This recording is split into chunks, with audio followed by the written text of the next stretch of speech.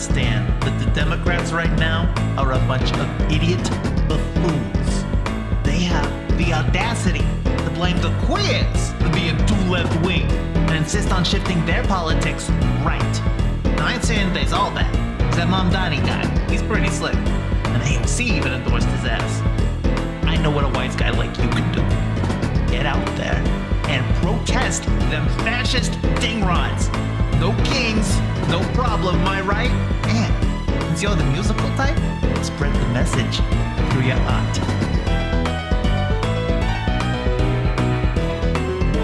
Just tell him Vinny sent you.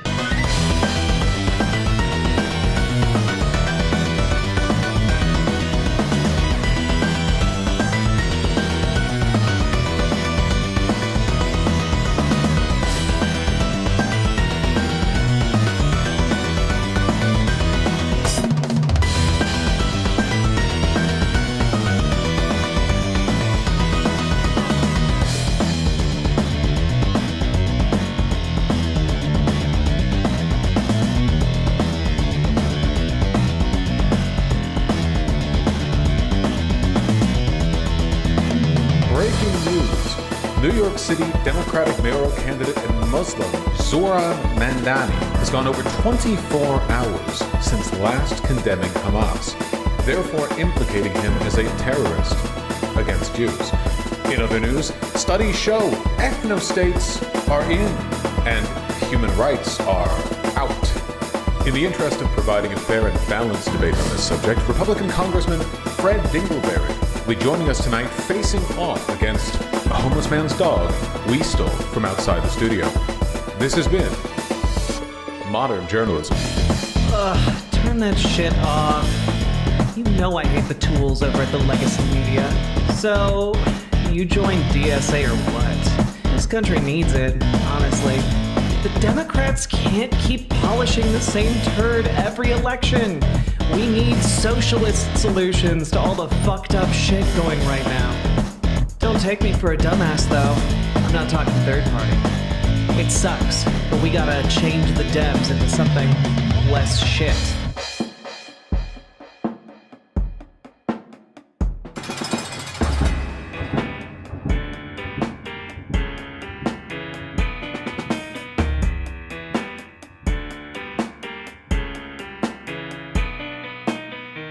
I had hoped that the white moderate would understand that law and order exists for the purpose of establishing justice, and that when they fail in this purpose, they become the dangerously structured dams that block the flow of social progress.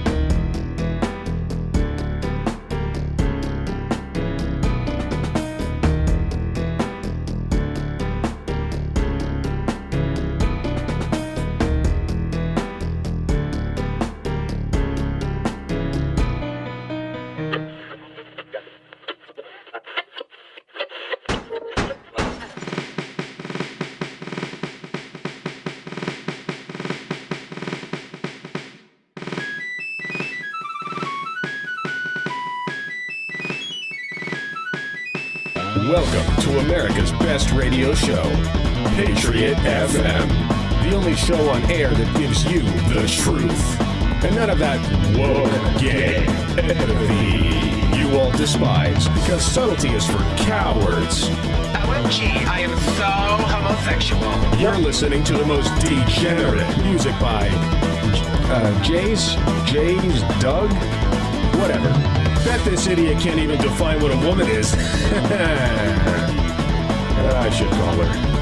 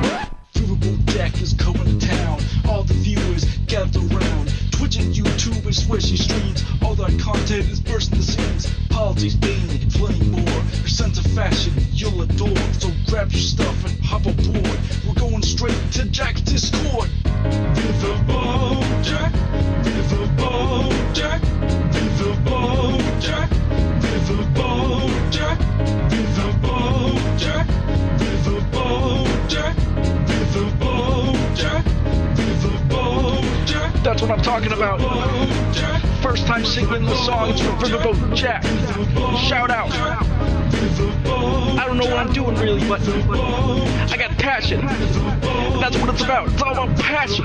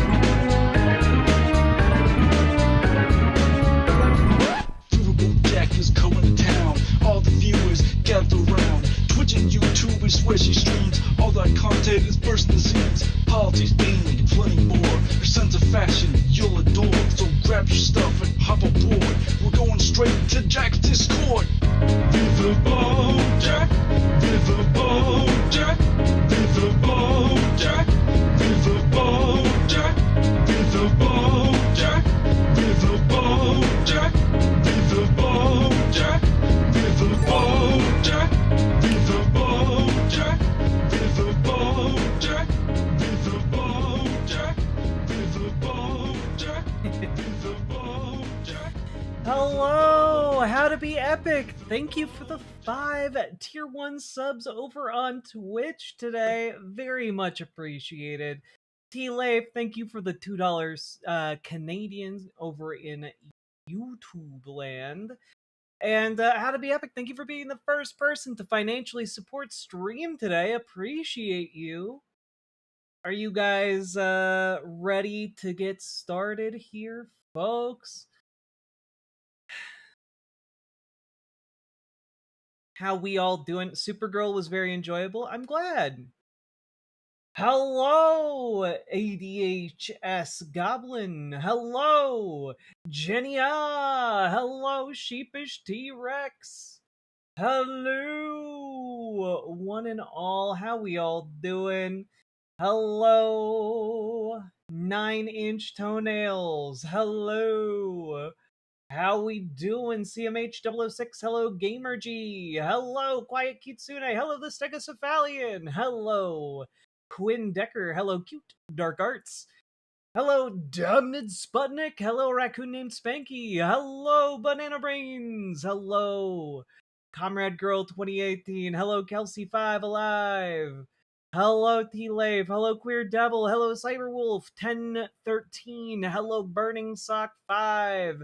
Hello, Awesome 406. Sorry, Awesome 406. Hello, Big Jerry. Hello, Bren. Hello. Ooh, almost did a double. Hello. Woo.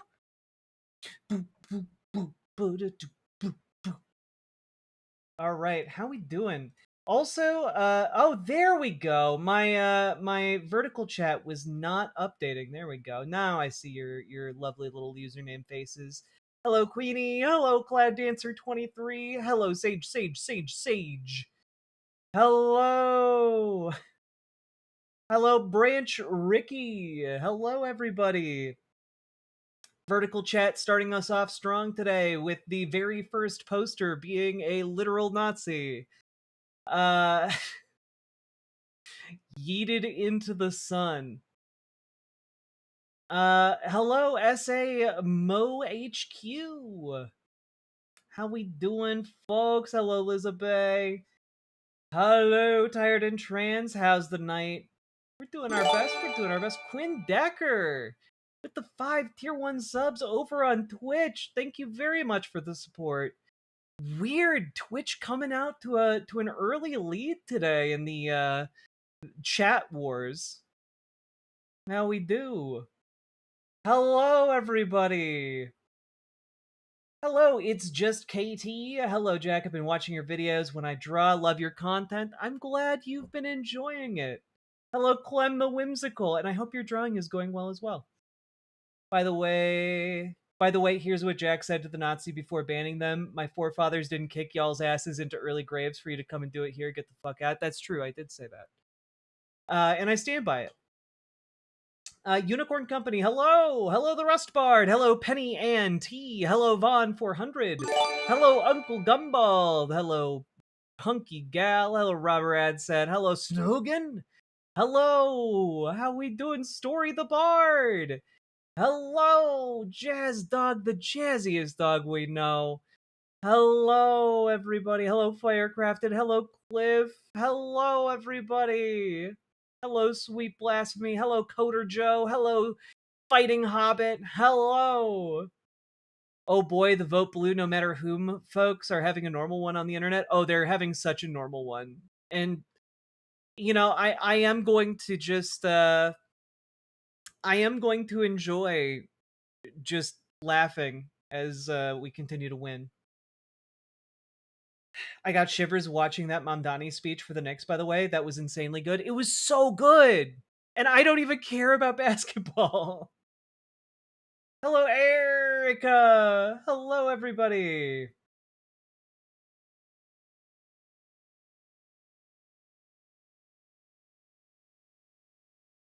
Alright.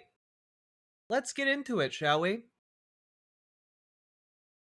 Y'all ready? Also, How to Be Epic, thank you for the 2 additional tier 1 subs over in Twitch chat. God damn, Twitch chat just blowing y'all out of the water today. It's crazy. GamerG, thank you for the $5 dono. Evening Shimps. There we go. Jack. Hey chat, have you joined DSA yet? Are you organizing? If not, it's time to get started. True. Reach out to me on Discord for info. It's easy and fun and you get to touch grass. Too true. Join DSA. Hell yeah. Glad to see you streaming. Gives me something to distract from my uncles who want to sell my house out from underneath me. Yay. Him. Well, Kazooie, best of luck to you fighting your uncles. And thank you for being a member. I'm sorry to hear that. Whew. All right. I've been hanging out in the PV Discord. Several people have recognized me. It's a cool place. Are you guys ready?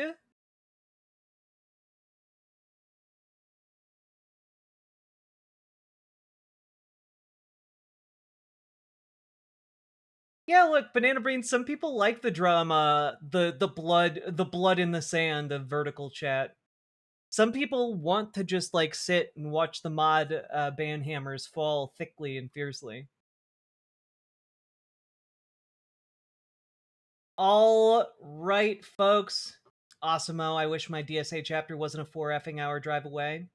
You could join digitally, which is an option. I know many people who do. I'm a vertical chat warrior. Lie. So does PV actually do text banking? My understanding is yes. All right. Let's do this. Got a big show planned for tonight.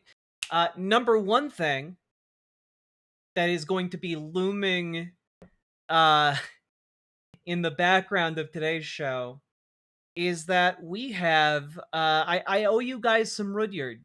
I owe you guys some What If Alt Hist, and you know, I do intend to deliver on that. However, we do have to talk about other things as well. So we're going to be talking about those things first, and then we'll be tackling What If Alt Hist tonight. So just as an FYI, if you've been too used to being hinged to reality, get ready. We're gonna be we're gonna be experiencing something together.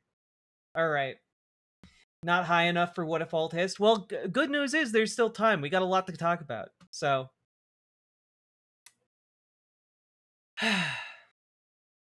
watching vertical chat is like watching gladiators in the arena. Yeah, except some of the gladiators are like morons who don't know how to fight and like have swastikas drawn all over them, and on the other hand you have moderators who tower eclipsing the sun with banhammers that fly faster than any speeding bullet. It's more like oh god, it's more like Cookie Clicker. Is that still like a relevant reference for the youth? The youth? I don't know.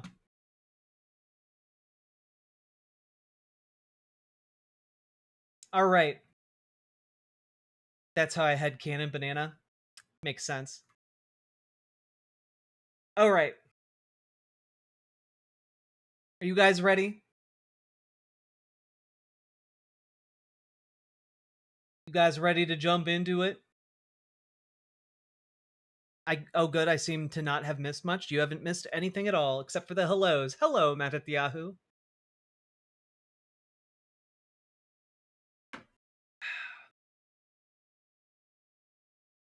Fuck yeah. Or fuck yeah. There we go. Fuck yeah. I'm sorry, I couldn't help myself. All right.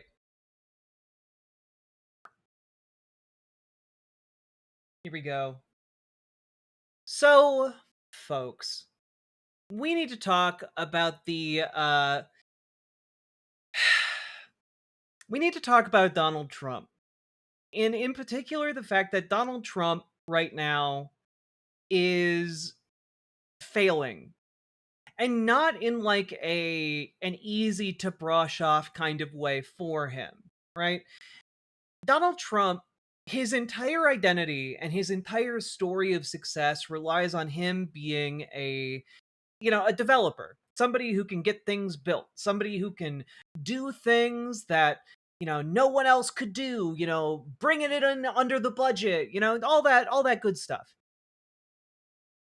The issue is he has now pitted himself directly against this algae pool in the reflecting pool, and he is now he's losing it.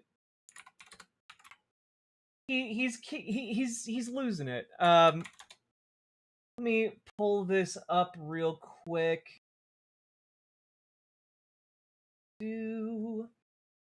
Yeah, here we go.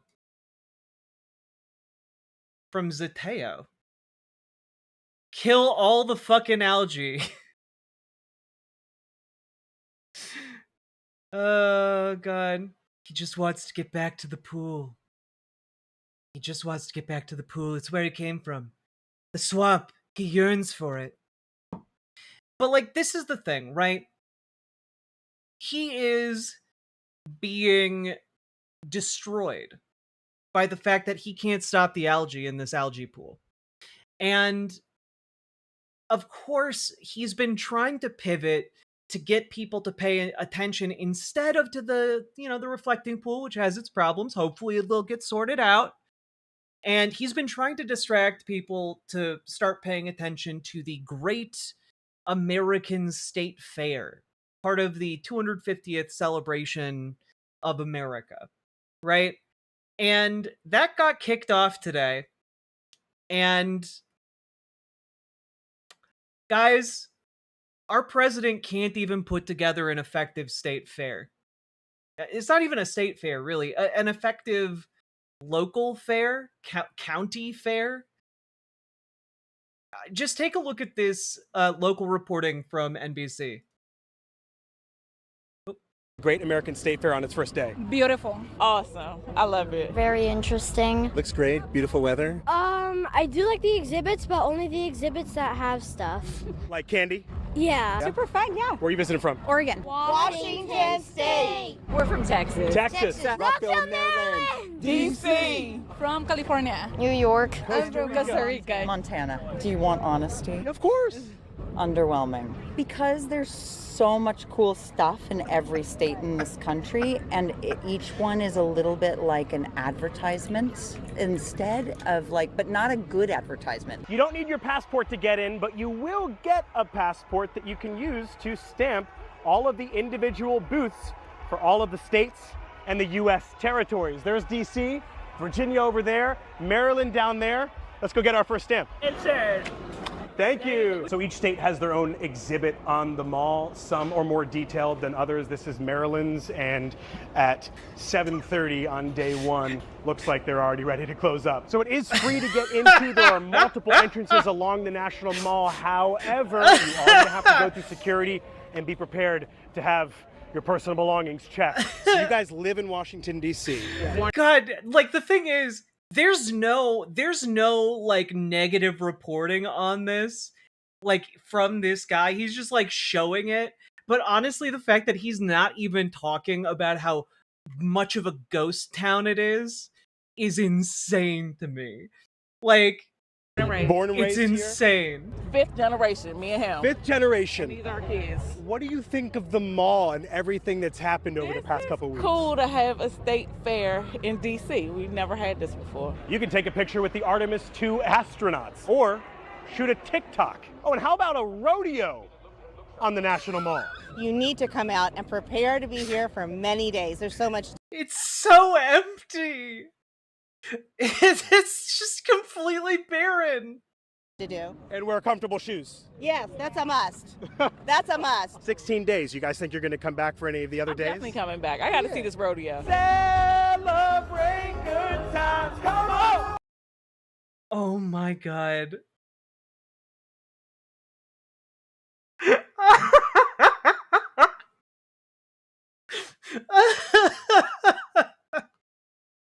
Look at that! This genuinely feels like a comedy skit, guys. This feels like an Adam Ruins Everything clip. this is like some Sacha Baron Cohen level, like, Borat bullshit. Like, this is crazy. You got the United States Navy band, and there are like 12 people sitting there watching. It is insane. It is insane. Guys, this is supposedly a man, this is the project of a man who prides himself on being able to throw together spectacle, on being able to build big and impressive things.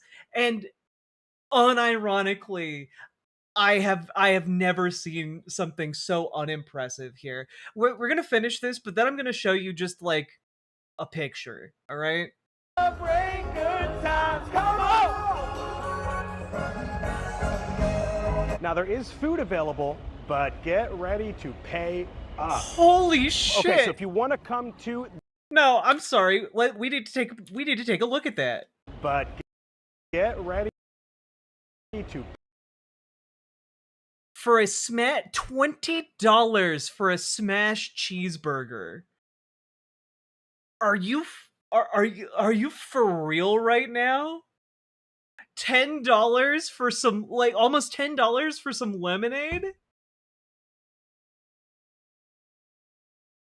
$20 for a giant Western sausage? That better be a euphemism. I just, for $20, that it better be a euphemism. But like, $23 turkey leg. Guys, for $23, I could buy like, I don't know, like 2 full turkeys. That's crazy. Pay up. Okay, so if you want to come to the fair, it's open now. Those prices are hell. Yeah, no kidding.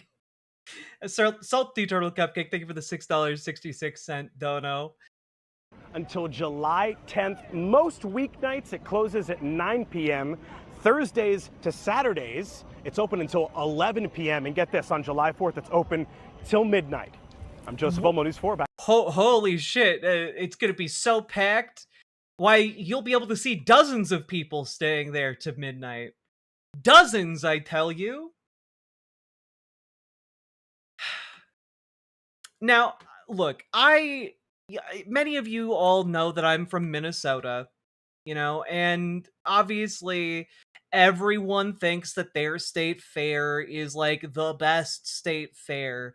But I shit you not, I want you to take a look at just like, this is an average picture for an average day at the Minnesota State Fair, all right?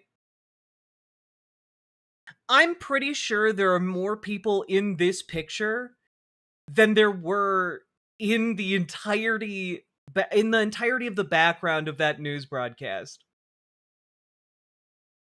Like,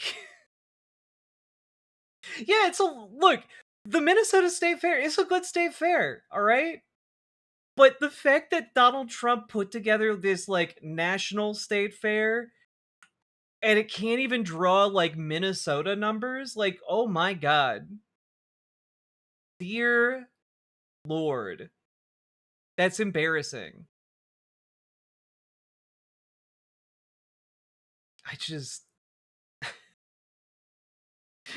It's so bizarre.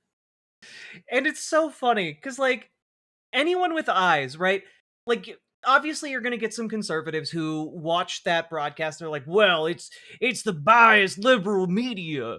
I tell you what. And I gotta be honest, I think anyone with eyes can look at this and see, oh no, this sucks. Here's the Washingtonian. I went to Trump's Great American State Fair. It was bleaker than I expected. Anytime someone might be able to attribute the word bleak to your state fair, you have failed profoundly, utterly at the project of throwing a state fair. Yeah, this is a picture of Ohio's state fair. They got Crazy Mouse. I didn't see one crazy mouse at the Great American State Fair in Washington, D.C. I just, it's nuts, right? Thursday was opening day for the Great American State Fair, the latest round of summer patriotism planned by President Trump's Freedom 250 semi-quincentennial task force. In preparation, the National Mall has spent weeks cluttered with half-built plywood structures and has been largely cordoned off to the public. Road closures and bus detours will choke downtown through mid-July. The fanfare conflicts with the usual dates of the locally beloved Smithsonian Folklife Festival. I wonder if they have pictures. This already looks like so much more fun. This already looks like, I've never heard of it, already looks like so much more fun.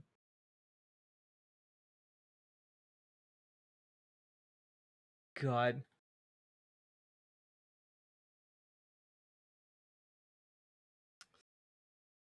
Which has moved its iconic marketplace to the Arts and Industries building instead. Surely, I thought, this thing ought to be worth the fuss. Gates opened at 10 a.m., and I feared my noon arrival would relegate me to the back of a winding security line. Getting to the bag check wasn't easy. Tall fences flanked the entire mall, and I walked well over a mile from the Federal Triangle station just to reach an entry point. But when I finally make it, already sweating through my shirt, there's no line to speak of. Later, a vendor tells me that nobody really trickled in for at least an hour after the start time. A guard glances into my purse, ushers me through the metal detector, and off I go. Oh my god.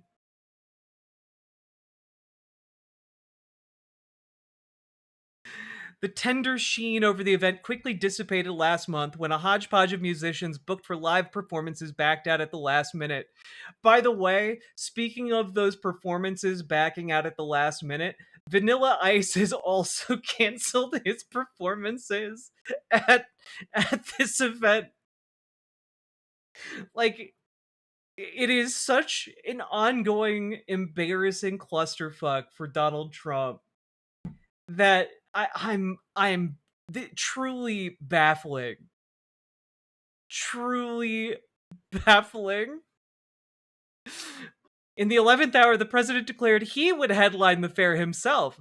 He was introduced at a rally Wednesday night by Transportation Secretary Sean Duffy, who started by dogging on the libtards that canceled on us. When Trump finally took the stage, he lauded America as the hottest nation in the world. "Nobody's laughing at us anymore," said the man filling in for Milli Vanilli.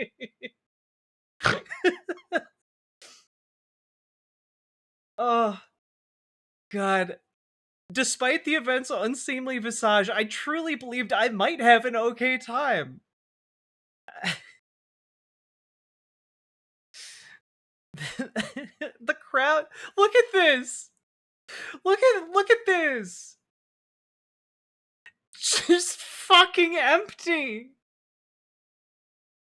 They can't even pay people to be there, literally. Like, God, I know it's not really great political analysis here for me to just essentially put together a segment where we just laugh at the utter ineptitude of Donald Trump and his administration and the complete failure to put on any kind of event that would actually inspire people or allow people to have a good time. But like, this is genuinely funny. This is genuinely very funny. Oh, God. Upon entry, the Ferris wheel smacks you in the face. It's not very big, but the slow-moving line boasts the highest concentration of people anywhere on the mall. One couple toward the back tells me they've been waiting for 20 minutes already, and they haven't seen the ride run yet. That's why the line was long. The one Ferris wheel they got didn't work. I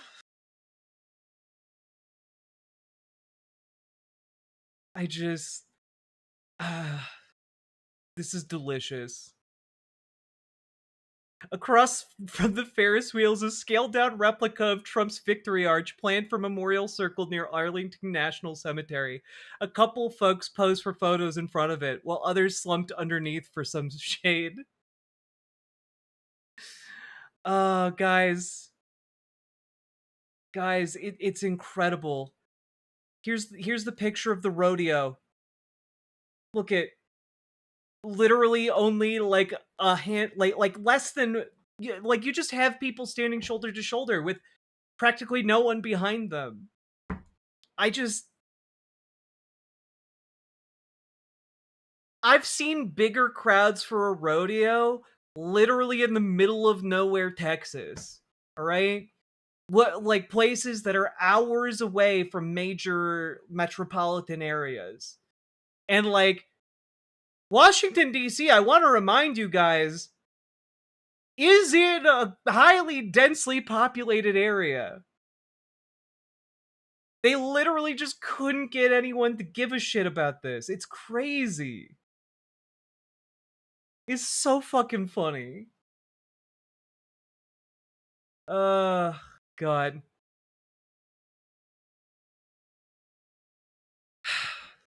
Anyway, I just think it's funny. And honestly, I'm going to link this piece from the Washingtonian into the chat here. And I'll link it in the description as well, because it's honestly just a great read. Like, just a great read of somebody who really had no dog in this fight, really didn't give a shit, and was hoping to have a good time, and just absolutely did not.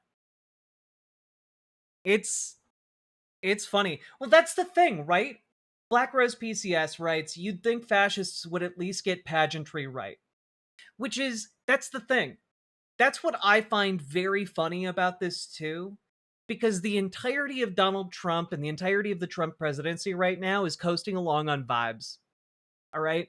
And the vibes keep getting worse every fucking day. The vibes keep getting worse. And we are starting to see even MAGA picking up on that. It's taken them their sweet time, of course, but the fact that even MAGA isn't really showing up to support this event, and even like a lot of MAGA performers aren't bothering to go to this event. I mean, it's pathetic, but it also proves to me that the vibes are definitely souring. Yeah, the chud slop is no longer chumming the waters, you know? The chuds are going elsewhere for their meals. And so, like, the problem is, you have to be, if you're gonna have a fascist administration, you have to fake that things are going well. And you gotta be able to fake it fairly well. And the problem is here, this is not faking it well. Right? Like, North Korea fakes it well, right? They pull out all the stops to bamboozle folks. They try and put up a strong facade, even as things like go to the shit in more rural areas, right? But Donald Trump does not have the ability of an authoritarian like Kim Jong-un, right? He doesn't got that. He wishes he did. It's why he writes love letters to Kim Jong-un. But he doesn't have that power. And he also doesn't have the competence necessary to be able to operate with what power he does have, which should have included, by the way, being able to put together like a national state fair. But clearly he does not possess those skills, nor do his underlings, and it's all just incompetence from top to bottom, peppered with yes men. That's really it. The Riz fell off. I mean, yeah, and it's a colossal problem. I would say it's an existential problem for the Trump administration. It's an existential problem for MAGA in general.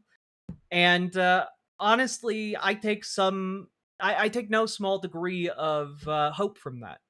I think the slowly ranciding vibes here are good for anyone who is on the left. I think that the failure of the Trump administration to really stick its flag in the sand here is absolutely unequivocally good. So, all that being said, folks, got anything out of this, hit the follow button, hit the subscribe button, hit the like button, and do consider dropping those subs, donos, memberships, super chats, etc., because you guys make this show possible. And also, get organized, folks. Join your local Dems, join your local DSA, and hey, get organizing. Because for all of the flack that I give a lot of these MAGA folks, they do organize. They do organize. And if they can do it, we can do it too, and we can do it better. So it just takes showing up. Show up. Join your local Dems, join your local DSA. If you need help, join our Discord. Reach out to GamerG for help joining DSA. Reach out to Dragonfly for help joining your local Dems. We can help you get started, all right?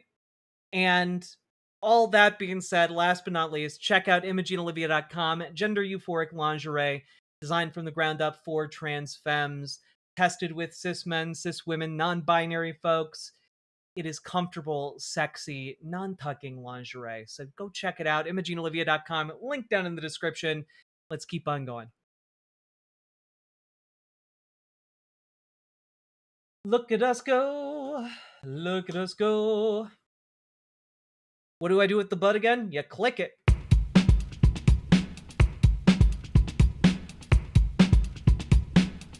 Go, go, go. Click the button. Click the button. Click the button. Click the goddamn button. Click the button. Click the button. Click the button. Click the goddamn button. Click the button. Click the button.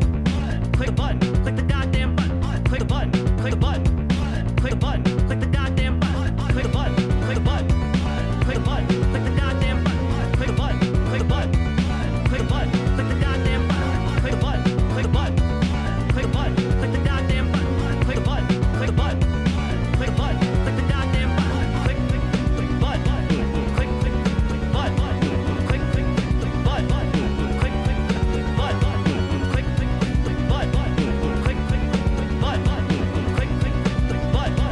Click click click button. Quinn Decker, I've seen more people in line for the cookie bucket at the Minnesota State Fair than the entirety of that clip. That's so true. The cookie bucket, the corn hut. The corn hut literally gets more foot traffic than all of the people we saw in that. It's crazy. All right, guys, are you ready? We have to talk about the Centrist meltdown. You guys have a cookie bucket? Yeah, in Minnesota, there's a cookie stand. More like over the years, it's become a cookie industrial complex called Sweet Martha's, and they sell a literal plastic pail full to the point of like spilling over of cookies that are freshly baked. Like, you can go to the state fair in Minnesota, just buy this massive bucket of cookies, and then carry it around with you for the rest of the day. It is truly, by the way, you do need to eat them like the same day, because they are exquisite that day. They do not hold up well the next day, generally speaking. But they are very good on that day. I did, as a youth, once buy one of the buckets with a couple of my friends and try to eat the entire bucket. This is a mistake. Don't learn from my examples. All right, do not do this unless you have like 5 people with you. Do not attempt to eat the entire cookie bucket.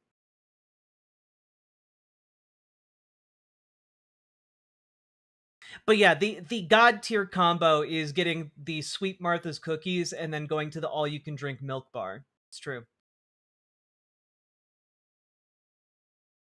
It's all the BPA from the plastic containers, probably.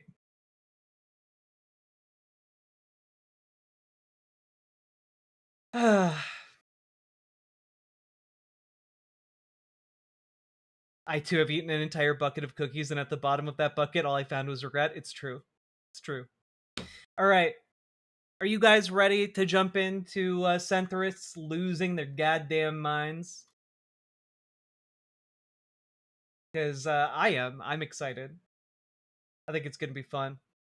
Let me see if I need to berate chat into liking the stream more. Let's see here. Also, Lady Raincloud, hello! All right. Let's see. We have around 270 people in YouTube chat, and we have not broken 100 likes. I am berating you. This is me berating you. Shame on you. You can absolutely click that like button. I believe in you guys. There you go. There you go. All right. No, never suppress your nature. Don't regret it. Eat all the cookies. The grilled corn hut, though, is one of my favorites. I'm a sucker for street corn. 29 people? Yeah, because you're in the vertical chat, where we capture all of the world's terrible people. And then there are some brilliant, strong warriors who tough it out against the hordes of do you think Jax from the Amazing jackasses. Digital Circus is good trans representation? I don't know, because I haven't seen it. I'm going to say maybe. Balls Deep 6969, thank you for the $5 super chat. Appreciate you.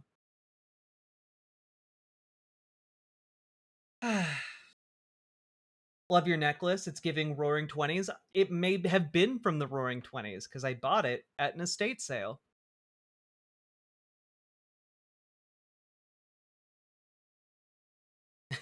But I already like the berating doesn't apply to me. It's okay. You're one of the good ones, Winby. Okay. Here we go. Also, Twitch chat today. You guys are really doing good. You guys, Twitch chat, by the way, is still ahead of all the other chats.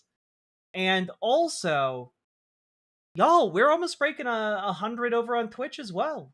That's crazy. We got almost 400 people watching at 11 p.m. on a Friday. All right.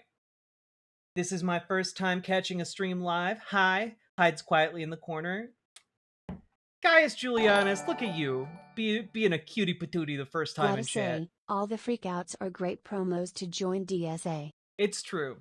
It's true, Andrew S. And I, for one, am very excited. Now, let's jump into this. Let's do this. So, folks, we have to talk about the fact that centrist Democrats and the establishment broadly are continuing to freak out over the fact that both AOC's endorsed candidates and Zoran Mamdani's endorsed candidates managed to win their respective primary races. And one of the cool things that I think might allude to some level of collaboration between AOC and Mamdani is that their endorsements did not seem to overlap, as far as I can tell. And I find that really interesting, if that coordination is indeed happening. Now, let's take a look. I wanted to show you guys this particular clip. You talked about this week... This is actually really quiet. Let me boost the sound here.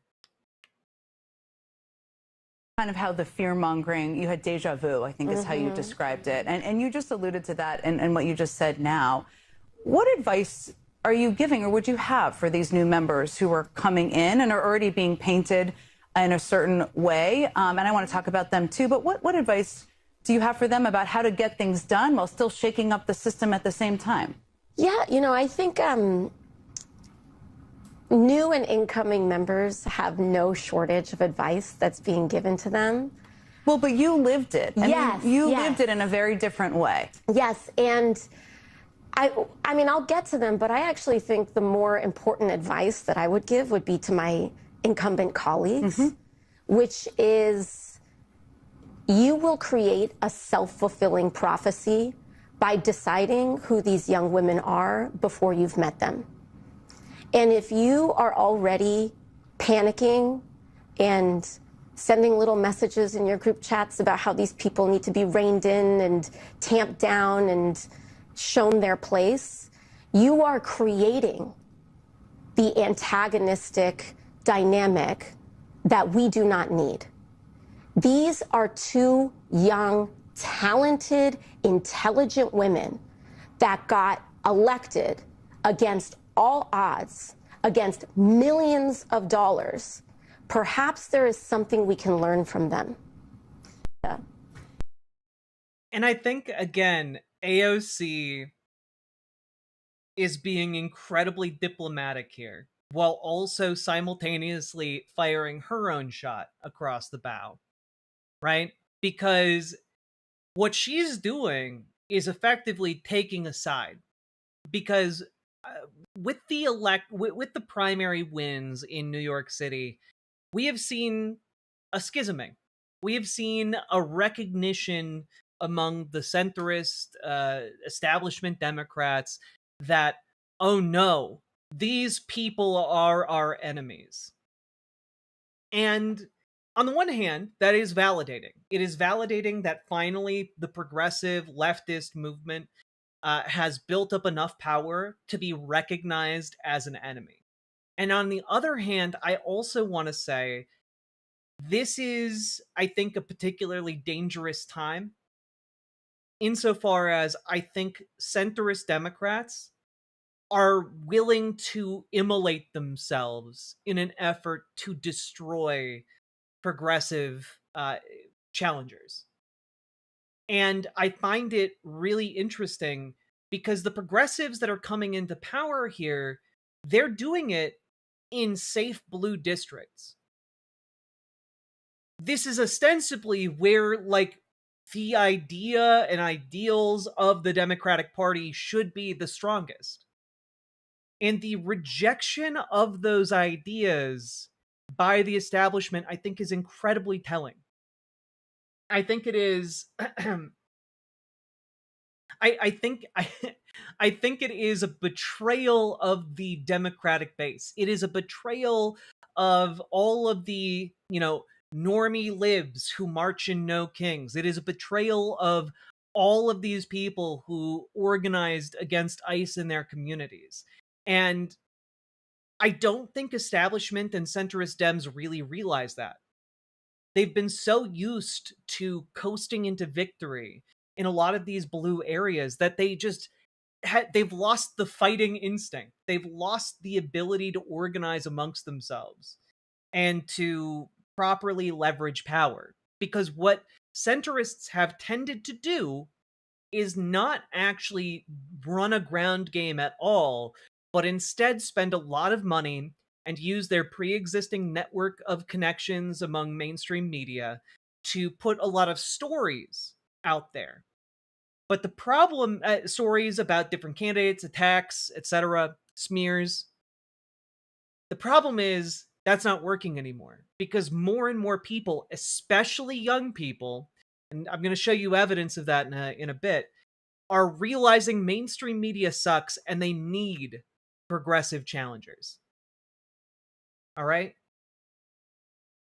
But I wanted to show you guys this because I think it is very related, which is this article from Reuters, which New York City freezes rents for 1 million apartments in Mayor Mamdani victory. That's right, folks. New York City Housing Board voted on Thursday to freeze the rents for about 1 million regulated apartments for up to 2 years, fulfilling a central campaign promise of Mayor Zoran Mamdani only months into his term. Now, the thing is, this is one of those achievements that centrist Dems look down their noses at progressives for, right? Because centrist Dems are like, well, that doesn't do anything. That isn't good enough. We need to be building out more apartments. We need to be building out more housing. We'll have a public-private partnership to funnel money into corporations that donated to my campaign in order to build out more housing.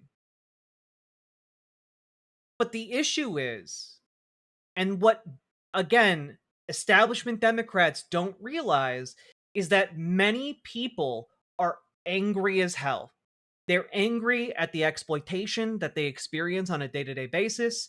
They are angry about the exploitation and the corruption they see in their government officials. They are angry about the blatant failures of Democratic leadership in particular to listen to them. They're angry about the intractability of Congress. They're angry about the clear ideological biases of SCOTUS. They are angry.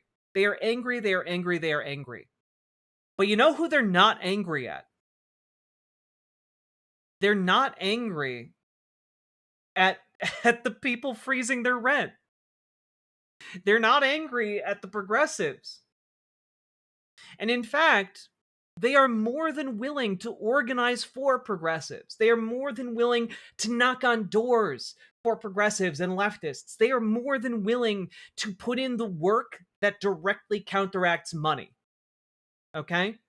And this is a huge problem. I want to give you guys an example here, all right? I woke up and learned that my rent will not increase for the next 2 years. And I will tell you with 100% certainty that no amount of therapy, no amount of journaling, no amount of manifestation, no amount of breath work could have regulated my system like learning that at least my rent will be frozen for the next 2 years. And this is your reminder that your politicians, your government, owe you a regulated nervous system. Let me give you a radical idea. Stop healing. The entire self-help industry in the United States, for the most part, not all, it is a distraction to take away from the fact that our governments, all of these systems are dysregulating us, and instead we're here internalizing it. And I will tell you that the simple fact of knowing that my rent is frozen for the next 2 years has done more for my nervous system than the last 4 years of trying everything to feel better. Now, this is the thing, right? People remember this kind of relief. People remember who gave it to them. People remember who allowed them to take a deep breath and actually relax a little bit, because you aren't being pushed to the point of deprivation, pushed to the point where you have to choose between food and rent. Like, people remember that shit.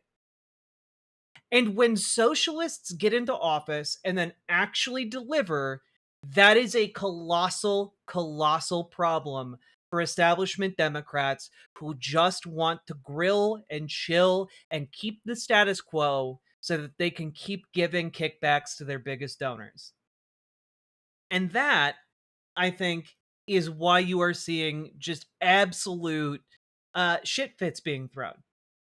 And you know, what's funny to me is, like, even the most mild-mannered of these progressives that are being elected, they're able to, like, really roughly criticize the Democratic Party. Here's Brad Lander on MS Now, posted in vertical format because Brad Lander be like that. New Yorkers are fed up with the status quo that's not working for them. You got housing and healthcare and all the prices skyrocketing. And people see Democrats, instead of fighting for them, taking money from corporate PACs funded by Wall Street and crypto and AI and APAC. And I think voters are saying we're tired of that. We want folks who are going to fight for working families. Luckily in New York, we can do that with a lot of joy right now, coming off the Knicks win and Mayor Mamdani's win. But it's like being Mr. Rogers, but with a steel spine. New Yorkers are... Like, come on, that's a great line. Mr. Rogers with a steel spine basically describes Brad's entire brand of politics. It's great. It's great. But he's right. People are angry.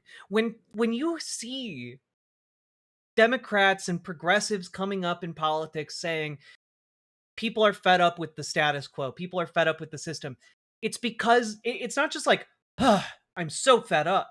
It's like blood-curdling screams of rage and agony as people are trying to balance like the bills of having children and the needs of being a functional human and all of this and how it works and is commodified by our entire system.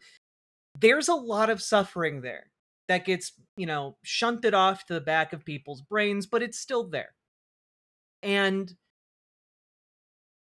I think what's really interesting is that there are some Republicans out there who can understand exactly what is happening right now. And I want to share with you guys a post by James Woods the day after Mamdani's endorsements all swept their respective primaries, right? I know, James Woods, virulent Republican. But here is his post. Dollar store Obama has a tough choice now. Embrace the full-blown communism of the Mamdani/AOC/Sanders SDA, Socialist Democrats of America. Can't even get the name of the org right. Or cut out the cancer of the radical left party and save what's left of the old guard, somewhat rational Democrat Party. The former are growing like flies, thanks in large part to the tsunami of illegal Muslims swamping the nation. That part is utterly bizarre to me and is only born out of James Woods' deep, deep racism.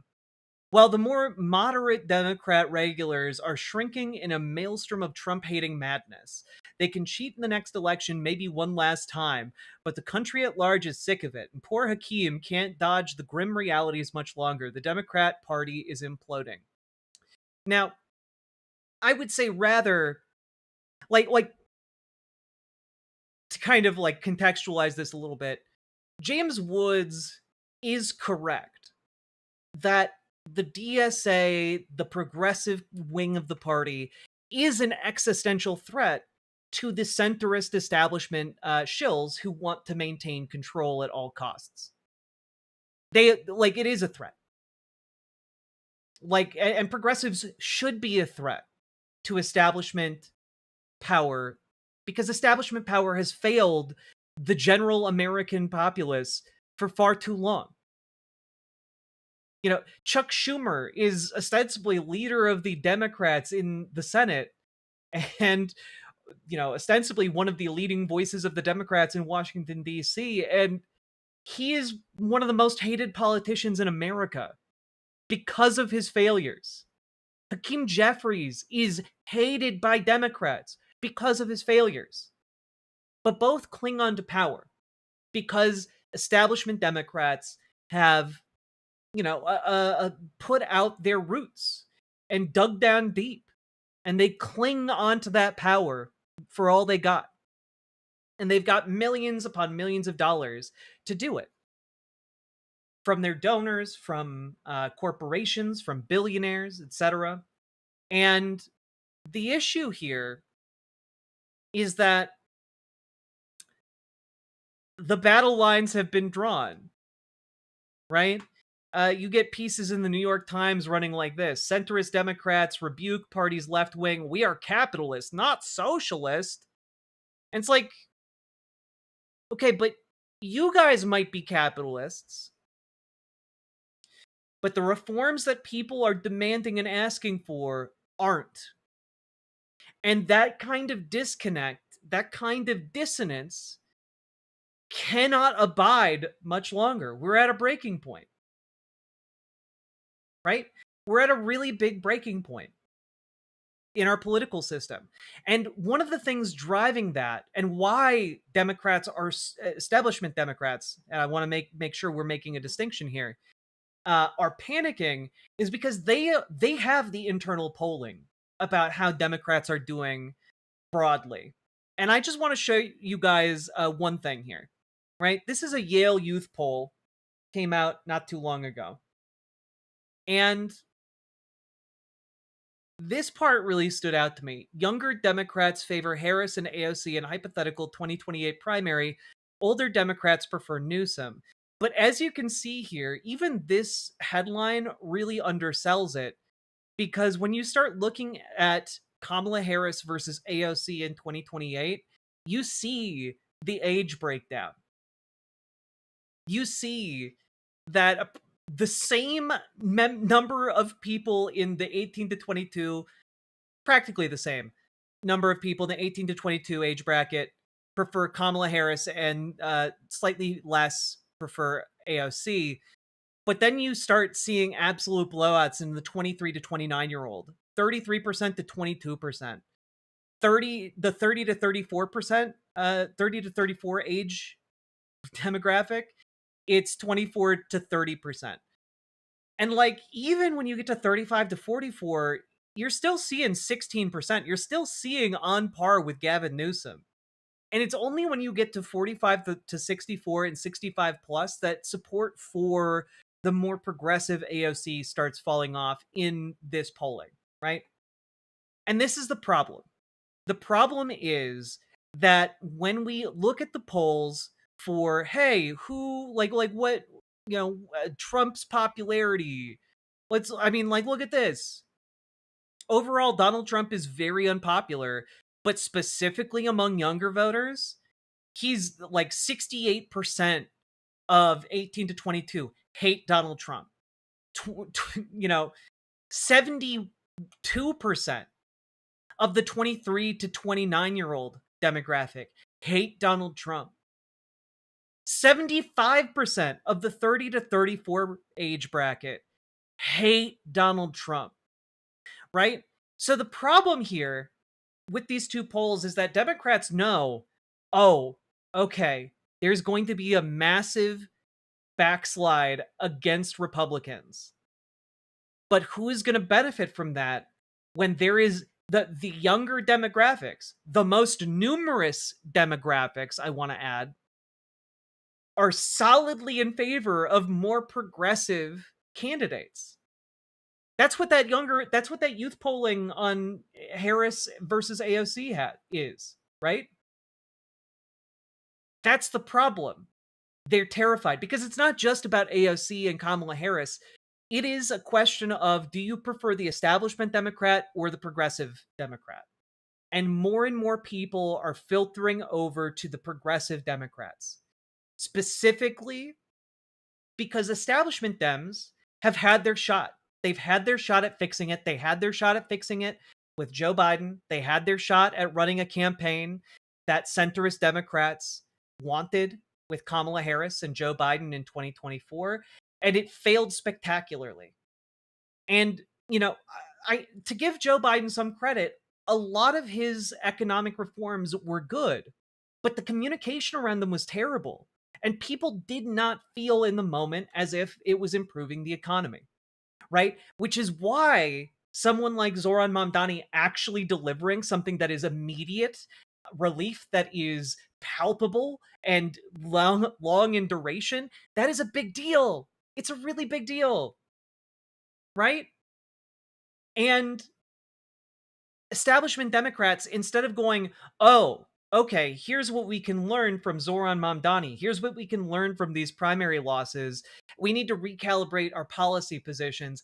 Instead of doing that, they're saying, we're going to smear you with op-eds. We are going to come at you in the press. We are going to do our damnedest to bury you guys and make you politically irrelevant. It is, instead of watching and learning and growing, it is instead, we must destroy progressives and leftists. And what that means is, progressives and leftists going forward, we have a very real opportunity.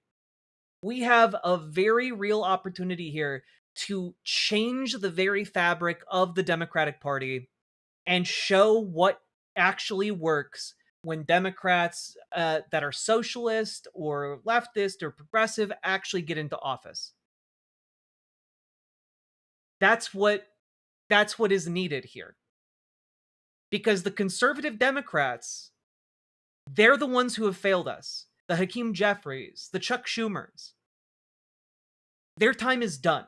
And people are angry as fuck about it. Right? Evelyn Normie Lib is, sharpening her blades, as it were. But let's take a look here.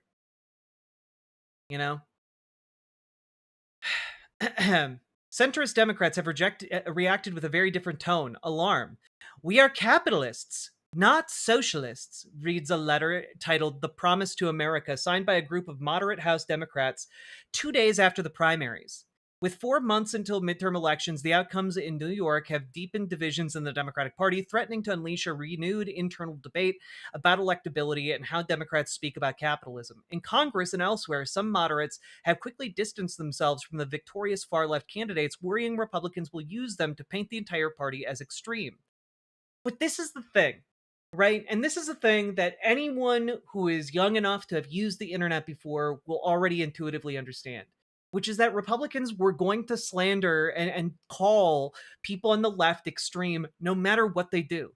They called Obama a communist. They called Joe Biden a communist. They called Kamala Harris a communist. They've used the word so much that it doesn't mean anything to Republicans anymore other than someone I don't like. And the issue here is that I gotta be completely honest with you guys. This doesn't work anymore. If all Democrats that run are going to be called, communist Marxists anyway, then you might as well run people who are going to do good things instead of constantly cowering in the face of that criticism. It's genuinely baffling to me, but moderates continue to act like, well, if they call us communists, it'll hurt our chances at victory. It doesn't, because they already do that, and Democrats still win. So, I don't know. Seems kind of stupid. Let's continue going through this, though. Organizers of the letter, which had been released earlier this month, unveil the first 15 signatories on Thursday, 2 days after the primary results, that put Democratic Socialists on track to double their ranks in the House. Politics forces false choices between extremes on right and left, the letter said. We reject them. The issue here, and the thing that I would love if more media would call out, is that it is not equivalent. Yet, you cannot equivocate the left and the right. Right? The people who are considered far left in America want homeless people to be housed. They want people, regardless of who they are, to have health care. They want people everywhere to be fed. These are not the same as the goals of the far right, which is mass ethnic cleansing, stripping of fundamental human rights, increased security state that is increasingly weaponized and militarized against the American public. This is not the same goal. Clearly, these two goals are not the same. So whenever you see somebody online or in the media saying, well, the extreme left and the extreme right are basically the same, we reject both of these things, understand that the people on the left are the ones who want to give you healthcare. And the people on the right don't want you to have children if you're gay. The people on the right don't want you to be able to get married if you're gay. The people on the right want to literally ban books from your library. They want to pretend like there are questions to be asked about the Holocaust. The people on the right who are on the extreme end, they are not the same as the folks on the left. And I think it is a great red flag to note when someone says, I reject the far left and the far right. That is a big red flag. All right? The letter is led by Representative Tom Suzy, a New York Democrat who flipped a swing district on Long Island 2 years ago. He said the group aimed to secure signatures from 20 Democratic candidates, 200 state and local officials, and 2,000 activists, and to build a movement. He's contending with an ascendant left-wing movement growing in New York City, where Zoran Mamdani, a Democratic Socialist, endorsed a slate of 3 House primary candidates who identify as Democratic Socialists. Those candidates swept their races, empowering the activist left and alarming moderate Democrats. In an interview, Mr. Suzy said, that message from Tuesday is not the message that I embrace, and that his party needed to do a better job making clear what we do believe in. I'm sorry, but the Democratic Party's main problem right now isn't making clear what the Democratic Party believes in. The problem that the Democratic Party is facing right now is the fact that it has failed fundamentally the American public. Why are there still members of Congress voting to confirm Trump judges? Why are Democrats still doing that?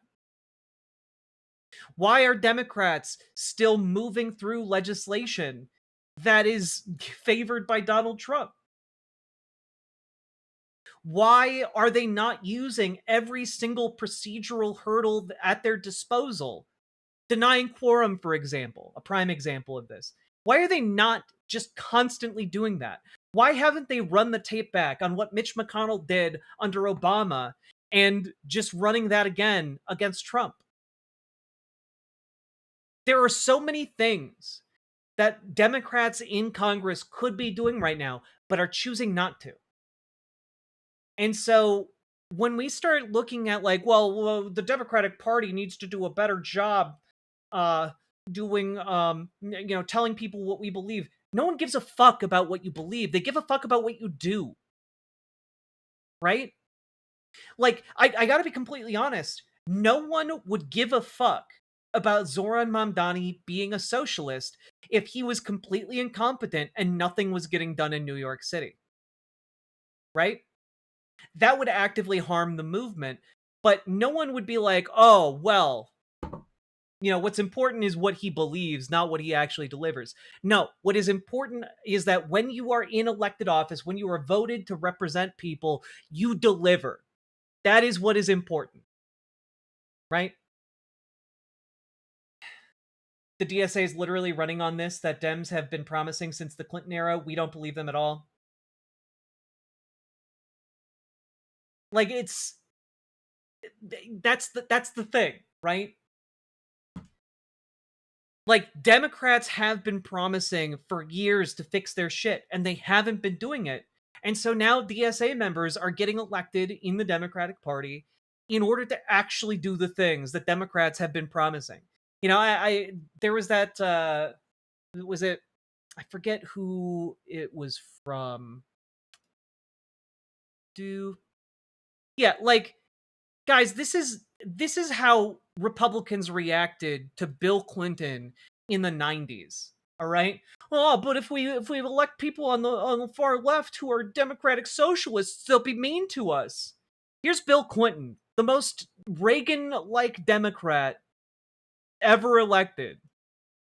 Bill Clinton's vision for a better America includes job quotas for homosexuals, giving homosexuals special civil rights, allowing homosexuals in the armed forces.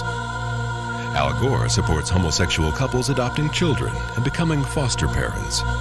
Is this your vision for a better America? For more information on traditional family values, contact the Christian Action Network. Like, these are the kinds of attack ads that they ran against Clinton.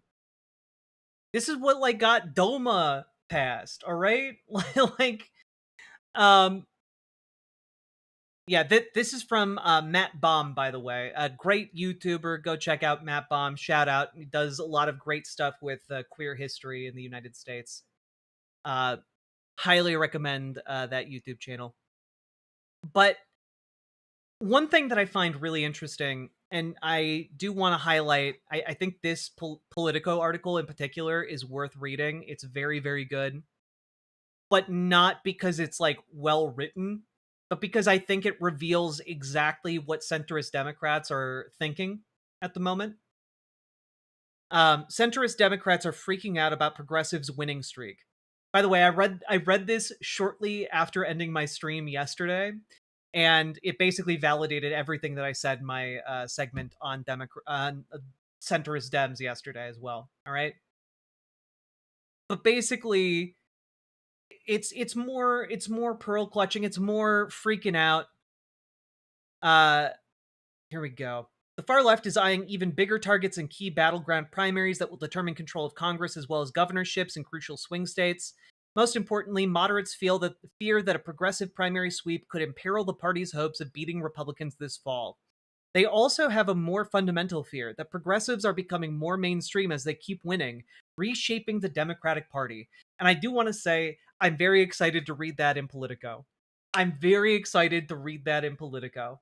Because the entire thing, the entire push of my channel for like the last 2 years has been, hey, join your local Dems, join your local DSA. We need to have a takeover of the Democratic Party. And boy, howdy, some of y'all have listened to me. Some of you have listened to me and gone to your local Democratic meetings. Some of you have listened to me and gone to your local DSA meetings. And that organizing is not in vain, friends. That organizing is not in vain. It is right now shaking the very foundations of the Democratic Party. And that is a glorious thing. That is a great thing. That is something to be proud of, right? Centrist Democrats, normie Democrats, need to realize we're the insurgents and they're the new establishment, said Liam Kerr, a co-founder of the moderate-aligned Welcome Pack.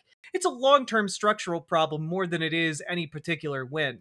So what's really interesting here to me is that, and one of the reasons I find this article particularly interesting to read, is that Politico tends to interview not political scientists, not for articles like this anyway. They don't go interview like people who study political history or scientists or whatever. They go and they interview political partisans, specifically moderate political partisans, right? I've pointed this out before, but in this Politico piece, why are you talking to the leadership of an ideologically centrist political pack? Like, why do that instead of like an expert in the field? Obviously, if you talk to somebody who is working for a pack, they're going to advertise the ideology of the pack. This is not journalism, especially when you are focusing on what the people who are paid to organize for centrist shills, for the establishment Democrats. Like, that's insane. And yet Politico does this all the time. So just something to be aware of, especially when you're reading political content or politics news. Who are they talking to? And registering, hey, if somebody is being highlighted here in this article as the co-founder of the moderate aligned Welcome Pack, there's somebody who views progressives as an enemy. And when someone like that says that Democratic Socialists winning office is a long-term structural problem, more than it is any one particular win, what they're saying is the problem to be worked on within the Democratic Party is how do you restructure the Democratic Party to deny popular support victories within the primary process. Right? That's what he's saying. When he says it's a structural problem that Democratic Socialists are winning, what he's saying is it should no longer be that, hey, popular candidates within the Democratic Party get it through the primary process and become the nominee. No, he's saying, no, we need to fix that problem. We need to make sure only our guys win. Right? And I find that particularly revealing about what centrist Democrats actually think, right? Now, I do think it is interesting here, some of these quotes. See, and here's a quote from Abdul El-Sayed. It's happening in New York. It's happening in Michigan. I think we're seeing it happen across the country now, that folks are sick and tired of being sick and tired. So certainly we are going to harness that. Absolutely. Now, also want to point out here that, of course, they also got the thoughts of Matt Bennett, the co-founder of Third Way. Yes, that Third Way that went after Hassan Piker. These races might have some impact on 2026 if Republicans weaponize the craziest ideas of these candidates against mainstream Democrats running in blue districts. Now, the reason Matt Bennett frames it in this way is that he is trying to say, if these democratic socialists win in places like New York, well, then that's going to bring down all the Democrats in maybe more competitive districts. Well, they're going to be destroyed by being associated in the same political party as these Democrats over here that are democratic socialists. But again, Republicans are going to call however moderate the Democrat, they're going to call him a communist. It's like, God. But then I read a blessed series of words like this. The Blue Dogs, Democrats, House centrist coalition, and campaign allies are worried as well.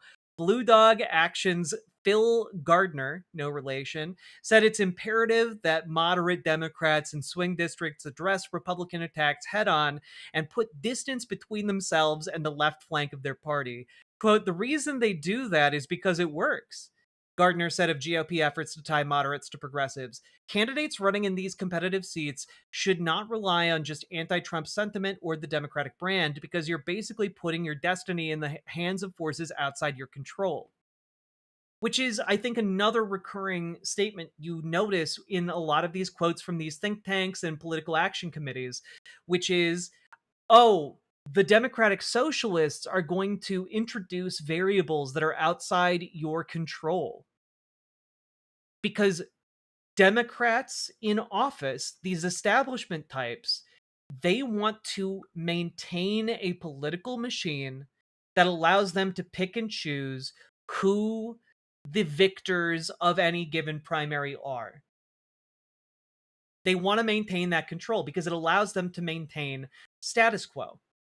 Their problem is with the concept of democracy itself. And what's wild to me is that a lot of these political think tanks and action committees, they're just out there saying it right now. They're so mad that the mask is off, right? And I do think it is very interesting to see happen. Because the Blue Dog Democrats have been a thorn in the side of progressive policy making for ages. And honestly, anything that moves us closer to making them an irrelevant force in Congress is a move towards giving us a Congress that can actually act and make things better for everyday working people in this country. And I don't know. I take some hope in the tears from these centrists. Now, I will also say, on a similar note, why I wish Phil Gardner would ask, hey, why does it work to tie moderate Democrats to more progressive Democrats in GOP attack ads? Why does that work? Well, I think I know why. And it works because moderate Democrats do not functionally deliver in ways that average working people actually see the benefit of. Right? That's the problem. Because moderate Democrats are too busy juggling phone calls from their biggest donors to actually care about the plight of working people. Because, who are those working people going to vote for anyway? We're the only game in town. And so, this is the issue. Is that when you cede ideological ground to conservatives, when you ignore parts and the failures of the Democratic Party, when you ignore the failures to deliver, that gives ideological real estate for Republicans to fearmonger on. It's exactly what happened with Kamala Harris and trans issues. She didn't say the word transgender once during her campaign. And yet, people said afterwards that her stance on trans issues lost her the campaign. And again, that's just bullshit analysis. She didn't advocate for trans people at all during her campaign. And the reason the Republicans were able to come in and fearmonger successfully on trans issues at all was because she didn't say anything about it. And if she had actually defended trans people, I think she would have come out very differently from those attacks. She talked about trans surgeries for prisoners. Yeah, but when did she talk about trans surgeries for prisoners? She talked about it in 2019. And then she refused to talk about it during her campaign. And so that's the problem.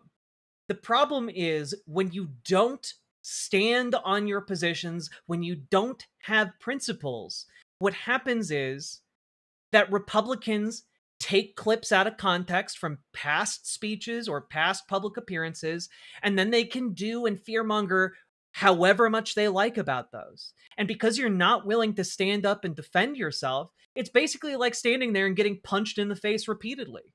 People view it as weakness. People view it as fundamentally, well, if you're not going to stand up for this, then you're not going to stand up for anything else that you're doing. And like, it's very simple on the trans prisoners question, which is, hey, prisoners deserve medical care. Prisons should not be torture dungeons. Full stop. And the answer is wider and more generally. You then transition into talking about how, in fact, everybody in America deserves health care. Everybody deserves that shit. All right? Sex changes for prisoners is a low priority, in my opinion. Again, I want you to understand what you're doing right now is coming in here and saying, I think medical care for prisoners is a low priority. And, you know, I think that that's the exact kind of attitude that has made our prisons hotbed for things like rape, torture, abuse, death. I think that kind of attitude is exactly what has turned our prisons into hellscapes. And I reject it. I reject it emphatically. And I think that prisoners, as well as every other person in America, deserve health care. It's not difficult to mark out that position and defend it. It's not difficult to get up and say with your full chest, hey, I don't think we should be torturing people in prisons by denying them the health care they need. That's not a difficult position. How do you pay for it? It's literally cheaper to provide the health care. Like, that's the thing, right? Like, people are always ask, how do you pay for it? It's literally cheaper. It is cheaper to provide preventative care than to wait for it to turn into a life-threatening issue, right? It is cheaper to put in the extra financing to prevent people from developing things like diabetes. Really, the doctors get cheaper? Yes! This is what I'm saying, right? Which is cheaper? Somebody who needs constant surgeries and transplants and blood infusions and dialysis because they have diabetes? Or someone who goes in, gets preventative care, and never develops diabetes? Which is more expensive? Which is more expensive? Why do I have to pay for it? For the same reason you don't want to step over dead bodies on your way to work in the morning. Because if you don't pay for it, people die. And also, at some point, you will be needing that healthcare. So why would it be in your best interest to pay for it? So that you get it. It's literally cheaper if we just provide it to everyone.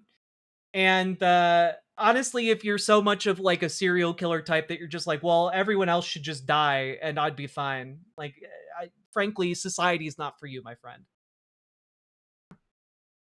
I have it. I pay for it.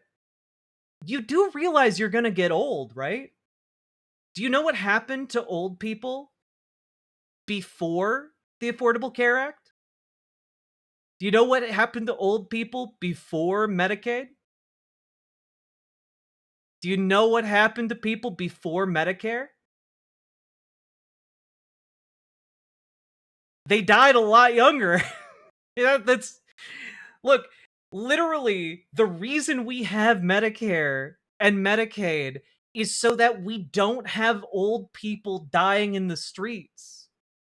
Yeah, so people like you didn't die in the gutter.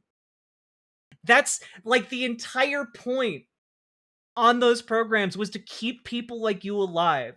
And now we live in a world where we have more data, and it turns out we could just give everyone healthcare. It would be cheaper than how much we spend on healthcare now, and no one would have to die from lack of healthcare in this country ever again.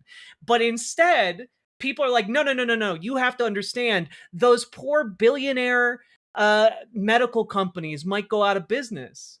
To which I respond, I would prefer that those businesses cease to exist than people die preventable deaths.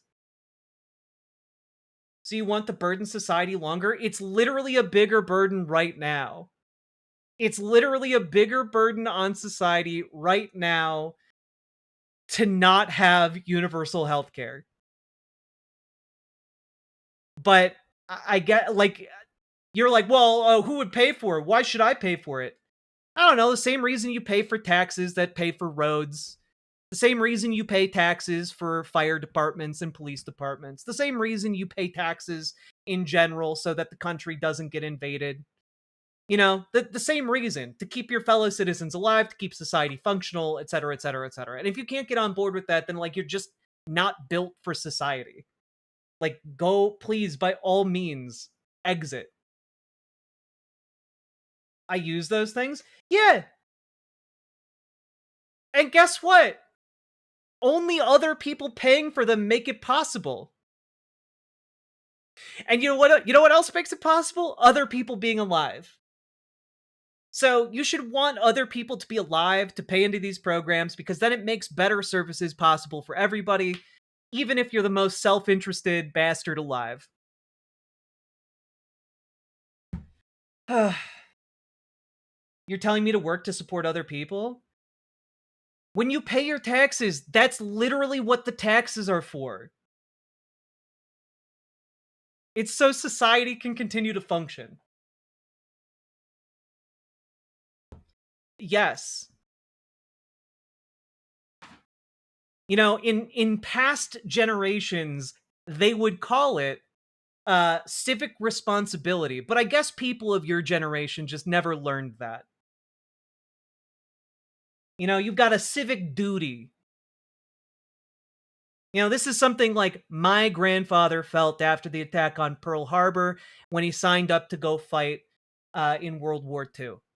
And, you know, I guess someone like you could never understand that particular impulse to defend the country and make it better. God. Literal baby-brained morons. Anyway, I'm going to continue. But thank you for the distraction. Thank you for letting me make those arguments. And hopefully they help you guys out there. All right. Let's see here.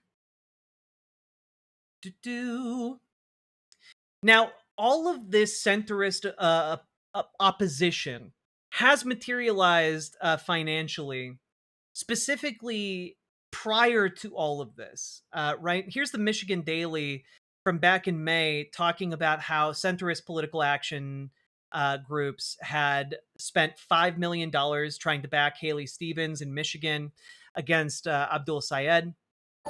And this is, I think, something that's going to continue. It's so painful to watch the older generation not understand the basics of how the country they gave us F% works. It's true. And I do want to say, not every older person and every older generation fails to grasp this. We have many people in this very community of various generations who all understand the basic premise of what it takes to make a society work and understand the basic premise of civic duty and the responsibility we have to one another as neighbors, right? And I do want to say, absolutely, some people don't get that, but I think overwhelmingly, more and more people are waking up to understand this very basic and fundamental truth, right? But this is something we are going to start seeing more and more of, right? The dropping of millions and millions and millions of dollars to try and oppose democratic socialists and lefties in general. And the issue is they have a finite amount of money. Now, they think right now they have practically infinite reserves of cash. But the issue is they cannot spend like this on every state level race. They cannot spend like this on every national level race. They cannot spend like this on every local race. And that problem is going to continue to get worse for them as they have to drop more and more money to oppose progressive leftists.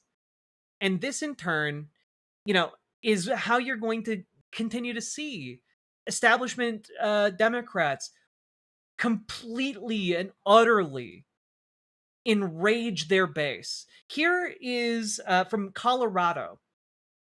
Many of you may be familiar with Tina Peters. Jared Polis decided to release Tina Peters from prison, saying, "Oh, she seems very sorry." And people in Colorado and people around the country are furious with Jared Polis, right? Here is Tina Peters on a podcast just the other day. Especially with this remorse thing. I'll bring that up again. Oh, Polis shouldn't have let her out because she shows no remorse. No, I do show remorse. The remorse is that people that should be in prison are not. Yeah. That's my remorse. The remorse for me is that the things that were exposed, nothing's been done about, especially with this. Yeah. She tried to help overthrow the United States democracy. She was one of the people in Colorado behind the false electors bullshit. But what she's saying here is that she thinks that the people who put her in prison in the first place should be the ones in prison. Right? This is what it gets you. This is what centrist Democrats get you. They release and empower the worst tendencies among the Republican Party. This is fundamentally a colossal issue. Because every time you make a concession to Republicans, it empowers these people who are trying actively to overthrow America. Remorse thing. God, with their remorse thing. And meanwhile, you have Donald Trump over here, and frankly, it's truly just the incompetence. I submitted my vote for right? Julie Gonzalez today in Colorado for Senate. Hell Make yeah. sure to vote in before June 30th. Hell yeah, Mr. Pibb. Thank you for the $5 super chat. Here is a clip that I think is just kind of related to how absolutely absurdly weak Republicans are right now.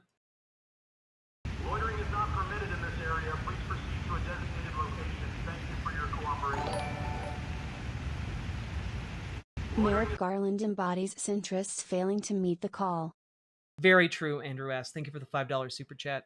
Yeah, so now they have automated speakers around the national the reflecting pool, and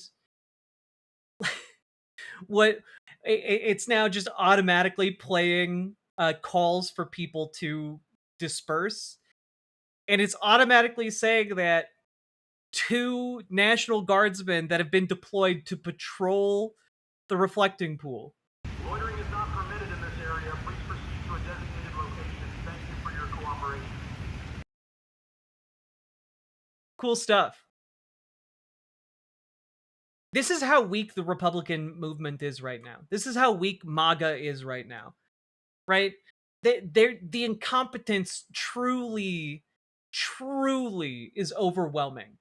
And because Democrats, and centrist Democrats in particular, recognize the weakness of MAGA going into 2026 and going into 2028, The problem then becomes, and the reason they're freaking out is because their opponents are so weak that until progressives came on the scene, these establishment Democrats were the best game in town. They had it made. They didn't have to do shit. And now suddenly there are people pushing them to the left. And they hate it. They hate it. We had to make the reflecting pools cloudy because we don't like reflecting. That's a thing only libs do. It's true. Reflecting and introspection was only invented in the 1970s by the woke left. Sake Tanuki, thank you for the 5 tier 1 subs. Now, also, just in case you didn't hate what Donald Trump is doing with, the reflecting pool and the different monument building around Washington, D.C., this piece from The Atlantic actually dropped today, describing how actually all of the national park budget is now being funneled into Donald Trump's D.C. renovation spree. So, all of the money that was supposed to go to keeping your national parks open and functional and, not prone to having huge wildfires and whatnot, all that money is now being funneled into Washington, D.C. to flatter Trump's ego, right? And that's, it's pretty interesting. I'll link this in the chat as well. Let's see here. The pathway that connects the White House residence to the Oval Office has long been paved in Tennessee Flagstone. Every president since Harry Truman made the 45-second commute and made it without complaint until Donald Trump. The done rock would not do. Instead, Trump wanted polished African granite carved in Italy with a flamed finished stripe, slightly raised to prevent slips, running down the middle. As workers tore up the flagstone in March, a reporter asked Trump who was paying for the enhancements. "Paid for by me," he replied. But that wasn't true. Budget documents from the National Park Service that I obtained show the walkway replacement cost taxpayers $689,232 and is part of a $1.3 million project that included repairing adjacent stone and masonry and providing new hardware for nearby doors. A year earlier, in a separate rush project at request of POTUS, the Park Service spent $347,503 to remove and replace the stucco on the colonnade wall, a project that cleared the way for Trump to affix gold frames and plaques mocking some of his predecessors. Yeah, so basically, he's robbing the National Park Service in order to flatter himself. The Atlantic is one of those I sure do write good magazines. At least Harper's is funny sometimes. I mean, I do hate a lot of the coverage from The Atlantic, but this piece was actually really good. So I'm going to link it in chat here. You guys can check it out for yourselves at your leisure. But this is the kind of thing where I understand, like, this isn't the biggest, most existential issue facing America right now, but it is one of the things that adds up to Democrats looking at the current administration and saying, oh man, we can beat this guy with our eyes closed, right? I mean, like, this, again, just yesterday, Todd Blanche conceded to violating law on Epstein files, judge finds. Court gives DOJ a week to remove redactions or justify them. Like, this administration is going, like bending over backwards to try and protect someone who's named in the Epstein documents hundreds of times. And is breaking the law to do it. This is stuff that, like, would normally kill your average administration, right? And JD Vance, meanwhile, just goes out there and says the quiet part out loud. So we were talking about... Oh, God, it's so quiet. Jesus. About this a little bit backstage, but I'm actually fascinated by Nixon as a character in history. I think that his historical legacy is enjoying a bit of a renaissance, but I think deservedly so. As I joked with Robert backstage, if Watergate happened tomorrow, it would be like a 12-hour news story. Like, the idea that it would have taken down a presidency is crazy. And by the way, if you look at the story of how the deep state took down Richard Nixon, it's not all that different from what the same groups of people, the same institutions tried to do to Donald Trump in the first Trump administration. There is a parallel.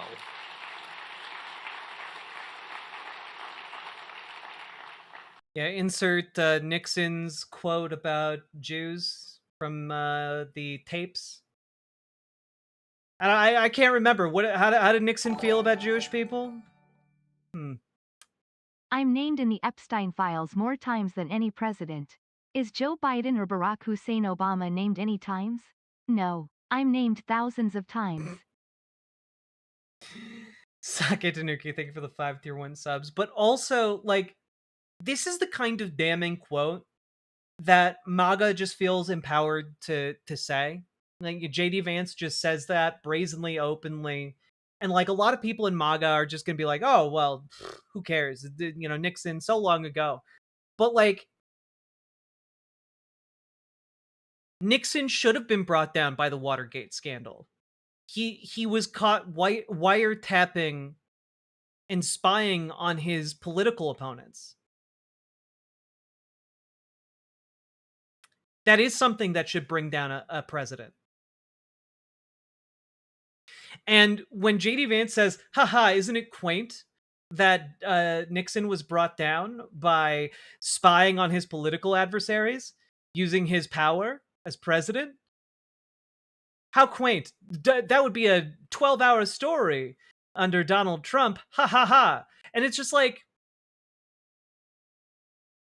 I'm sorry.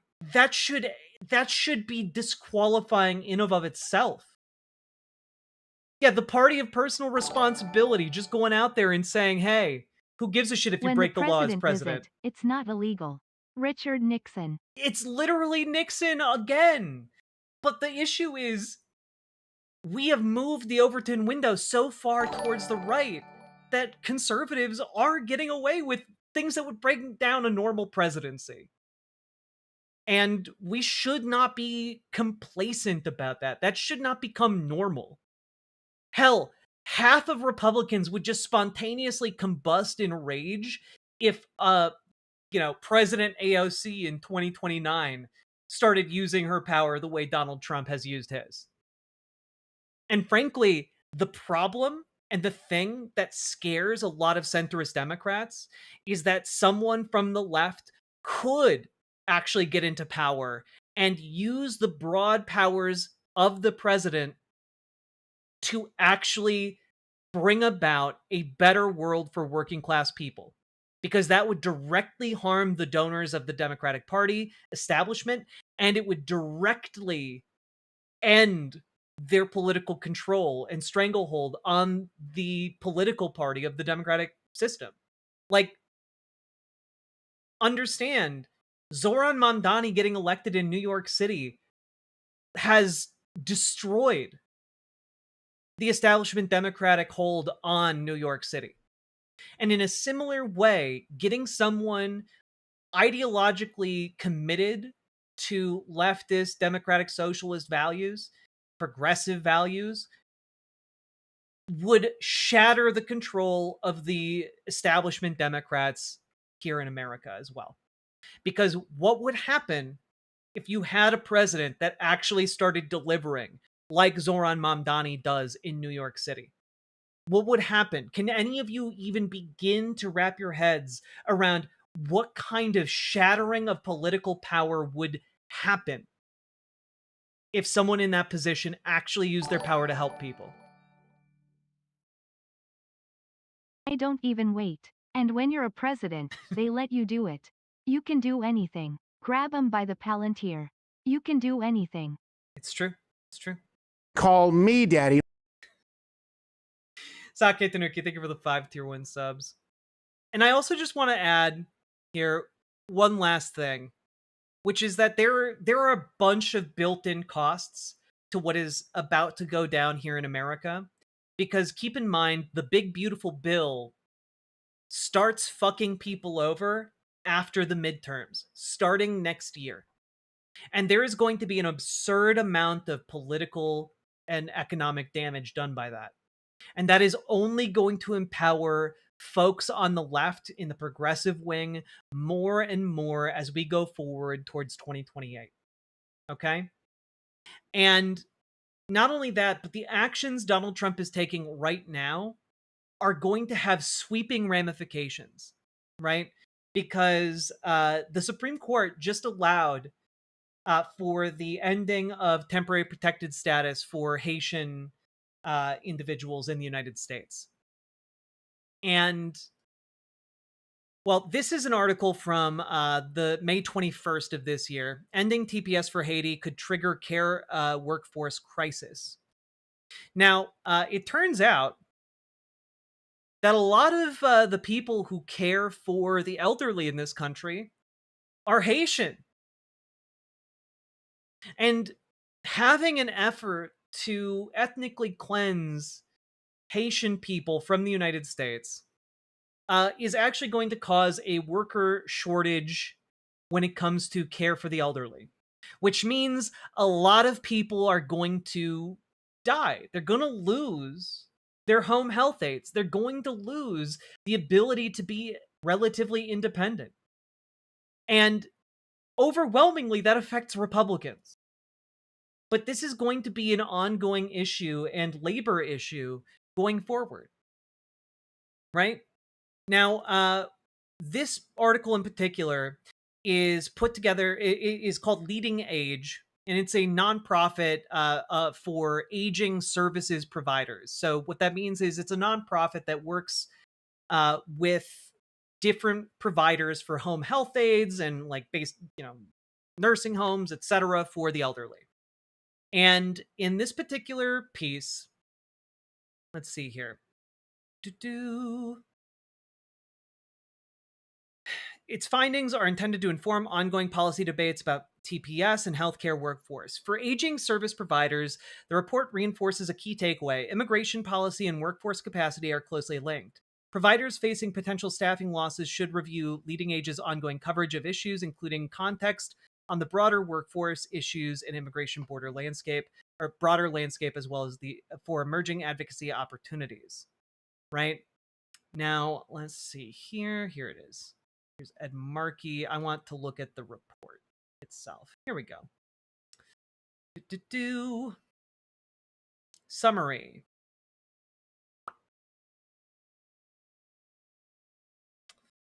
Key findings. President Trump's attempted termination of TPS would exacerbate healthcare workforce shortages, causing a significant loss of essential healthcare workers nationwide. The group noted that the workforce shortages will be further exacerbated by immigration challenges. Leading Age, which represents more than 5,300 aging service providers nationwide, stressed that workers with temporary status are vital to the aging services workforce, and that instability in immigration policy directly threatens continuity of care for older adults. Let's see here. The Massachusetts Senior Care Association, which represents nearly 350 long-term care facilities employing and caring for more than 100,000 individuals, estimated that roughly 2,000 direct care workers in Massachusetts have been or remain at risk of losing work authorization due to the end of Cubans, Haitians, Nicaraguans, and Venezuelans' parole and possible TPS termination for Haitians. They warned that losing these workers on top of an existing 13% vacancy rate in direct care roles would hurt both resident care and facility capacity, because right now there has already been a shortage of staff for nursing home facilities. There is already one right now. The idea, oh well, if we get rid of all of these immigrants and refugees, then more jobs will be available for people. The jobs are available right now. Like the nursing homes are chronically understaffed.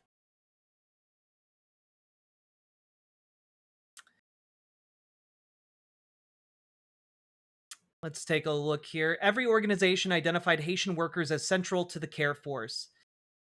NDWA cited estimates that 13,000 Haitian TPS holders work as nursing assistants, caring for roughly 65,000 patients daily, alongside 8,000 caregivers serving approximately 12,000 children and aging family members. These workforce dynamics are particularly pronounced in disability care settings, where consistent long-term relationships between caregivers and individuals are critical to maintaining stability, safety, and quality of life. One family member with the Arc of Massachusetts shared, most of my son's caregivers, especially in his group home, are immigrants. Will the federal directives targeting immigrants make it even harder than it has been to keep my son's life appropriately and safely staffed? Another family member shared that Haitian workers are committed professionals, some of whom happen to be immigrants. If there is immigrant disruption, then programs that are already understaffed will be under tremendous pressure. This is going to cause colossal problems. Colossal problems. None of this makes sense. It makes very much sense. Here's the report. You can look at it yourself. All right. And I wanted to end this particular segment of this video, because this video is going to be a long one. That Republicans are panicking. They already know how weak they are. They already know they are going to be holding the bill when Donald Trump is long gone. And here's Mike Johnson basically spelling out what he wants to have happen here as he sweats bullets and looks like the least reliable person to ever exist. If we were to lose the midterms, heaven forbid, these Democrats, y'all, impeachment's not even the big concern. They will turn every committee of Congress into an investigative body, and they'll go after the president's family, the cabinet, his donors and friends. Half of you in this room will be targeted. I run the protection program. I'll take care of you, okay? We're going to win. We're going to win the midterm, okay? All right? If we were to lose them, we're gonna win the midterm. Don't worry. I'll take care of you. I'll take care of you guys. Don't worry about it, guys. Like, goddamn, he does not instill a whole lot of confidence. Now, I do want to point out here that we are going to have an opportunity to test in the upcoming weeks and months the strength of the progressive challenge to establishment power. All right? And by that I mean we have multiple races that people should be keeping an eye on. Specifically up next is the Colorado Democratic primary, which is on June 30th. So that's coming up here in, just a few days, really. And one of the big races to keep an eye on there is Melat Quiros, who has internal polling that shows her doing very well. But people do need to show up, all right? People do need to show up. Let's see here. Polling shows the race is neck and neck, including a survey conducted by Quiros' backers that indicates she may even be in the lead. If the Democrats were an actual leftist party, all would be targeted, not just half. The GOP should be over yesterday. Oh, it should be. Like, there should be a Democrat running in every single district, every single race. Like, and there should be resources behind those candidates. You know? Absolutely, there should be money flowing into those candidates. But there are also other races to keep an eye on. Okay? Here is another contender in Colorado, Manny Rutinel, who is going up against Shannon Byrd. Shannon Byrd is the establishment candidate here. Here's an excerpt from a debate that they had with Colorado's best newsman acting as moderator. Take a look. Congressman Evans spends a whole lot of his time attacking Democrats at the state level in Colorado.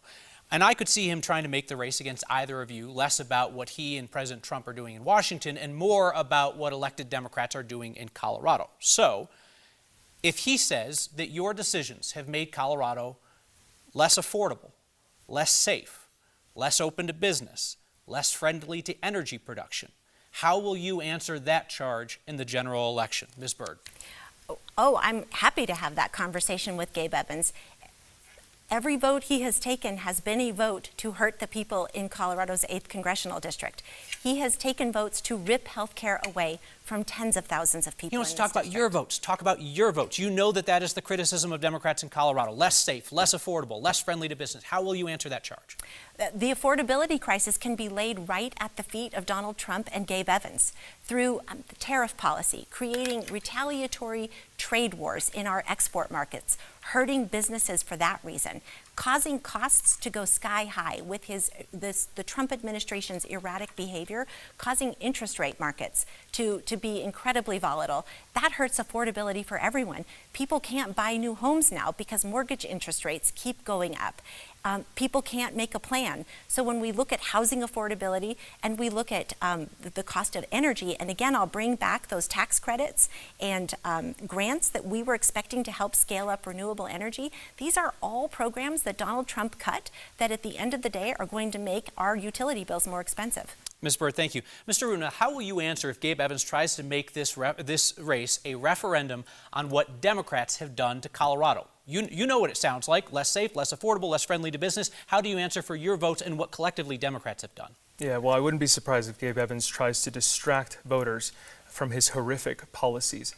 We need fighters, and I'm proud to have co-sponsored over 400 laws that have become the law of the land here in Colorado to stand up to Donald Trump and lower costs on housing and health care, making our streets safer by taking the dangerous weapons that you just mentioned off of our streets. And of course, we need to make sure that we focus on this Iran war that is a forever war that is making gas prices skyrocket and making prices across the board go up, as well as the chaotic and corrupt policies of the tariffs that Donald Trump is using to enrich himself and his family members. And of course, one of the biggest ticket items is the cuts to Medicaid and the Affordable Care Act to the tune of $1 trillion, which means that a family of four is going from $500 a month to $2,000 a month. We need people who understand the struggles of working families, and I've been able to deliver for them in the Colorado State House, and I will do that in Congress. Briefly to each of you, in your time in the State House, are there any votes that you seriously regret, that you look back on and say, I got that one wrong? Mr. Runo. I don't think so. I can't think of one right now. Okay, Ms. Bird. I don't think that there's a vote that I got wrong, but I wish I had been there for final passage of Senate Bill 276 to be able to cast that vote. That is the bill that would have put restrictions on ICE that you voted against in committee. It's said not that you an Apple voted. product. It's a country, damn it.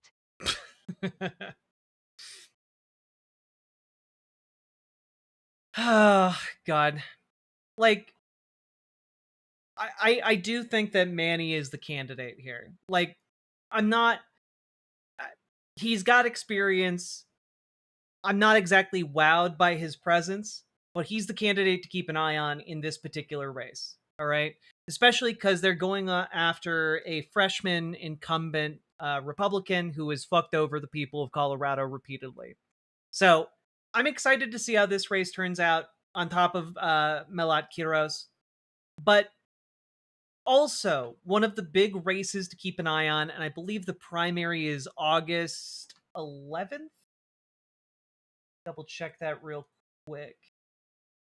It's August 11th. I was correct. Is this particular race for governor in Wisconsin. Because Wisconsin is a big deal. And one of the things that a lot of people have been slow to realize is that when we organized years ago to flip the state Supreme Court in Wisconsin, the downstream effect of that is making a political candidacy like Francesca Hong's possible.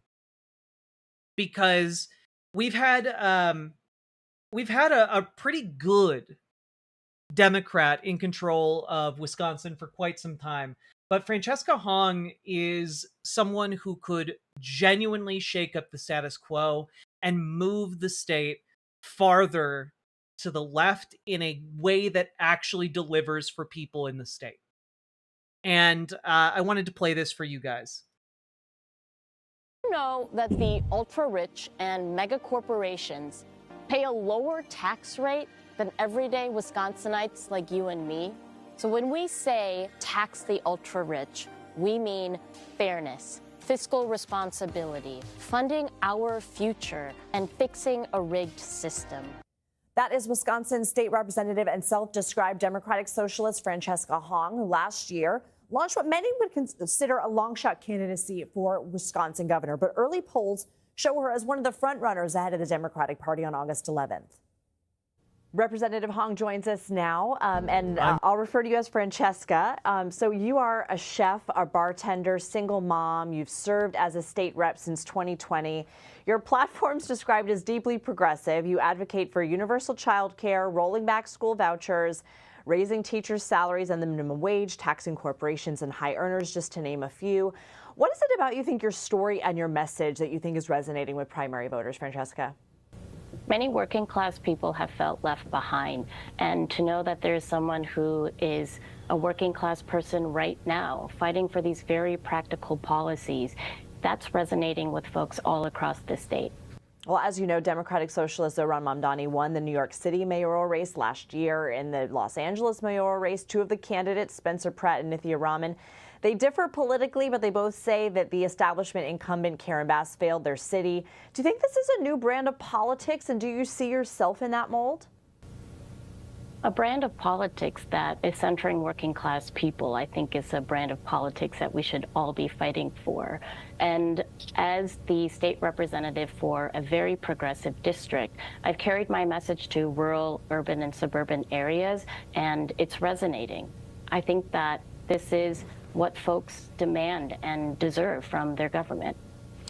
Some establishment Democrats worry the elevation of such candidates could bite them in the general. What do you say to that? I think it's more dangerous to underestimate our voters, to appear out of touch. There is a lot of frustration with the establishment and the status quo. To not fight for transformative change, I think, would be irresponsible. The Milwaukee Journal-Sentinel reported that Capital One sued you for nearly $30,000 in credit card debt last month. A spokesperson for your campaign told the publication it's paid. What's your response to someone who questions whether you can manage the state budget? I wish we lived in a society that would see the fact that so many people across this country have credit card debt, as well as, instead of having a honest personal financial mistakes, be a reflection of what the budget process would be for a governor like me. I think it's important that folks see themselves in their leadership and know that I'm one of them fighting for them. So in that vein, we've seen Maine Democratic Senate candidate Graham Plattner embroiled in controversy, yet he's likely to become the nominee. Do you think in 2026 voters... Honestly, the thing that I would falter on at all so far is just very, a very calm demeanor. And I think letting a little bit more personality shine through would be ideal. But so far, none of these answers have been bad. They've just been very careful. Are thinking more about policy over the person. Uh-oh. I mean, we just interviewed Bernie Sanders, and he said, when I think you look at politics in general, there are no saints in the U.S. Senate. He says we need allies in the Senate who have the guts to take on big money. Is that something that you agree with? The policy matters more than the person? The policy matters more than the person because the people deserve a government that delivers for them with policies that will improve the material conditions of their lives. Public education, childcare, housing, making sure folks can access food and have opportunity to live the life that they deserve. I think this is what government should be doing. Government can and needs to be a force of good. And so you think if somebody like Plattner, for example, who has apologized, we should mention, has some of these controversies in his past, it should not preclude them from running or winning, or oh, come on, representing the people? Look, working class folks have been fighting all. What is happening here? We need to...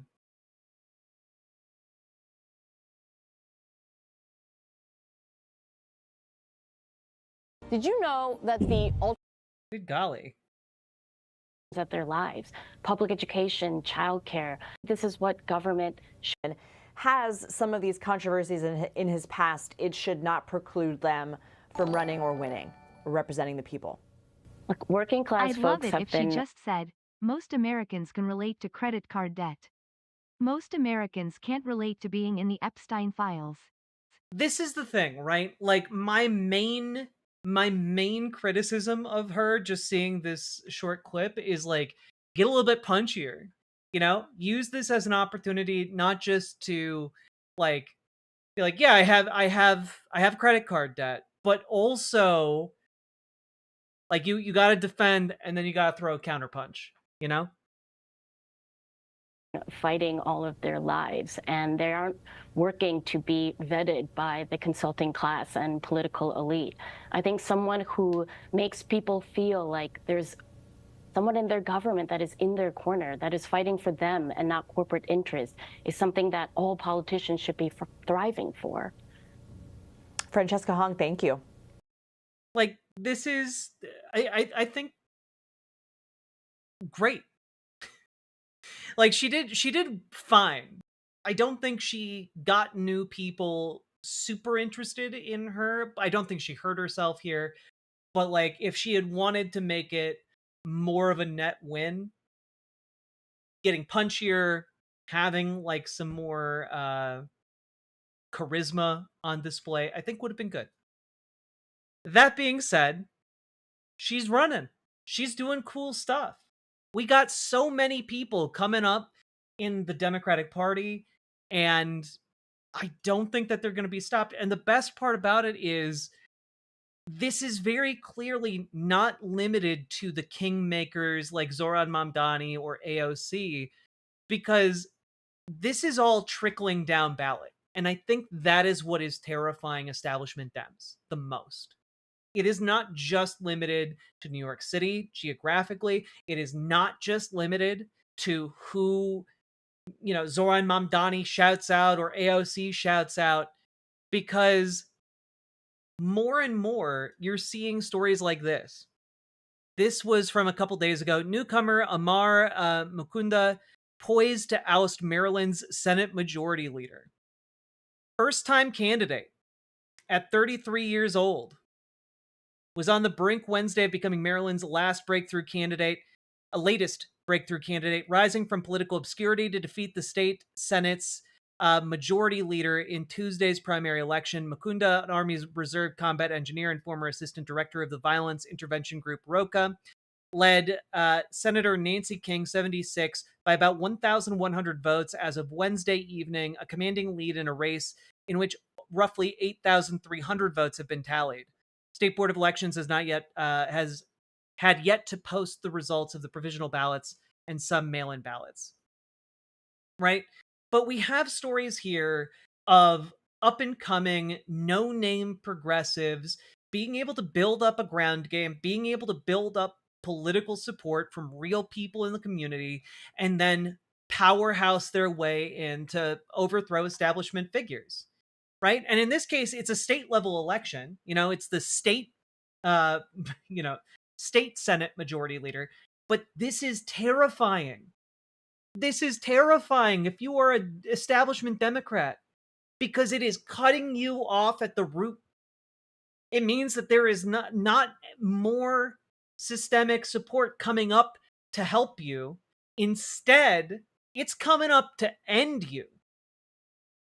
And that rising tide is deeply, deeply scary to the Hakeem Jeffries and the Chuck Schumers. And I think it's about damn time. It's about damn time for them to be a little bit worried about how things are going when they don't do shit for working class people in America for years, and let a fascist waltz into power and then fail to do anything meaningful to stop him.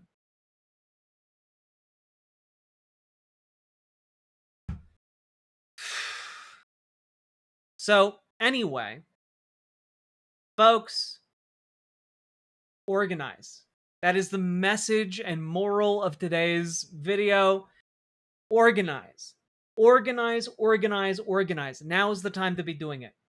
Join your local Dems, join your local DSA, join your local political campaigns you believe in. knock on doors, phone bank, text bank, do research, do the things that make a difference here, folks. We can help you get started joining your local Dems and joining your local DSA. We can give you tips and tricks on how to organize within those respective groups. So, folks, if you need help, join our Discord. Reach out to Gamergy for help organizing your local DSA. Reach out to Dragonfly for help organizing your local Dems.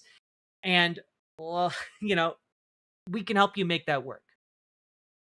Last but not least, folks, check out ImogeneOlivia.com. Gender euphoric lingerie designed from the ground up for trans femmes. Also tested with cis men, cis women, non-binary folks. Check it out, ImogeneOlivia.com. Link down in the description. And last but not least, for real this time, remember to hit the like button, subscribe, leave a comment, let me know what you think about these up-and-coming challengers. And also, how do establishment Dem tears taste? I think they taste pretty good. Anyway, with all that being said, let's keep on going. Oof, we did it. Now, folks, if you got anything out of today's episode so far, you know what to do. You gotta click that goddamn button. Click the like button. Click the subscribe button. And consider supporting the show if you can. Here you go, folks.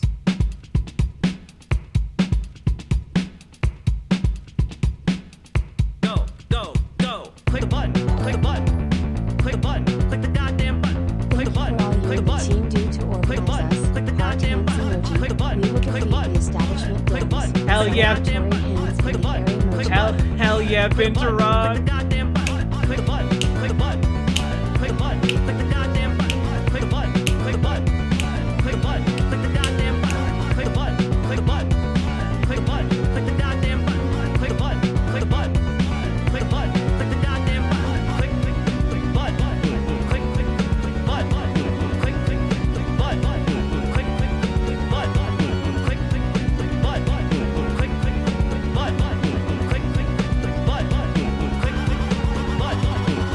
Hell yeah. Also, fun fact about Manny Rutnell's campaign.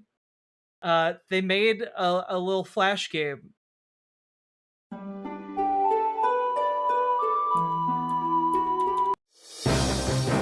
I'm Gabe, and I'll do whatever Trump and his billionaire buddies want me to do. If you don't like that, guess we'll have to compete for this seat.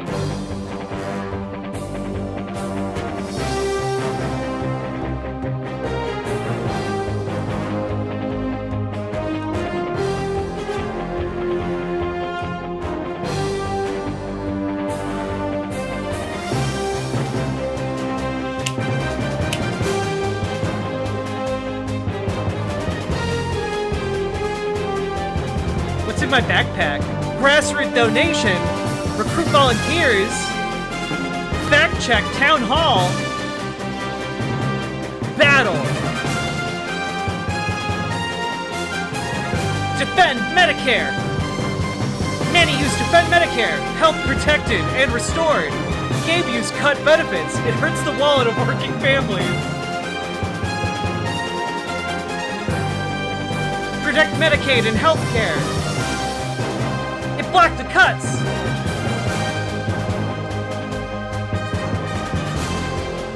Oh man. Defend Medicare. Wait. Health protected and restored. Defund Ray. Oh no. Save Social Security. Go. Cha-cha-cha.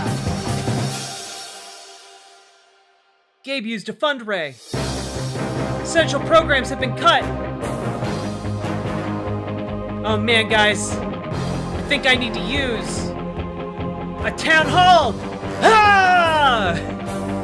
Gabe is scared to connect with his local candidates. You win. God. Cool stuff. It's super effective. Here, you guys can play this game as well. There you go. If you want to just like check that out. That's amazing. Yeah, no kidding. There you go.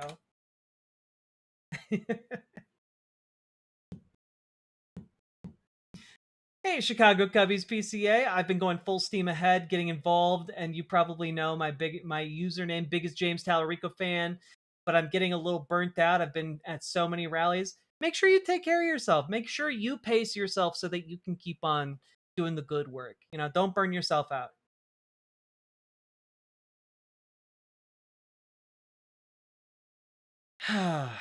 God. All right. Let's talk about Iran. Let's talk about Iran. Let's talk about Iran.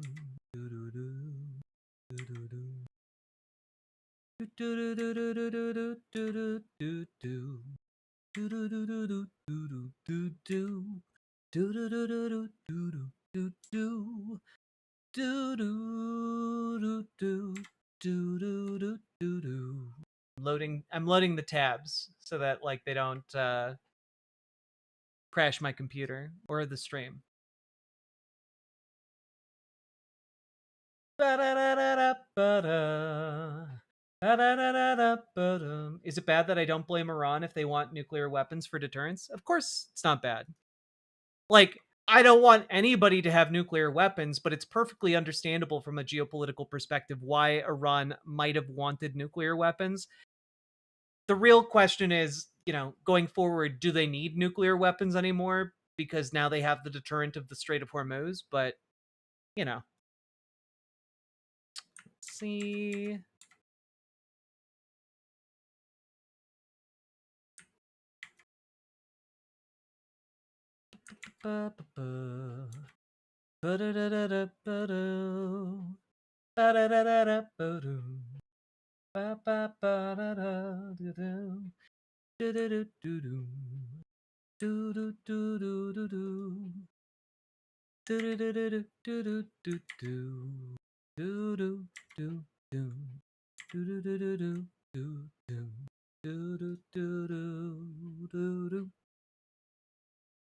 All right, you guys ready?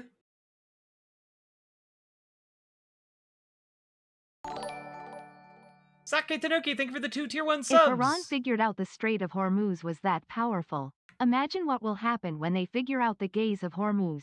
It's true. You can freeze anyone rock hard in an instant.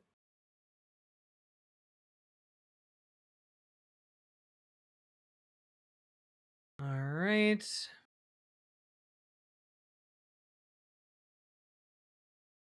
Just take a look.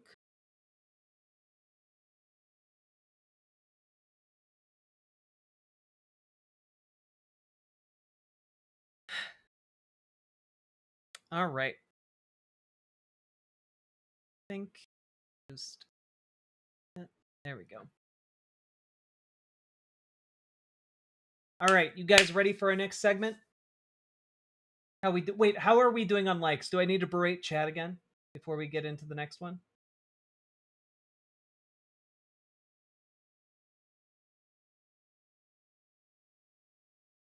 Let's see.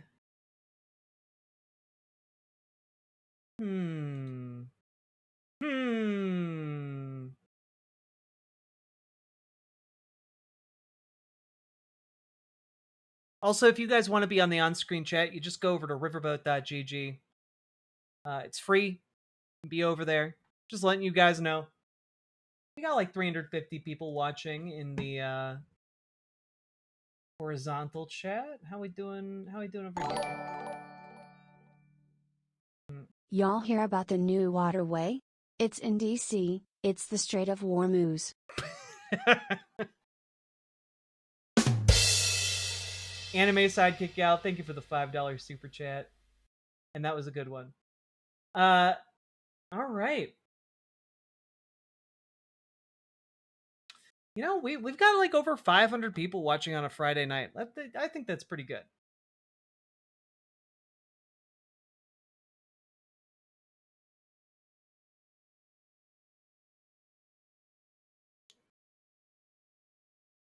All right. Here we go. So, folks, we got to talk about Iran again. And specifically, I'm going to run through several of the events that led up to today. Wait, are you right. telling me I didn't have to go to riverboat.gg/subscribe in order to see my text pop up? Mind blown. Oh no! Sake Tanuki, thank you for the 2 tier 1 subs. Now, when we're talking about Iran, it is unfortunate that the ceasefire is so fragile. Because what is coming to light here as J.D. Vance tries to nail down these negotiations and seemingly has been sent out to fail by the Trump administration is that the things that are being reported by the American side and the things being reported by the Iranian side are very different. For example, from just a handful of days ago, discrepancies between U.S. and Iranian statements on nuclear inspections. Basically, Vance said, we got them figured out. They're going to do inspections. And Iran said, no, we didn't have that figured out, and we might not do inspections in the final deal. That has not been negotiated yet. There is also currently an ongoing effort to have and finalize negotiations between Israel and Lebanon, right? And that is a huge deal, especially when it comes to maintaining any kind of ceasefire that Iran has. You know, we've talked about this a lot. Many of you will understand this already.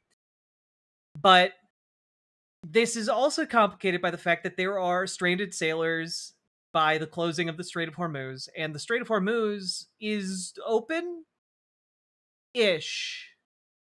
And the reason I say ish there is because, and I talked about this the other day, the International Maritime Organization has an evacuation plan in progress to try and get sailors that have been stranded out of the Strait of Hormuz. However, Israel is deliberately trying to sabotage negotiations, and you can see that in how this is talked about by Israeli leadership and representatives. The 5th round of U.S.-brokered ceasefire talks between Lebanon is a train wreck, says Israel's ambassador to the U.S., Yachiel Leiter.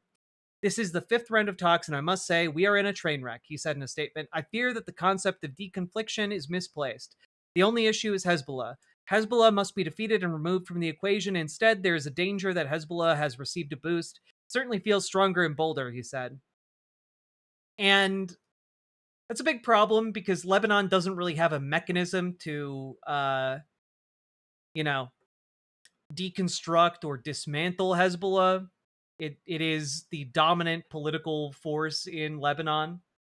And the issue here is that this is, of course, from a few days ago.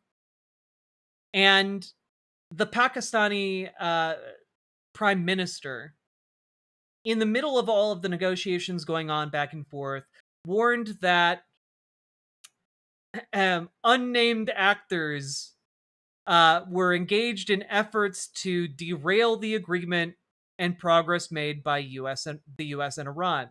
There are spoilers all over the world who want to scuttle this peace deal, Shahbaz Sharif said, without mentioning specific countries or parties.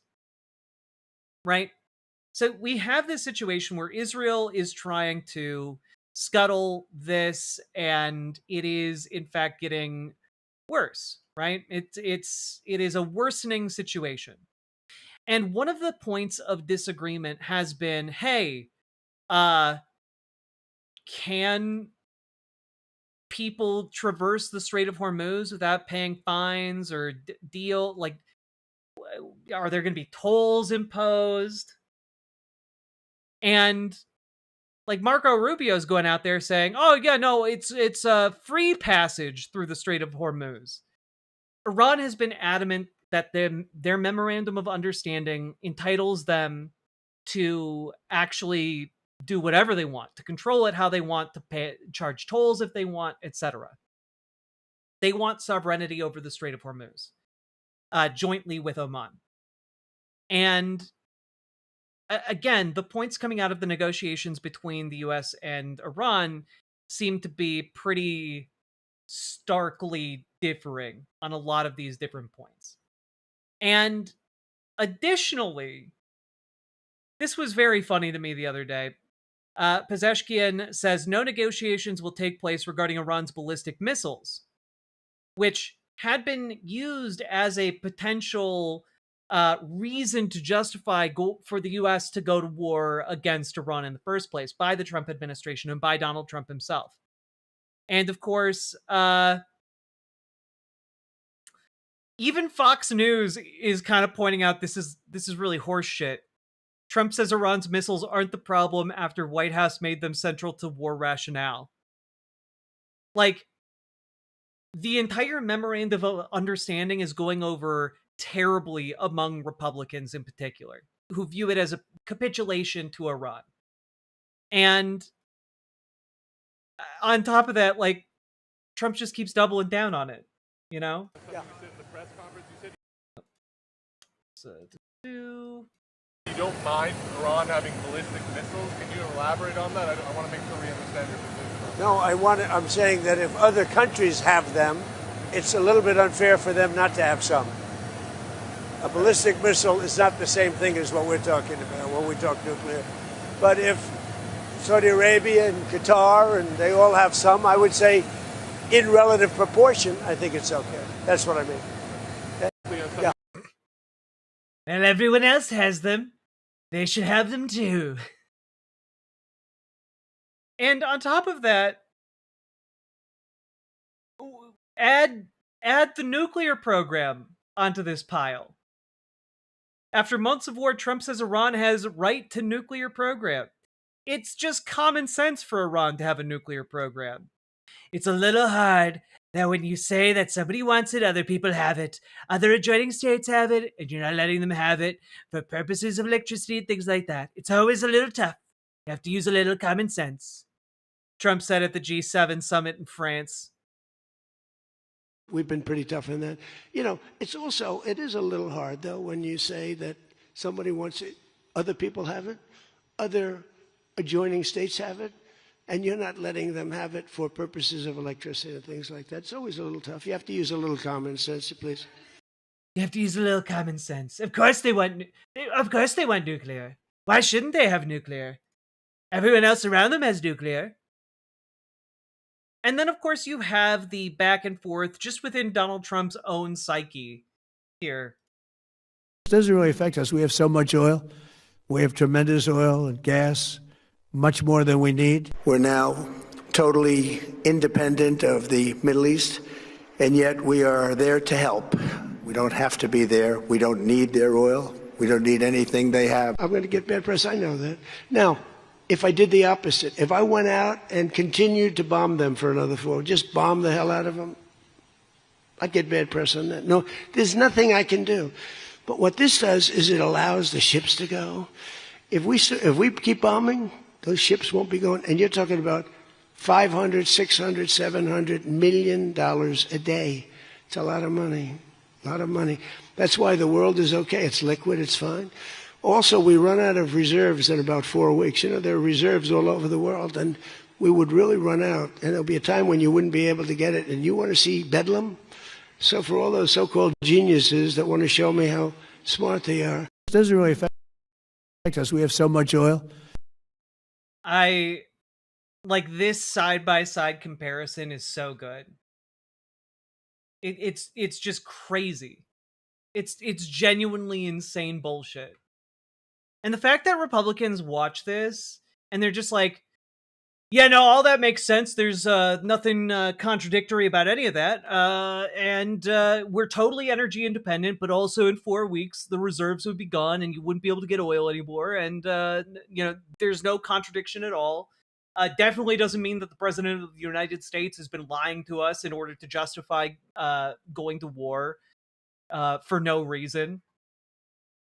But, interesting stuff. And on top of that, it really does drive home that Donald Trump might not be aware fully of everything that's going on around him anymore. Like, I don't know if this was all part of just an ongoing lie that he was aware of, or if he was just absolutely mentally fractured, you know? And I want to play this clip. I've played it in another segment before, but I think it's worth dragging out again in this instance in particular to really drive home that the fact that the guy who is, doing the final sign off on these negotiations is definitively, objectively degraded from where he used to be. And where he used to be was not impressive by any stretch of the imagination. But here you go. So from the beginning to the end, it was clear that this week, America's back. It's bigger and better and stronger. We're more respected as a country right now, I think, than we ever have been. And we were a laughingstock 2 years ago. They would laugh at us. Walker I said, make America great again. I said, make America great again. And I copyrighted the term. And then Walker was making a speech many months ago when he first started.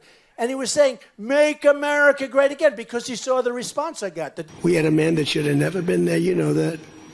A man that would walk up to a podium once every year, and they'd ask him, what flavor ice cream do you like? I like vanilla. The difference is he didn't get any response, so it didn't help. But we told him, you can't do that. That was the first little problem. I'm sorry, you cannot watch the side-by-side and be like, yeah, no, he sounds just as good as he did in 2016. He sounds so much worse. He sounds like he's on his goddamn deathbed. I had with him. He said, you can't do it. Now I said a common sense conservative, and today I heard he used the term because the press was up and they interviewed me and they said he's a common sense conservative. Well, then he'd try and find the stairs, which he couldn't find most of the time, and he'd leave. This is very unfair reporting. And then you said you didn't know about that. You didn't know there was something wrong. I coined the phrase a few months ago, but that's what I am. I'm a conservative person. I'm very, very conservative on the military. I'm very conservative with our vets and on health care and on lots of things. You didn't know there was something wrong. We can never let that happen to our country again. To me, so from the beginning to... Yeah. It's just an incredible shift, right?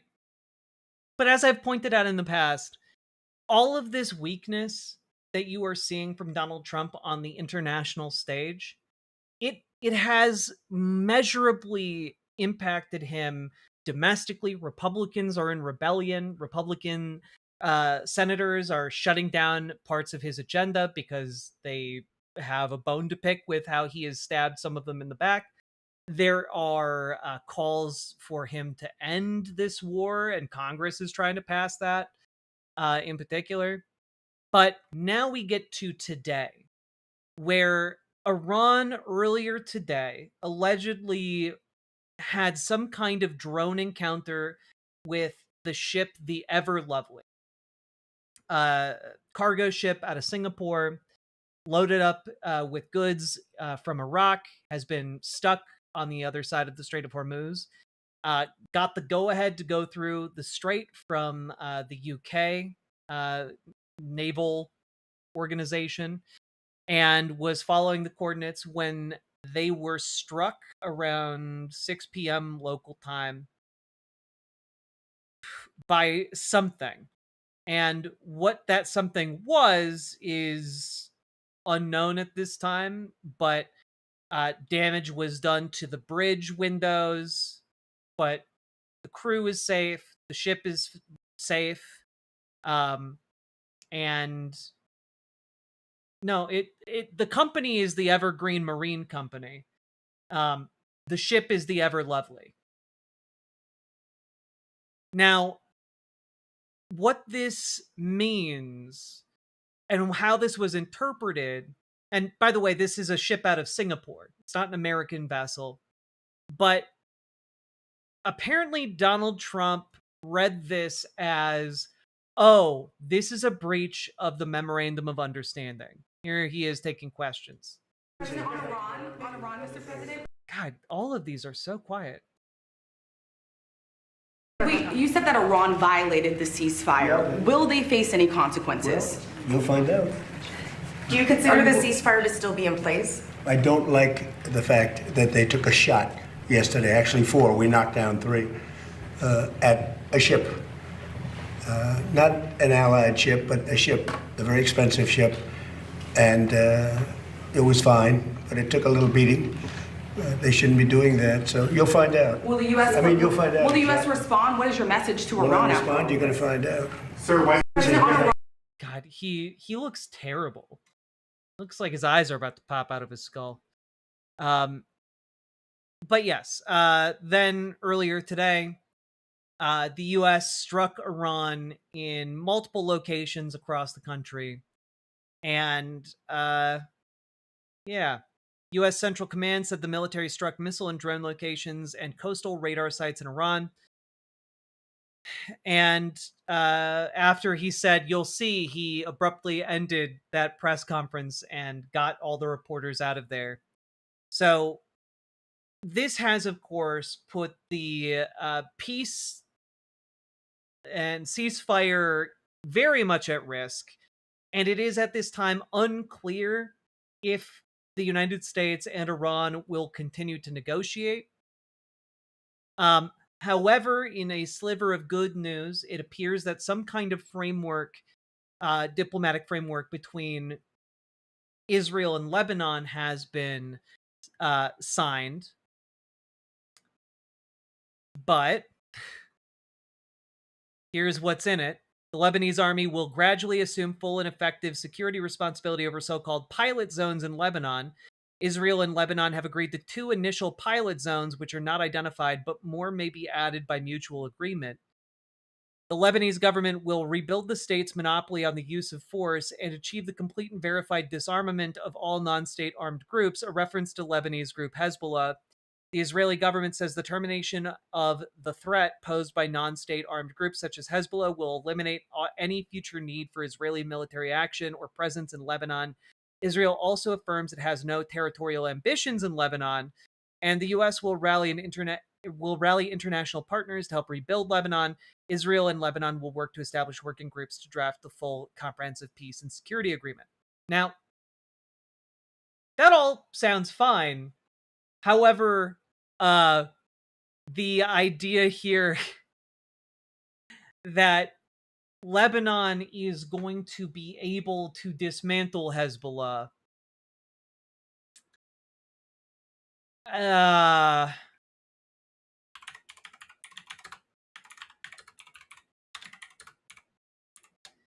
let's just take a quick look here.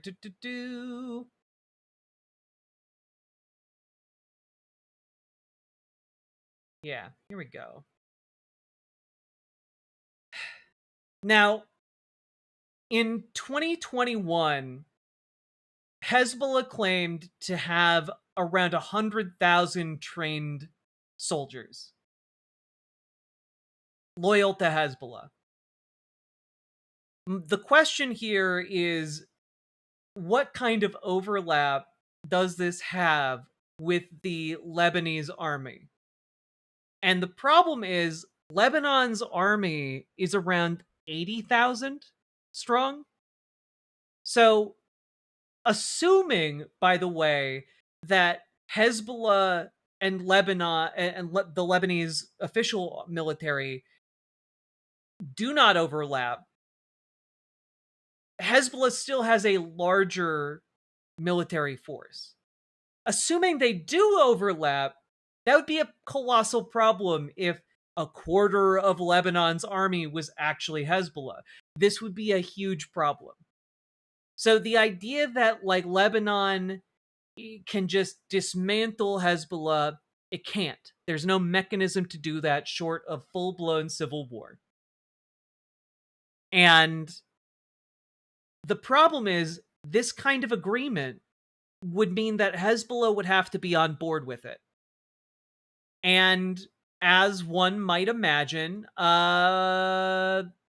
are not on board with it at all. All right. Let's take a quick look, because we have some photographs here. Oh. People are pissed. Yeah, here we go. Al Jazeera with the photographs from Lebanon here. Hezbollah supporters throughout Lebanon having protests against this agreement in particular. And the problem here comes in the from the other side as well, which is that Israel does have territorial ambitions in Lebanon. The Greater Israel Project and its adherents, many of whom are influential within the Netanyahu government, relies on expansion of Israel into Lebanon, right? And I want to play for you guys this clip, right, from, this is Itamar Ben-Gvir, one of the top political figures in Israel. There will be tears of 1,000 Lebanese mothers will cry 100,000 tears, and not a single Israeli mother. There can be no situation in which we will be in Lebanon, in which we will be in Lebanon and we will be limited. I know that our soldiers are allowed to defend themselves, and I know that they can shoot here and shoot there, but I don't accept this restriction on the territories. I think that Netanyahu here in Iran has proven to him that Hezbollah continues to operate. That's right. There's innocence. It's American innocence. There is nothing to compromise with the Iranians on. There's a point to something. The Iranians have to be bombed, and then bombed, and then bombed. And that's how Hezbollah, we have to bomb them, just bomb them, and bomb. That's how it works. And whoever wants to condemn me should condemn me. Let them all say all kinds of things in the world. I truly believe it. I believe that it is how we stretch. We are the owners of the house. They think 10 times. Look at the convoy. They told me to get them and shoot. God, this is going fast. Get them to shoot here and shoot there, but I don't accept this restriction. On certain areas in the state of Lebanon, all of Lebanon should become our playground. All of Lebanon should be our goal. And I'll tell you a second, but there's Lebanon and there's Hezbollah. I accept this artificial approach. Lebanon is a country. There are Hezbollah members in the Lebanese government, ministers on behalf of Hezbollah. It is a revolving door policy. We saw that they arrested Hezbollah members more than once. Release them after 2 minutes. I think we should first say thank you to President Trump. Be with us.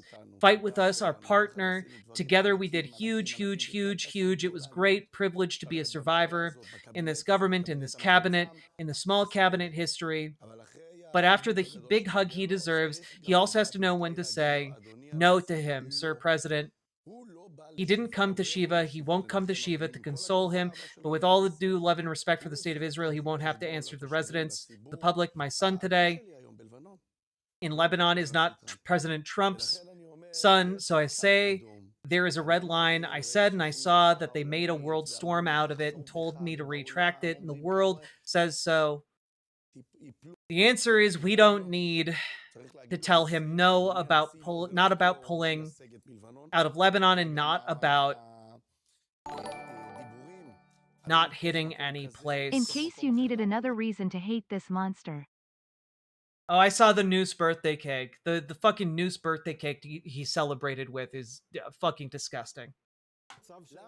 You see a solution where it's possible, where Prime Minister Netanyahu accepts Trump's demand and pulls our troops out of Lebanon. We need to remember that we hear the Iranians. Let's hope that the Prime Minister will be strong against Trump. He was strong against Obama, strong against other presidents, strong against Biden. He can be strong against Trump and tell him, Mr. President, no, that's what we need to say. This is with respect. Say it politely, not insult him. He is, after all, a partner, a true friend. But sometimes in history, we have to say no.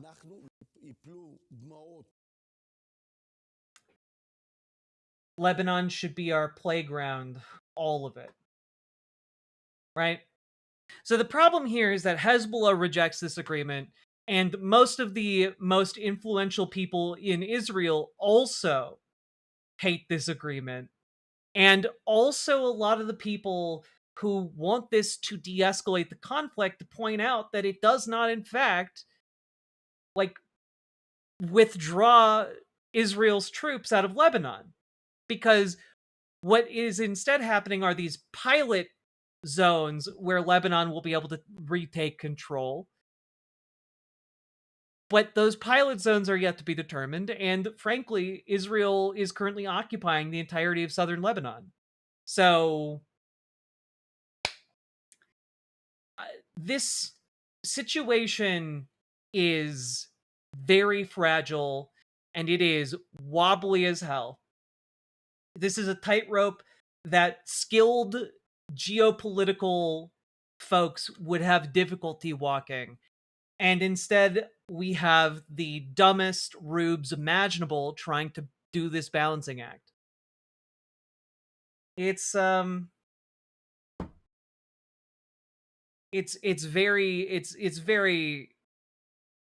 bad.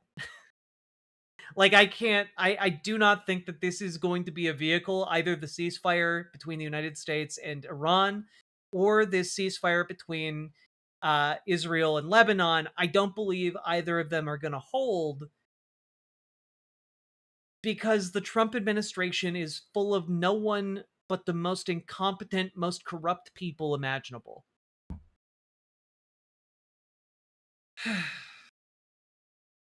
So that's where we're at, and I wish I had more optimism about all of this. I wish I could say, here's the silver lining, it's getting better. And unfortunately, I have to say the silver lining seems to be a mirage. And I wish I had a better solution, a more immediate solution than organize. We have to make sure that whoever gets into power next is sane and is willing and able to have these tough negotiations and get us out of meaningless, purposeless conflict. So, all of that to say, join your local Dems, join your local DSA. All right, folks? Get organized, because the fascists are getting organized. And that's why we're in the situation we're at now. So get organized, folks. Push for pro-working class policy, push for effective policy, push for more humane policy, and don't stop until you get it. When we do that on the local level, we can topple mountains. We can move any and everything. So get organized, folks. If you need help, don't know where to start, reach out on our Discord to Gamergy. Gamergy can help you get involved with your local DSA. You reach out to Dragonfly. Dragonfly can help you get involved with your local Dems. And we also have links down below for Progressive Victory, where you can volunteer for progressive and leftist candidates across the country to do door knocking, phone banking, text banking, etc. There's a lot of good opportunities out there. I hope you guys take advantage of them. Go check that out. Links down below to our Discord and to Progressive Victory as well. And also, folks, remember to hit the like button, subscribe, leave a comment. Let me know what you thought about this video. Let me know what you think the pathway out of this is. And also, check out ImogeneOlivia.com, gender euphoric lingerie designed from the ground up for trans femmes, tested with cis men, cis women, non-binary folks as well. Check it out, ImogeneOlivia.com. It's comfortable, sexy lingerie that's non-tucking. Link down in the description. Let's keep on going. We did it. We did it. We did it.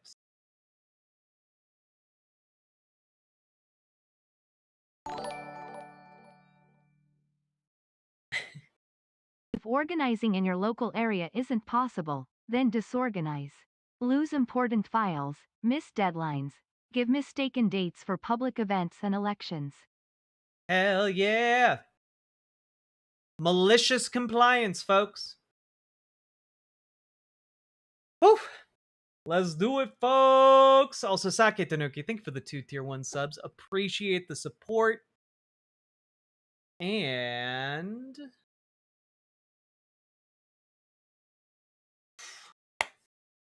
guys, we got, I think we got one more. I think I got one more serious segment. All right. Discombobulate.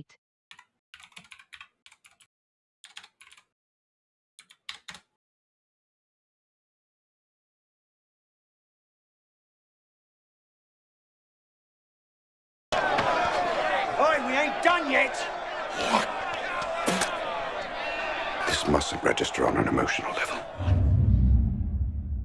First, discombobulate. Dazed, discombobulate. Distract target. Discombobulate. Block his blind jab. Discombobulate. He'll attempt wild haymaker. Discombobulate. In some True. All right. We got another segment coming up here, folks. And, gonna be a good one. All right. But before we get to that, make sure you're doing the things that help the stream out. Hit the like button, hit the subscribe button, and do consider supporting the show with your subs, your donos, your memberships, your super chats, because you guys make this show possible. I could not do it without your financial support. You guys are what allow me to do this day in and day out, and I appreciate the dickens out of all of you, all right? Discombobulate.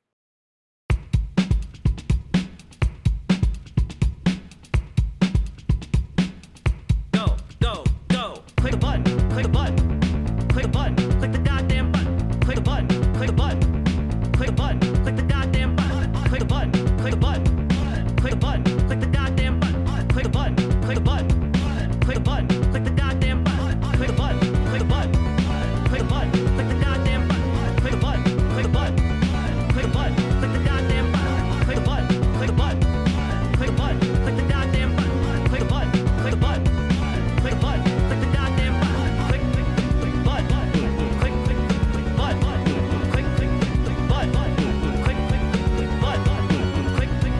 Parisian Greco, thank you for the 5 gifted memberships on YouTube. Hey, let's go. Let's go. Also, I do have to say, Twitch chat put up a really strong fight for subs today. You know, put up a strong fight. And, you know what? Respect to Twitch chat for supporting the show. And also, tip of the hat towards Sake Tanuki for saving Riverboat.gg, saving some face, putting it back into the lead. But YouTube's been doing pretty good today, too. YouTube's been doing pretty good lately, but right now is actually in last place. Wild. Oof. Stop. He's already discombobulated. summary. Discombobulate.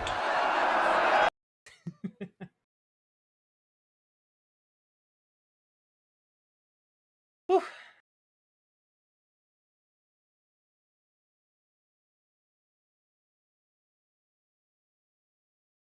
Let's see. Are you guys ready to talk about some UK politics? I know I am. Discombobulate.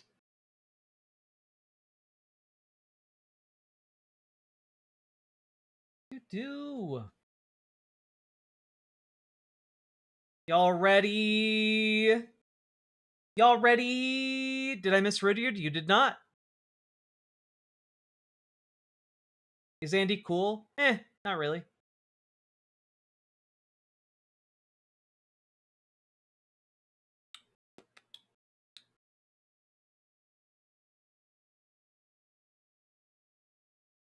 All right. Here we go.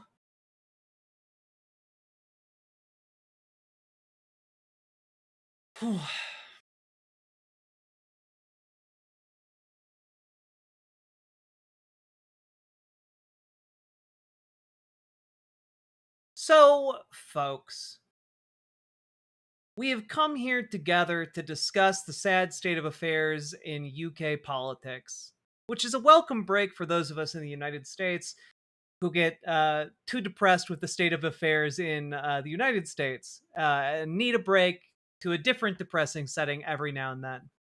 So when we turn our attention to the UK, and I really dig through everything that is going on, there's so much, the attacks on trans youth, the attacks on immigrants, etc. It's truly disgusting, but really what the UK is dealing with right now is this insurgent, there's no other way of saying it, this insurgent strain of just straight up Nazism, like just straight Nazi shit that's happening right now. It's crazy. And I want to really hone in on that, right? What is happening down there at the bottom of UK politics?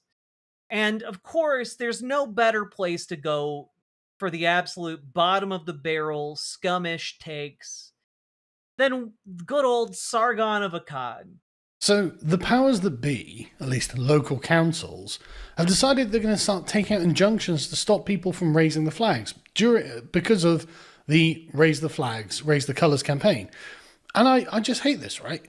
So in Oxfordshire, the local council secured an injunction against 3 guys who are the leaders of nationalist group Raise the Colours, so good lads, really, really respect their work. So they've got High Court injunction against it to fly them on lampposts in Oxfordshire, because the local authorities are like, no, we hate you putting up the England flag in England. They told the High Court that they would. Wow, that sounds absolutely outrageous. Now, I don't know anything about any of the things he's talking about here, so you know what? Let's actually go and take a look at the article he is looking at here. Let's see here. I got it right up here. Here we go. All right. From June 23rd, nationalist group leaders agree to stop hoisting St. George's flags in Oxfordshire. Okay. So, a nationalist group, you say? Well, I'm not really familiar with this Raise the Colours campaign. Wonder what that's all about. Yeah, wait a minute. What is that? What is Raise the Colours? Oh, it's a British far-right group whose members attach flags to lampposts and engage in anti-migrant vigilantism. Interesting. Co-founded by Ryan Bridge and Elliot Stanley, 2 businessmen from Birmingham and North Worcestershire, England. Now, that's interesting. Okay, so but all they want to do is fly flags, right? They just want to fly flags. What's the harm in flying flags? All right? What's the harm? Let's see. Historian of the British far right, Nigel Copesley, notes that in late 2025, several Raise the Colours members shifted from symbolic flagging to extraterritorial vigilantism along the Normandy coast. In November, members of Raise the Colours visited grave lines.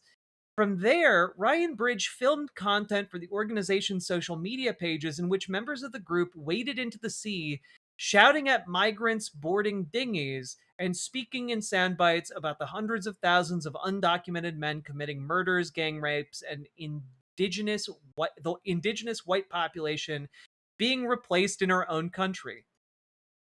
Oh, so they're white nationalists. Like, when I said the Nazism taking root in the UK, this is exactly what I mean. They're white nationalists, and they're just to really hammer this home, for their social media page, they had members of the org wade into the ocean and yell at the heavens Literally, old man yells at clouds, but more racist. It's crazy. It, like, genuinely wild to describe this as just some people who wanted to fly flags. It's illegal to fly flags in your own country now. And also, they're espousing great replacement theory, which, surprise, surprise, is an anti-Semitic theory that goes, or conspiracy theory, I should say, that goes that secret groups of Jews are plotting to replace indigenous white people with, people of color who are naturally inferior, according to the theory, in order to weaken the nation so that this group of Jewish people can take over. Right? That's the argument. Indigenous white people. People in Europe talk about indigenous white people. When, again, they're also white nationalists. But, yeah. Indigenous to the UK. Though also worth noting that the people who live in England are not usually indigenous to the UK, largely because a lot of them are a result of the Norman invasion and several different invasions of, the British Isles in particular. Like, there are, like, some indigenous ethnic groups there, but, like, usually not the people who are talking about being indigenous to the UK. Yeah, a lot of them are Danish. Yeah, it's a whole thing. Anyway, I'm not getting into that right now. I just want my 6 feet 5 inches olive-skinned Amazonian woman future. Is that too much to ask? Apparently from these racists, yes. So anyway, I don't want to get into, you guys are tempting me too much with, like, talking about the Dane law and talking about, like, the 1066 and the branching paths of, the UK's history that could have happened. You guys are tempting me too much. I've written a lot about this in the past. I don't want to have that conversation right now, but not because I'm not interested. I just would get on a huge tangent that would be irrelevant to what I'm trying to talk about here. All right. That being said here, basically, these guys went to France to attack migrants. And that's exactly what they did here, right? Our country is doing nothing. Weak government, weaker borders, they're doing nothing. So we need to make a stand, boys. And yeah, here we go. The iPaper reported that the group's recruitment efforts involved pumping out a high volume of videos filmed in France of their confrontations with those in the Calais camps, which refugee camps in France. And on subsequent visits to France, Bridge, one of the founders of the organization, was joined by Tommy Robinson, noted white nationalist, associate Danny Tomo Tomas, who has a conviction for attempted kidnap and who has been described as undoubtedly a far-right individual with well-established positions within the British far-right scene. On one trip, Bridge and Thomas traveled to Paris, where they filmed themselves harassing homeless migrants sleeping on the streets, posting the videos on the Raise the Colors social media pages. According to the iPaper, in the videos, the men repeat several claims commonly used by the far right, such as saying that migrants entering the UK illegally are all rapists and murderers coming to a town near you. In one video filmed from their car, the pair accuse one of the migrants of holding a knife despite his hands being empty and make him stand back from the car window. The men also made a number of unsubstantiated claims and conspiracies informed by their short time in France, including stating gangs are not involved with the recruitment of migrants. Gangs are not involved with the movement of migrants over the English Channel. And yeah, these people were then banned in France, by the way, because they kept going to France and harassing people. in a December 2025 stream, they walk around Dunkirk, during which they accused members of the Doctors Without Borders of supporting an invasion of the UK by migrants.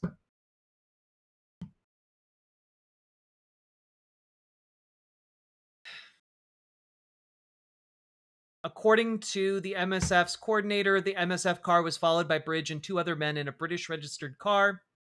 And when the MSF members parked, the Raise the Colors members approached them, verbally abused them, and tried to prevent them from closing their car door when they got back into it. And they also confronted journalists, etc. And yeah, in January of 2026, it was reported that French authorities were considering arresting members of the group. And then the French Interior Ministry announced that 10 British nationals identified as activists within the movement and having carried out actions on French soil belonging to the far right had been banned from entering or residing in the country. Cool stuff. Cool stuff. But yeah, no, these are all really cool dudes. These are all really great guys, according to Sargon of Akkad. And also, let's just take a look. This is a really solid man, according to Sargon, this Bridge fellow. Bridge has filmed himself describing law and order in Afghanistan under the Taliban as second to none and perfect. According to the Birmingham Mail, Bridge has repeated his view that the only Afghanis fleeing the country are the shit of this country and the deserters. Yes, you are in serious trouble if you break the law in Afghanistan, but people who leave want to come to the UK for financial benefit and because they are wrong-uns.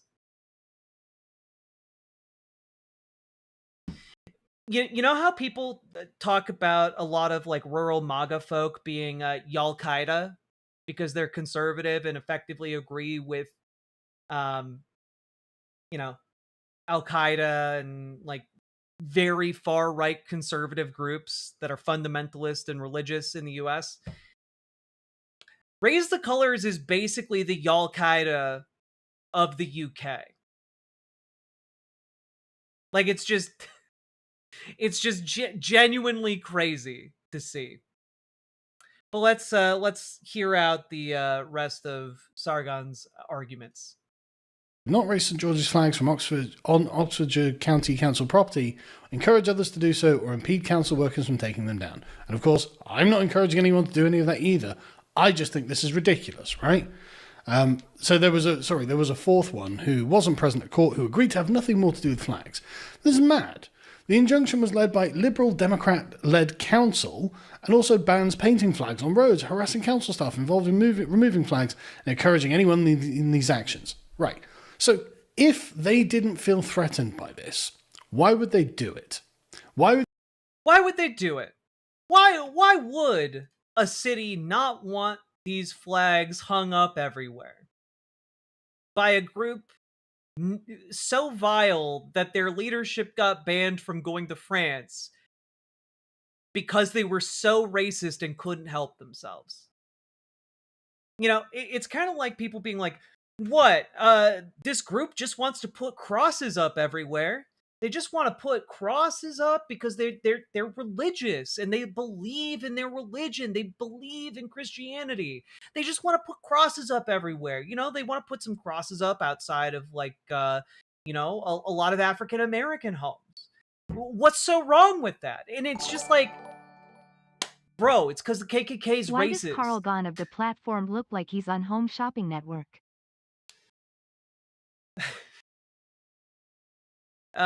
Probably because he's at rock bottom. Would they spend any amount of time taking legal action against people putting up the England flag? Right? It's because they do feel threatened by it. Let's be very clear. He is saying that the people of the UK in a UK town/city are threatened by the English flag. That's crazy. Friendly reminder that Sargon has the whitest palate known to man. Bro can't handle pepper in his food. What? A garnish grown on non-British soil? Impossible. couldn't possibly handle it. Now, of course, let's take a look here at the actual article without Sargon talking about it here. Ryan Bridge. Oh, hey, that was one of the guys who got banned from France for, hate criming people. See, told the High Court on Tuesday they would not raise St. George's flags from Oxfordshire County Council property, encourage others to do so, or impede council workers from taking them down. Now, the important thing here is that it's not just you can't hang up the flags, because there were other elements at play here too, which was specifically you also can't tell other people to do it for you, and you also can't stop them from taking it down, which would imply that they had previously been trying to stop people from taking them down and having confrontations with local government officials about it. Right? Now, let's continue reading through this and using our critical abilities. All right? Balthazar, thank you for the $5 super chat. Wait, are you telling me a country that used to have a global empire and was known for conquering the world would have people fearing the Union Jack? Yeah, no kidding. Right? All right. Also bans painting flags on roads, harassing council staff involved in removing flags, and encouraging anyone in those actions. It's a sad day for the flag of our country and what it represents. Seeking clarification from the judge about what could amount to encouraging others to raise flags from lampposts, he said, "My worry is that putting a flag up for the football tonight, that would be encouraging others. That's outrageous. It's outrageous that I'm here." Diaz said Bridge could continue erecting flags on his own property as he was legally entitled to. At the start of the hearing, Cullen said, "My position is I would still like to keep putting flags up in Oxfordshire." Later, he said, "I will not do it in the future in Oxfordshire." Wells said, "I'm not going to have anything to do with the flags anymore." But this is the thing, right? It isn't saying you can't fly the flag, which is the entire thing, right? Sargon is acting, they won't let you fly the flag anymore in the UK. And it's just like, no, you can fly the flag on your own flagpole. You can't just go around leaving shit everywhere. That's a problem. That'd be a problem if it was leaving other random flags around. It would also be a problem if you were just throwing garbage on the ground. Someone has to come and clean that shit up.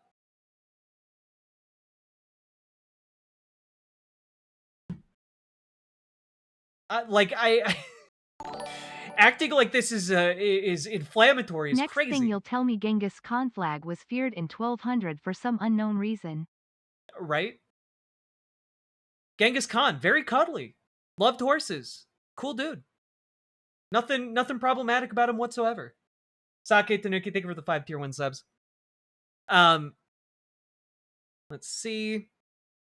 Documents submitted to the court by the council said it was seeking to ban attaching flags or causing flags to be attached to highway structures, painting or marking flags on the highway, obstructing officers or contractors from removing flags from highway structures, and causing harassment, alarm, or distress to officers or contractors who are or have been involved in the removal of flags from highway structures.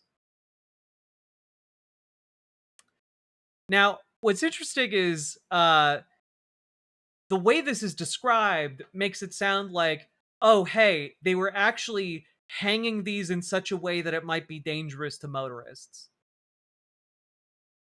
Which, yeah, makes sense why they would then this would have to be escalated in a legal sense as well. The council accused them and others of repeatedly and unlawfully attaching flags to lampposts and other highway structures and having encouraged others to do the same. They also ignored requests to desist, the court heard. In documents submitted to the court, the council accused members of the campaign of intimidating council staff. It said, the named defendants and others have also obstructed the claimant's employees and contractors while they have sought to remove flags from highway structures and or attempted to intimidate the claimant's employees and contractors by naming and shaming them. We need Rumble in the jungle too, but instead of Foreman versus Ali in Zaire, it's VOOSH versus Sargon in Zimbabwe. Good luck. Thank you for the $5 dono, though. But this is the thing, right? This is probably one of the final nails in the coffin on why this got elevated. The council added, a member of the council has been targeted. In January of 2026, flags were attached to lampposts in her street, and she has been subjected to hostile and abusive emails. So these people started harassing an elected member of government and then started, like, purposely trying to intimidate her outside of her own house. And that kind of makes a little bit more sense. That this isn't just like oh, you can't fly the flag anymore in the UK. Because you can still fly the flag. You can fly the flag on your own goddamn property. You just can't go around town putting shit where you want. And obstructing motorists. But let's continue watching Sargon try to paint this as if it is an attack on the very notion of English identity.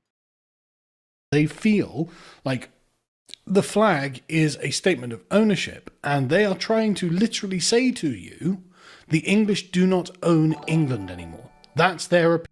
That's not what they're saying. Colonialist British are always in denial.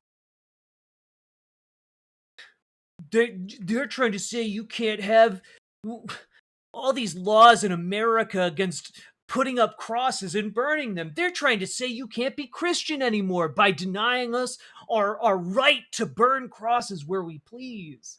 And it's just like, that's obviously bullshit, right? That, like, in the American context, that would be obviously bullshit. But for whatever reason, in this particular context, where this has been turned into a hate symbol by white nationalists in the UK, oh no, it's an attack on our very identity as English people in the UK. Like, come on. That's insane. Opinion. The Raise the Colours campaign has been putting up flags across the country since August last year. Bridge, who like the other defendants was representing himself, told the court the council were using bullying tactics but agrees to the proposed terms of the injunction. It's a sad day for the flag of our country and what it represents. Yeah, it's ridiculous. It's ridiculous. And this is just the common sense opinion of the leaders of left-wing councils. It's not even a left-wing position. You have the right to, like, fly whatever flag you want. You on your own property. You don't have the right to other people's property or to the communal property.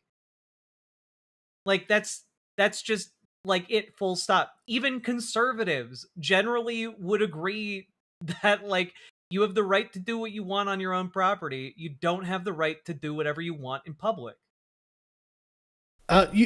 Literally, they take the flag of the country as an aggressive statement against minorities, because in a way it kind of is to tell minorities, no, this country belongs to a people.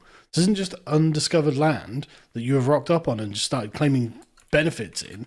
This actually is someone's homeland, and they don't want you to do that. They do not want you to have that opinion. They don't agree with it. They don't think you have a claim to the country above any and all immigrants, anyone who sets foot here, as far as they're concerned. So it's just quite mad. It's just quite mad. You don't have the right to fly a Nazi flag on your own property. Well, that's why they fly the St. George flag. You know, it's their stand-in. And give it a few years, if this far right continues to metastasize in England, it wouldn't surprise me if the Nazis finally succeed in their blitz. You know, like it just kind of seems to me like this will always be my favorite flag-related story. Oh God, what is this?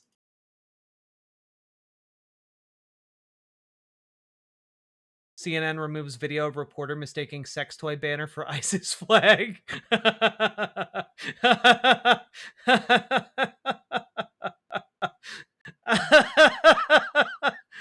Oh, that's really great. Thank you.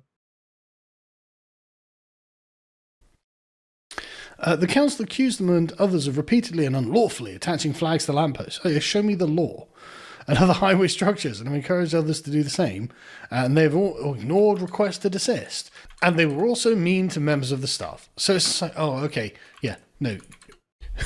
you don't get to have a country because the wokoids on Oxfordshire County Councils don't want you to have one. Oh, okay, well then we just won't have flags, right? We are not allowed to put up flags in public in our own country, even though...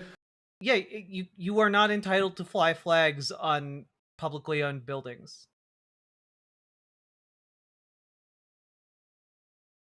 Like, if you put them up all over the place, yeah, you're gonna run into some issues. If you put up like one, probably not illegal. But you start doing it all over the place, somebody has to come and clean that shit up. It was never something that had ever occurred to anyone before. Someone's put a flag up on this thing. Oh, okay, interesting. But I mean, we do have a woke American gay pride flag in the village I live in. But anyway, don't worry about it, right? People can defy it, as Bristol City Council have also decided to ban England flags from public property. Yeah, because you look at the fucking picture attached to the article, man. This is all over the damn place. But the locals are just not having it. Torrington Avenue in Bristol were told by their Green-held city council to stop the tradition of decking out the street with England flags early this month, ahead of the World Cup kicking off. The diktat sparked fury from locals, who told LBC they thought the ruling from Councillor Tony Dyer was a nonsense.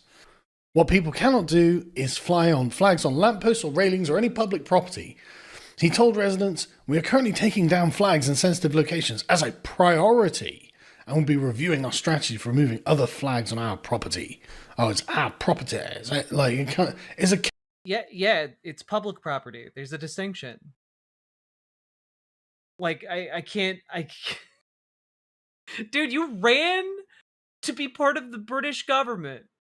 You ran to be, like, a member of the UK's parliament. And you do not understand the distinction between public and private property? That's crazy. That's wild. Anyway, let's look at the article he's looking at. England's most patriotic street defies Killjoy Green Council to fly World Cup flags again. All right. Let's get into it.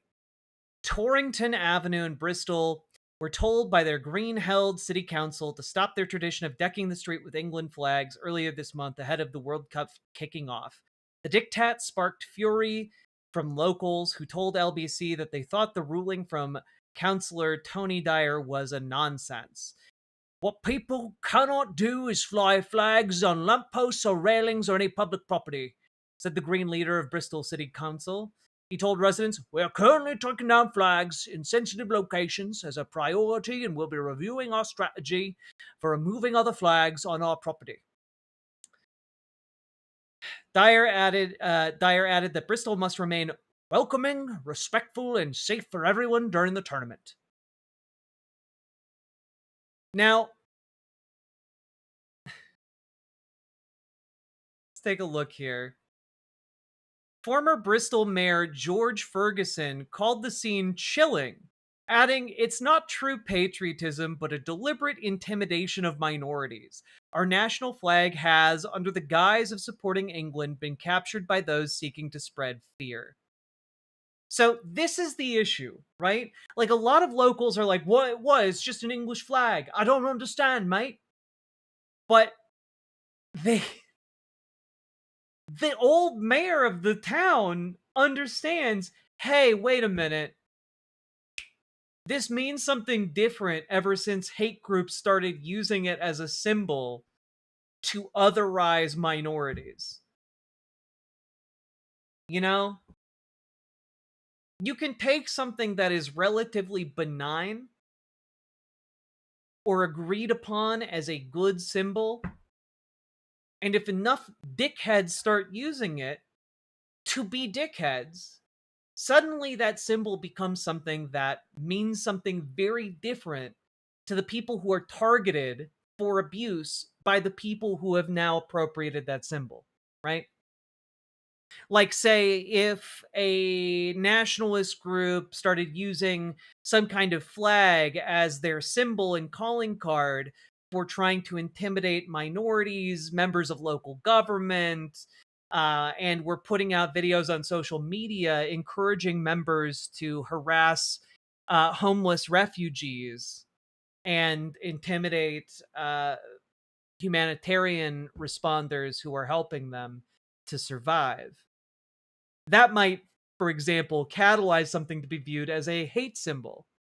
And in a case like that, you should not be mad about people saying, hey, that's now being viewed as a hate symbol by some people, please take it down. Instead, you should be mad at the people who have appropriated your symbol that you liked and started using it for evil. And the solution to that is telling Nazis to fuck right off into the sun. Now, I don't think we're going to get that response from Sargon of Akkad, though. Just got that feeling. Council not entitled to its own private property. But why are they doing this? Well, because he said Bristol must remain welcoming, respectful and safe for everyone during the tournament. And apparently, if you put up England flags, that causes foreigners to screech like vampires presented with garlic. No. What's crazy to me, though, is that this guy is going like, yes, the foreigners are making all of these local governments hate the flag. You know, all of these foreigners are coming in, and that's why local governments that are elected by the voting population of the local area get upset. Notice what he's trying to do here, and he's doing what every nationalist, white nationalist, tries to do, which is to set up a situation where the vocal white nationalists speak for the silent majority, that there is some groundswell of public support that validates the actions, the extreme actions of the white nationalist group. This is done not just in the UK, it's done also here in America quite a bit. And he's trying to position that because it gives a sense of authority, a sense of legitimacy to this white nationalist movement. However, it's important to note here that nowhere in these articles are they really talking about foreigners or refugees complaining about this. It's the duly elected governments of these two respective places, right? And they're elected by people in the UK who are UK citizens, who are British, or, you know, Scottish or Welsh, or Northern Irish, you know? And all of this is to say, his point is very clearly bullshit if you just think about it for like 2 seconds. Nothing happens. But again, it's a statement of intent. It's saying it's not your country. They were genuinely affected by the Raise the Colours campaign. I know it doesn't seem like it does anything particularly, but it gets in their heads and makes them feel like they're surrounded. It makes them feel like they're under siege, which is why they're taking legal action against you. Well, I mean, the people doing the Raise the Colours campaign are have been found guilty of doing hate crimes. It's why they're banned from France, right? Like, it's not, the problem is they're not just raising flags, they're doing vigilante acts as well, and they're deliberately trying to stoke fear with targeted harassment campaigns against elected officials. A little bit different when you actually contextualize the events as they're happening.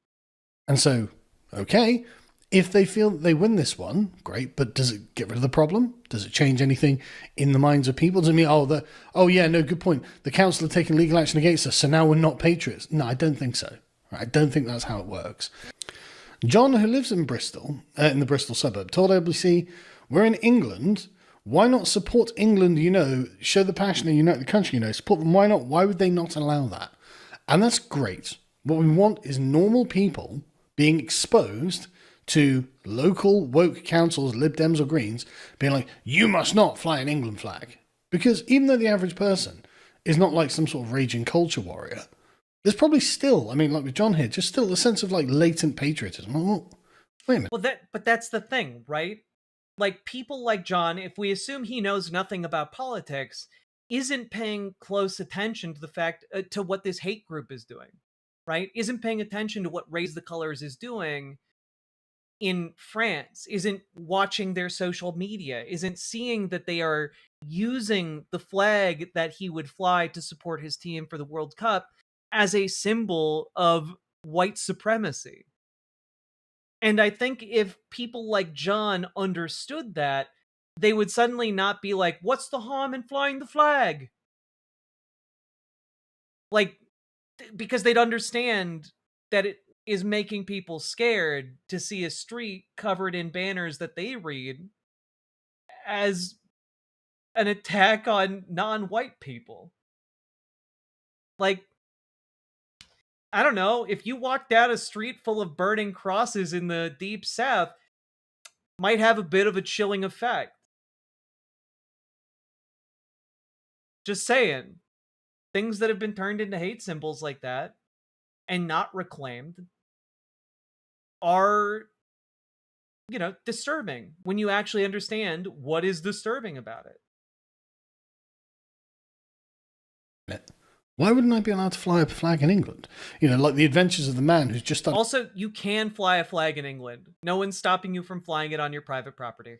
Paying attention, just like, why would they say that? So, it's intimidating to foreigners. And it's like, it's not true that patriotism is a deliberate intimidation of minorities. A national flag under the guise of supporting England has been captured. Well, but wait, you skipped the part in the previous article where the flag was used in conjunction with a harassment campaign to attack an elected local representative. It's not just the flag. That's the problem. By those seeking to spread fear. Right, so this is great. Like, again, during the World Cup, England are playing. I'm not a football guy, so I'm not following it. But, it's a woke, diverse team. But the point is, they see our flag as a far-right symbol, and therefore, you're not allowed to fly a flag. You're not allowed to do that. So, right, okay. Okay, no, good. Again, show everyone. John here is going to be like, well, that doesn't make any sense. Like, no, it doesn't make sense. It does make sense when you know that, again, the people who have popularized this trend are literally white nationalists who are using it deliberately so that they can recruit people like John who don't understand exactly what's happening. It doesn't make sense that in a well-run, normal, functioning country that was taking your interests into account. Yeah, the Nazis did that with the swastika. Like, it's true. Like, the swastika used to be like a Hindu symbol, and they reappropriated it as the Nazi swastika. And like, now most people, when they see a swastika, they think, oh, Nazis. They don't think, oh, Hindu symbol. That you would be forbidden from flying the national flag. That doesn't make any sense at all. But if there were actually hostile forces that were occupying the positions of power in your country and forbidding you from flying your national flag because they saw it as a kind of... It's still a Hindu and Buddhist symbol. Yeah, I'm just saying most people who aren't Hindu or Buddhist, when they see a swastika, they don't think Hinduism or Buddhism, right? I'm not saying it's not also a symbol. It didn't stop being a symbol in Hinduism, didn't stop being a symbol in Buddhism. But also, most people are still going to read it as a swastika from Nazi Germany. At least here in America and in Europe in particular, right? And when we're talking about the appropriation of symbols, like, yeah, concerted efforts by bad faith actors to co-opt symbols that otherwise are not white nationalist and white supremacist symbols, like, they can be successful. And in this particular case, the reason people want to get this off of public property is, one, because it's irritating as fuck and uses up public resources, but two, because it's being made into a white nationalist symbol, and they recognize that. Show of native ethnic patriotism, and they wanted to actually suppress you as natives so that the settlers that they've brought here can feel more comfortable. And it's our flag, we can fly it. Yeah, no one's stopping you from flying it on your own private property, dipshit. You just can't like go and like do whatever you like. I'm sorry, just because it's the public square doesn't mean you can go out into the middle of it and take a shit. Like, you can't just leave shit lying around on property that's not yours. It's not difficult. If you understand it when it comes to the concept of leaving a literal shit, you should be able to understand it when it comes to, like, leaving flags. Fly the flag on your own property if you want to. No one's stopping you from doing it. Like, they own this land and not you. Well, that would make a lot more sense, wouldn't it? It'd be a lot more crystal clear.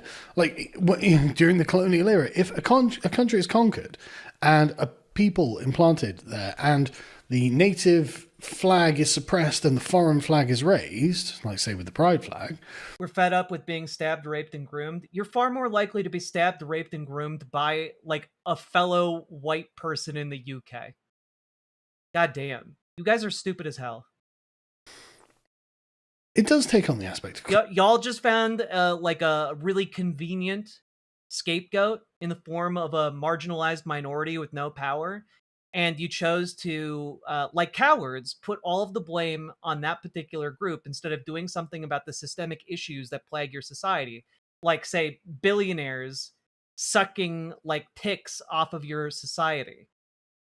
No, it's not the billionaires siphoning billions of dollars to themselves. No, it's the impoverished refugees who are coming into the country who only want to do labor and build a life. Y'all are pathetic. Y'all are pathetic. Colonialism, doesn't it? It does make... Like truly white nationalism is the ideology of cowards. Perfect sense. That's why they won't allow it. And it's just, be aware.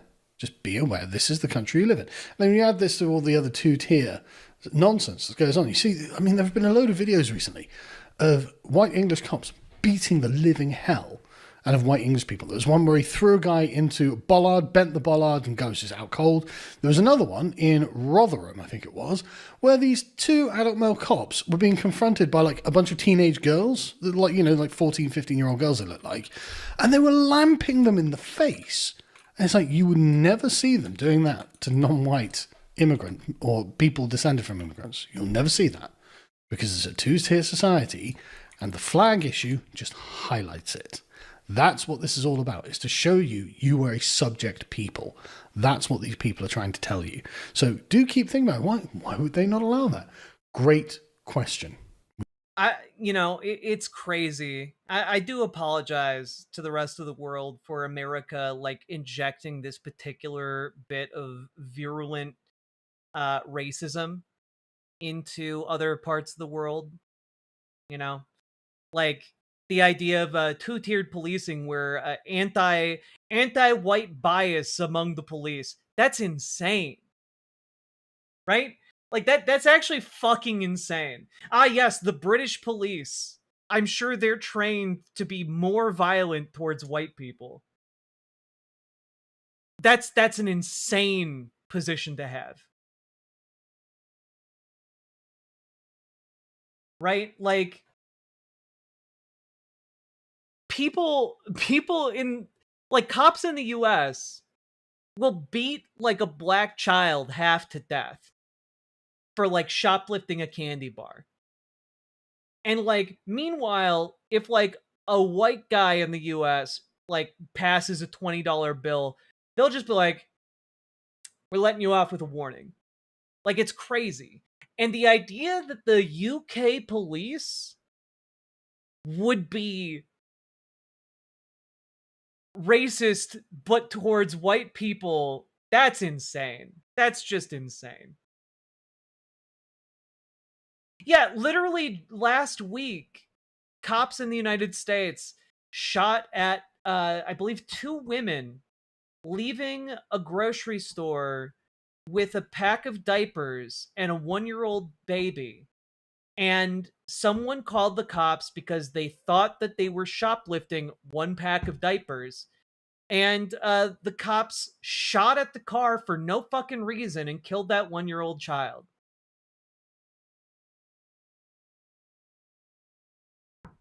But, like, he's trying to say, oh, well, you know, the cops here in the UK, they're racist against white people. That's insane. Most cops in the UK are white. Like, the idea that, oh, well, maybe the British cops, they just recruit from the self-hating whites. That's insane, dog. That's insane. Like, I'm sorry. The argument that the British police, the UK police are racist against white people just statistically is not true. It's just false. And it is false when it is said to be true in the United States, and it's false when it's said to be true in the UK.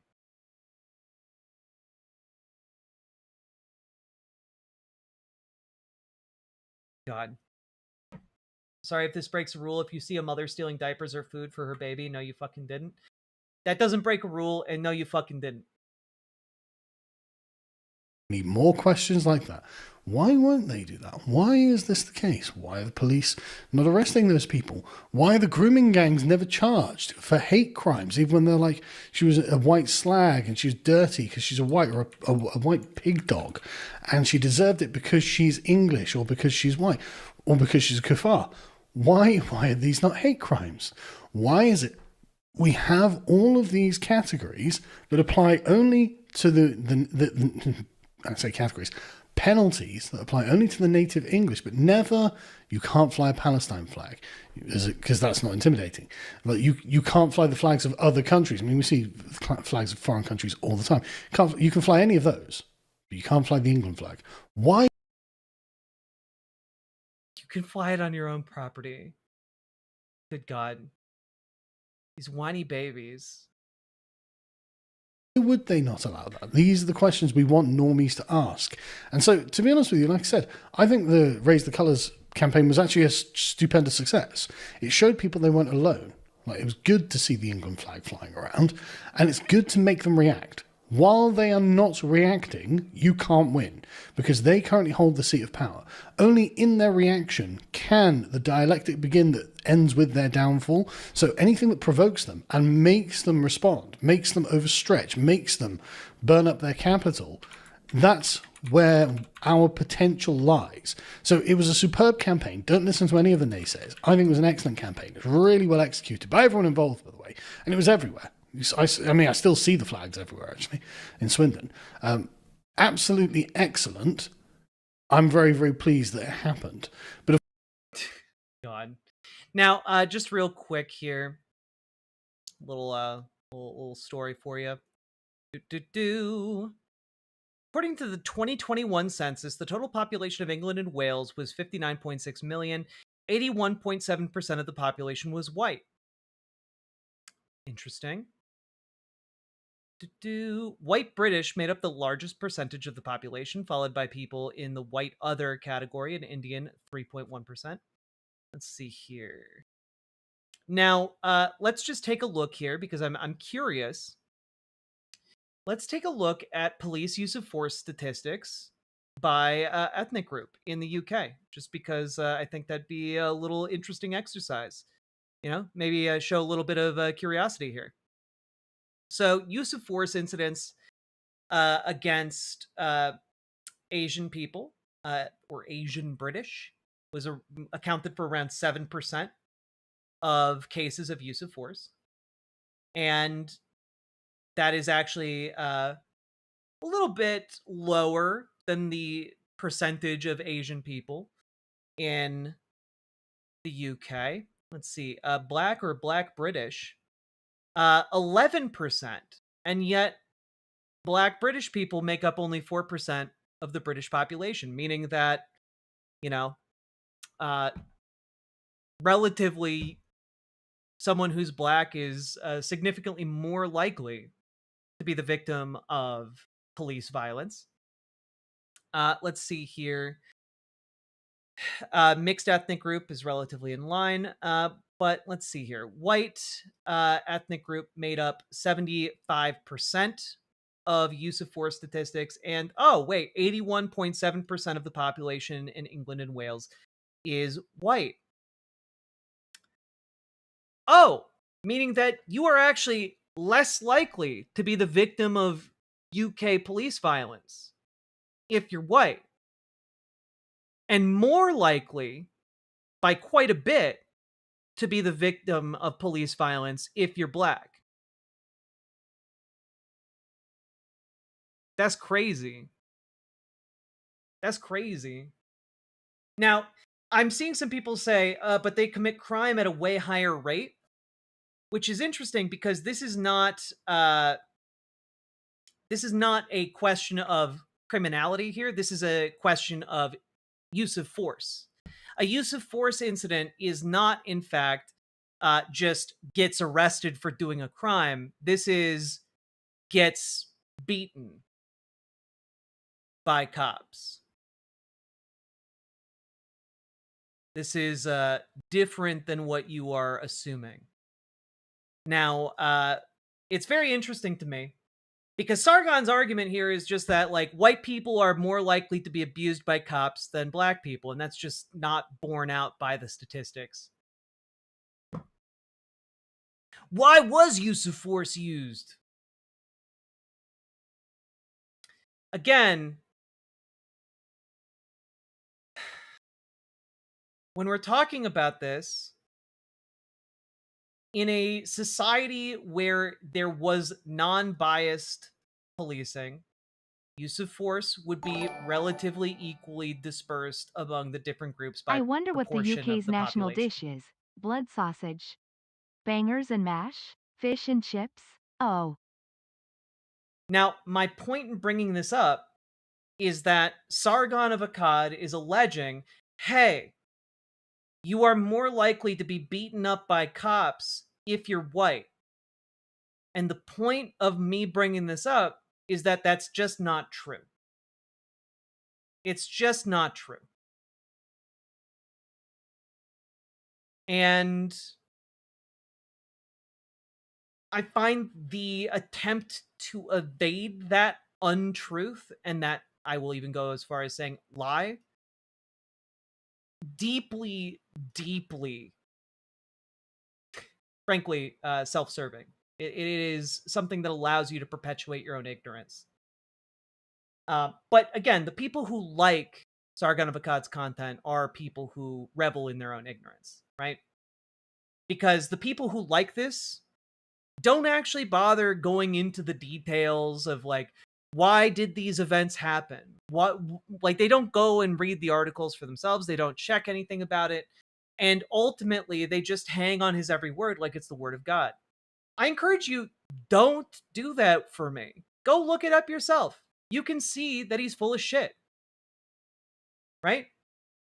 Now, one of the interesting things here is that, again, I've waited until the end of this to talk about it, but hey, worth noting that Sargon of Akkad used to was trying to be a British politician, right?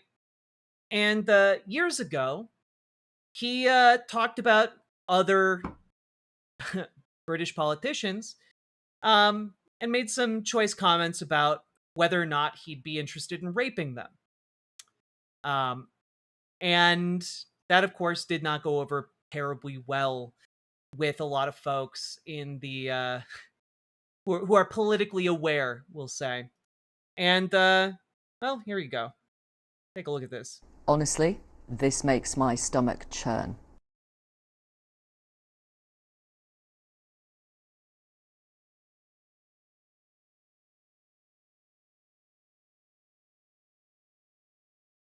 How does he find this acceptable? Comments like this may not seem a lot to a bloke like him, but to me, jokes about what I went through feel like a bullet. That's from a 31-year-old male survivor of sexual violence in Northampton. And from a mid-20s female survivor, she thanked me for How do making you jokes like respond this. to that? I respond to that by saying, you've been lied to. You are How do you misrepresenting what's respond? happening. This man You are has misrepresenting what's happening. This man has watched your video. He's read your comments. I don't How think do he you has. respond to what he says? And the way that you report the comments is farcical. I'll read you another one. The lack of empathy here from someone seeking public office is sickening. Rape is not funny. As a survivor, I'm angry. There are two sides to every question, and I am empathizing with the other side. May I finish, please? As a survivor, I'm angry because it's comments like this that would have prevented me telling anyone what happened to me. And I probably wouldn't be here today without that help. That's from a female survivor, aged 28, from London. But you don't care about the survivor that talked to me. You only care about the survivors that bolster your narrative. Those survivors who are on my side on this issue, you ignore completely. You pretend they don't exist. You said you've spoken to one person. In one town. I've spoken to other people in other towns in the Southwest tour that I'm doing. And they're all survivors of rape. Or sexual assault, yes. Rape Crisis, the charity say. Can I ask? Hang on, look, right. I know what. I'm asking No. you I know. This is what I know, Rape Crisis say. But you're not getting to the core of the issue. This is very surface level interrogation. Rape Crisis say this. Experiences of rape and sexual violence and abuse are much more common than most people realise. Material that normalises, trivialises or attempts to get laughs out of sexual violence can be humiliating and upsetting for survivors. So-called rape jokes are not just insensitive, hurtful and disrespectful. They are damaging. Yes, I'm aware of the politically correct narrative around this, but there is another narrative that I suppose we can call the non-politically correct one that I support. I think it's a lot more empowering not to be controlled by jokes. I think that owning jokes and laughing at them as a point. Why are you interrupting me? Such a fun joke to talk about how you don't want to rape. Like that. What's crazy here is just like, well, no, I told a very funny joke and you guys just didn't understand it. Which is not at all what actually happened. Interrupting me now, come on. I'm interested that you won't accept that survivors of rape and sexual violence find what you've done to be incredibly hurtful. And you won't accept that survivors of sexual violence find what I've done empowering. Insane. Yeah, sexual assault survivors look at a guy saying, I wouldn't even rape her, and then they just roar with laughter. They think they're like, oh, what a funny joke. I feel so empowered. That's fucking crazy, dog. That's fucking crazy. Now, interestingly enough, just to add to the amount of bullshit that Sargon was spewing there, fun fact for you guys. The black population in the UK is around 4 times more likely to be stopped for like searches than white people. And also, oddly enough, if those black people go into affluent, mostly white neighborhoods, that number and likelihood of getting stopped and searched goes up to 38 to 48 more times likely to be stopped and searched than a white person. Now, what we know in the United States is that when stop and frisk was implemented and disproportionately impacted African Americans, the result of that was more police encounters with African Americans and more use of force toward African Americans, even on crimes where white people and African Americans committed them at roughly the same rate. Because of the racially biased mode of policing, more people were more African Americans were embroiled in elements of police violence because of racially biased policies. So, again, this idea that like, well, it's because they commit more crimes. No, statistically, they aren't committing more crimes. The crimes are committed at relatively the same rates among different racial and ethnic groups. You know, with a little bit of flexibility here and there, because people are in different situations due to like different historical legacies. But by and large, the biased policing policies result in this escalation of violence where Black people in the UK are far more likely to be the victims of police brutality and police violence. It's not difficult to wrap your head around. And like you can take a look. Here's a great article about it. Black people up to 48 times more likely to be stopped and searched in richest areas of London. It's not me just like bullshitting you guys. That is the case. Stop and frisk is completely illegal, violated the Fourth Amendment. True. It was terrible. It was a terrible policy in the United States. It's a terrible policy in the UK. And just want to also point out here, you know, I get the feeling maybe this Sargon guy shouldn't be the go-to for people's information about, you know, what is and is not and should not be morally acceptable. Just one last nail in this coffin here, courtesy of the Daily Mail. Now UKIP candidate who said he wouldn't even rape a Labour MP says it's okay to sexually abuse boys. Well, that's crazy. Maybe they're misconstruing this. Let's see here. Now a senior UKIP source has told the Mail on Sunday that they've passed a dossier to Wiltshire police containing deeply offensive remarks made by Mr. Benjamin, an online vlogger from Swindon who calls himself Sargon of Akkad.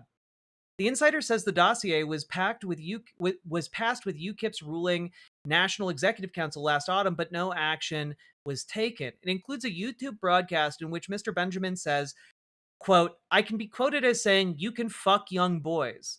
It's actually not as controversial as you think. Depends on the child, doesn't it? The ancient Greeks were pederasts.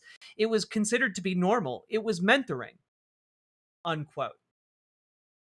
So, yeah, I don't know. Maybe this guy shouldn't be the moral hinge of any kind of movement anywhere in the UK or anywhere else. Just seems like maybe this is not the guy who has good ideas you should be listening to. When he's out there talking about how saying he wouldn't even rape a woman is doing a service for rape victims, and saying he can be quoted as being on the record as saying it's okay to fuck children. You know, like maybe this guy doesn't have the UK's best interests at heart. Why does he still have a platform? Because racists love him. Racists love somebody who's willing to make up lies confidently for them to use. Full stop. That's it. Anyway, it's 2026, and I hope that this will be the last time we have to check in with Sargon of Akkad. And I'm deeply, deeply sorry to those in the UK who have to put up with this particular brand of white nationalism rising up and gaining political prominence, because it sucks. So with that being said, organize, folks. Organize. If you don't want people in the United States to have to deal with homegrown Sargons, organize. Join your local Dems, join your local DSA. If you need help, we can help you do that. Join our Discord. Reach out to GamerG for help joining your local DSA. Reach out to Dragonfly for help joining your local Dems. We can give you tips and tricks on how to make the most of your time at those groups. And also, folks, there's a link down below to get involved with Progressive Victory, which will allow you to do plug you in to do door knocking, phone banking, text banking, etc. for different campaigns for leftists across the country. Go check it out. Link down below. And also, if you got anything out of this, hit the like button, hit the subscribe button, leave a comment. Comments really help. Let me know what you think about the St. George's flag and the Raise the Colors campaign. And also, last but not least, check out ImogeneOlivia.com. Gender euphoric lingerie designed from the ground up for trans femmes. Also tested with cis men, cis women, non-binary folks. Is comfortable, sexy, non-tucking lingerie check it out, imogeneolivia.com. Link down in the description. Let's keep on going.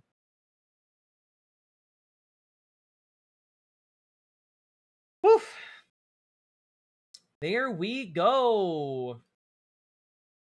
We did it. We made it through. Now, folks, we've been going for about 4 hours now, and I've been teasing it long enough. It's time. Before you go, can I say, love your hair, girl. I'm not going anywhere except to go to the bathroom. I'm going to go pee, and when I come back, we are going to be tackling What If Alt Hist, all right? We're going to be talking about What If Alt Hist, so get whatever snacks you need, get whatever drinks you need. I might actually be gone for like a couple minutes longer so I can get myself another drink because I am out. When I return, we will be tackling What If Alt Hist. I cannot guarantee that we will make it through the entire thing tonight because it's already very late, but we are going to do our best and take we're going to do our best, all right? Uh-oh.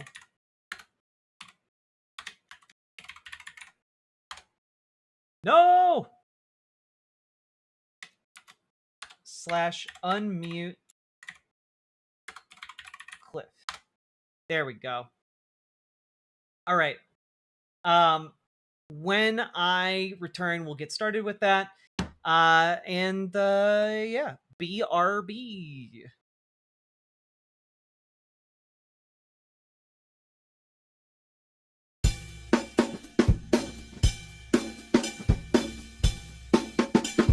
Tonight, we made history. In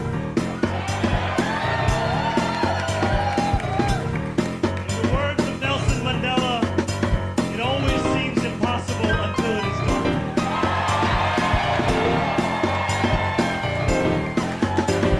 My friends, we have done it.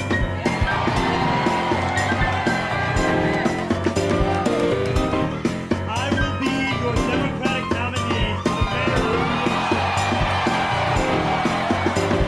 I spoke with Andrew Cuomo about the need to bring this city together as he called me to concede the race. And I want to thank Brad Landry. Together we have shown the power of the politics of the future. One of partnership and of sincerity.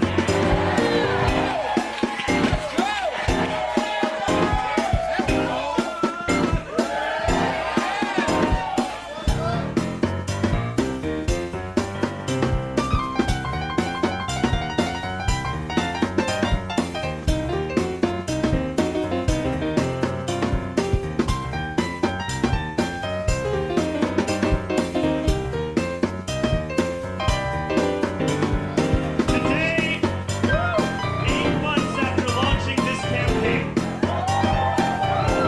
with the vision of a city that every New Yorker could afford,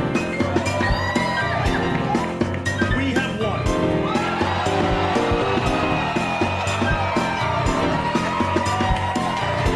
We have won from Harlem to Bay Ridge. We have won from Jackson Heights to Port Richmond.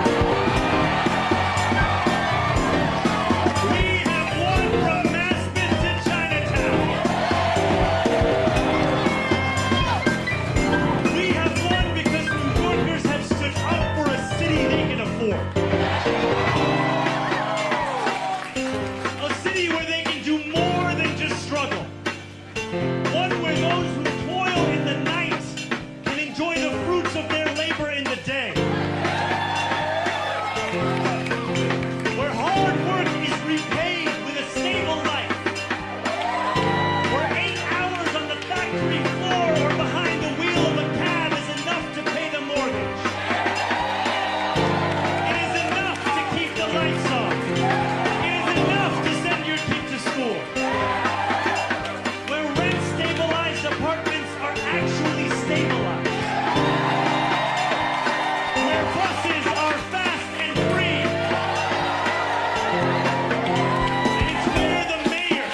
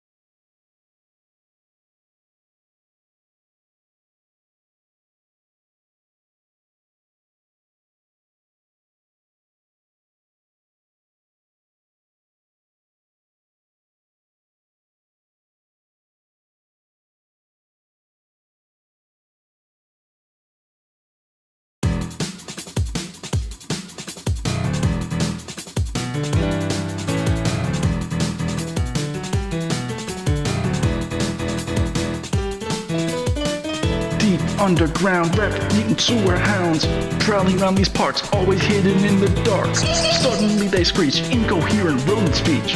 Such a putrid smell permeates a sewer well. One man stands alone, red beret above his dome. Sleema was his name, fighting, climbing, rodent game. Be the rat men who live in sewer rat dens. Taking one last breath, it's time we fight off to the death.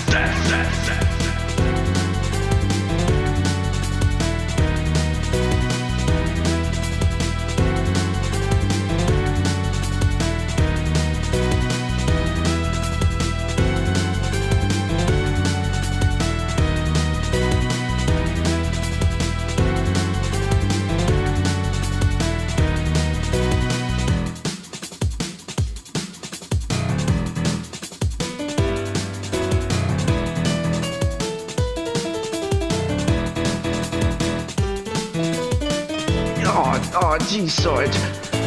You tell me that I needed to go after this rat and I needed to, like, bait him or something. So, I gave him a whole wheel of cheese, Sarge. It cost like $2,000 and I used your credit card, Sarge. I'm sorry. I thought it was gonna be a good investment, but, oh, jeez.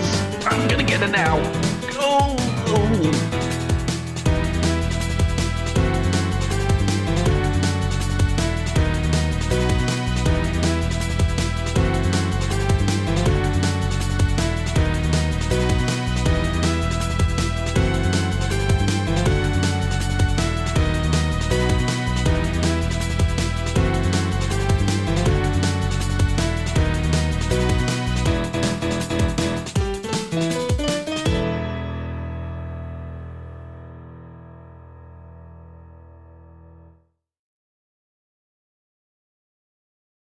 Hello.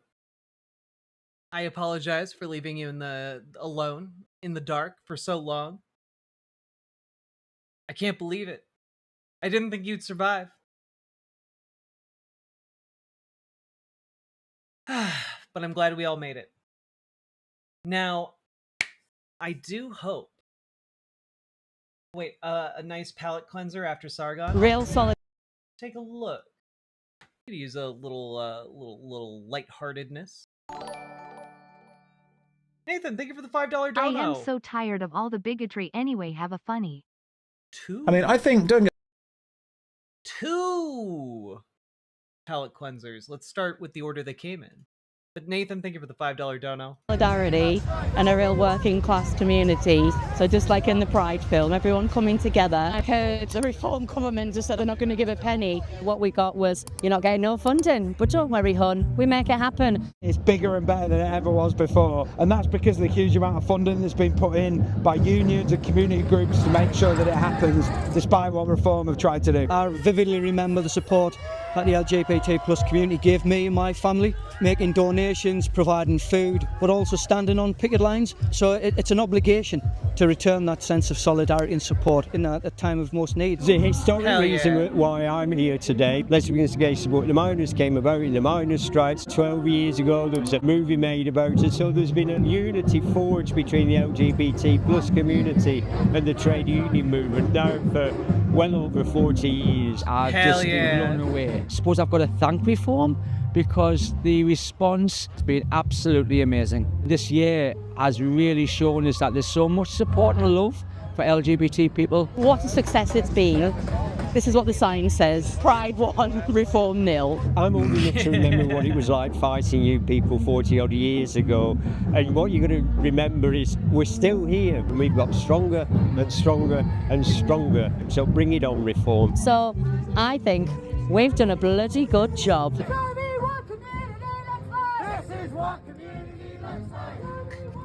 Real solidarity. I love it. I love it.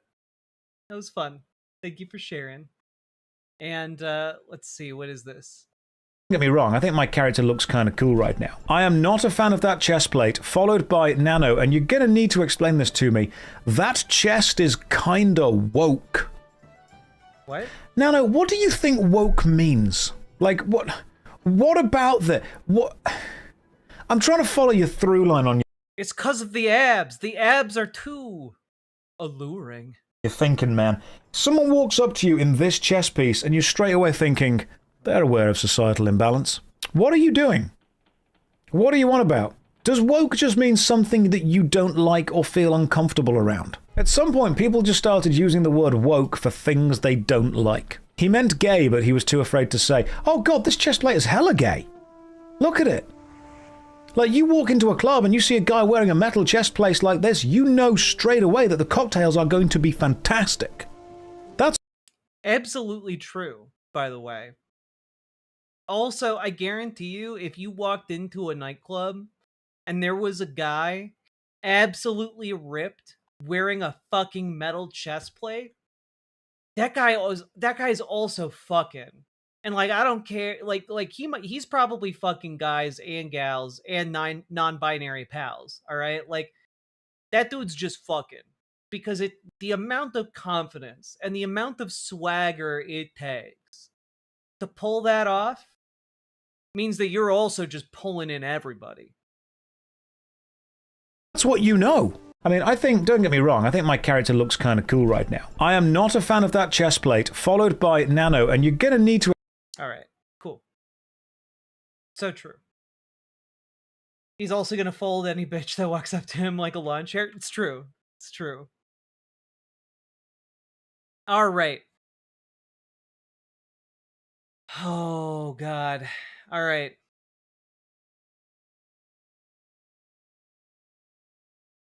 We've been putting it off for too long.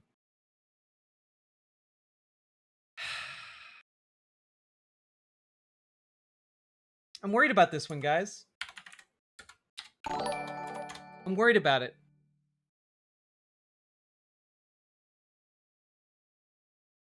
Ripped off my gourd from an edible and some change, currently memeing on a flight.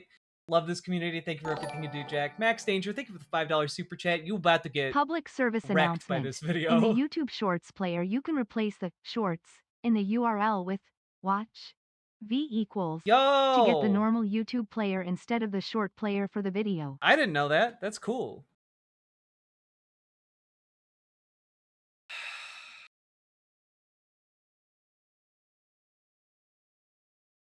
God.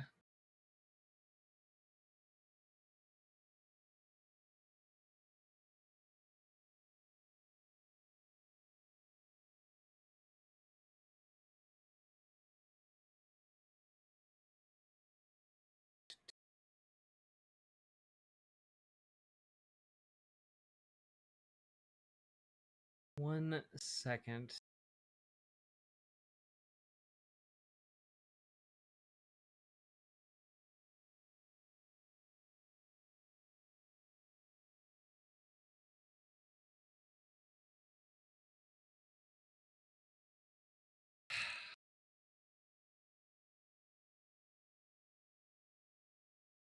I'm torn, okay? My card's on the table here. I was intending us to take a look at this particular why my Civil War prediction was delayed. The reality is far worse. I think that's really funny, and I think it's going to be great. But also, there is this video, Gen Z culture warriors aren't cut out for Civil War. And I gotta be honest, I'm a bit curious about both. Maybe we'll use this as like some kind of appetizer to whenever we do part 2. That could be fun. All right, let's just dive into this. Let's dive into it. All right.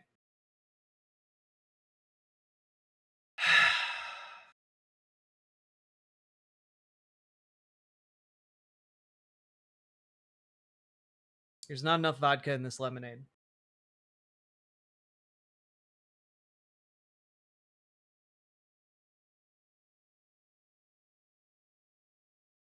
Here we go. Oh, Paladin, I think the edibles might help, but that's just me. That's just me. All right. All right.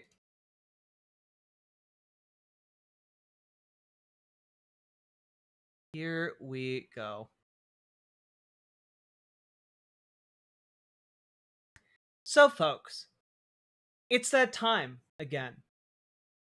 It's that time where we talk about what if alt hist, and specifically incur the kind of brain damage it takes to really get into the mindset of a far-right reactionary who constantly spews Nazi esotericism. And you know, it's unsurprising that in 2026, this man has continued to gain popularity, continued to make his moves on the conservative podcasting circuit. Last time I think we checked in with him was about 3 months ago when he went on Tim Pool. And we're diving in again, this time with his video, Why My Civil War Prediction Was Delayed, The Reality Is Far Worse. And I gotta be honest, I'm desperately curious for why we're not currently in a civil war. Where are all of the force of arms? Where are all of the wars that are civil? Let's take a look. And I do genuinely mean that. This is the most terrifying video I've ever made, and I do genuinely mean that. You'll see why. I'm ready to be spooked. It's not October yet, but I'm ready to be scared. Best known for my prediction that America is on the verge of a civil war. I was incorrect in predicting that we'd start seeing mass violence last year. The thing is that the outside world... You know, it's true. We are on the verge of a civil war. Because as many Republicans have repeatedly tried to warn us, the violent jihadis are gaining steam. Why, look at this, an ISIS flag spotted at a gay pride parade, according to CNN.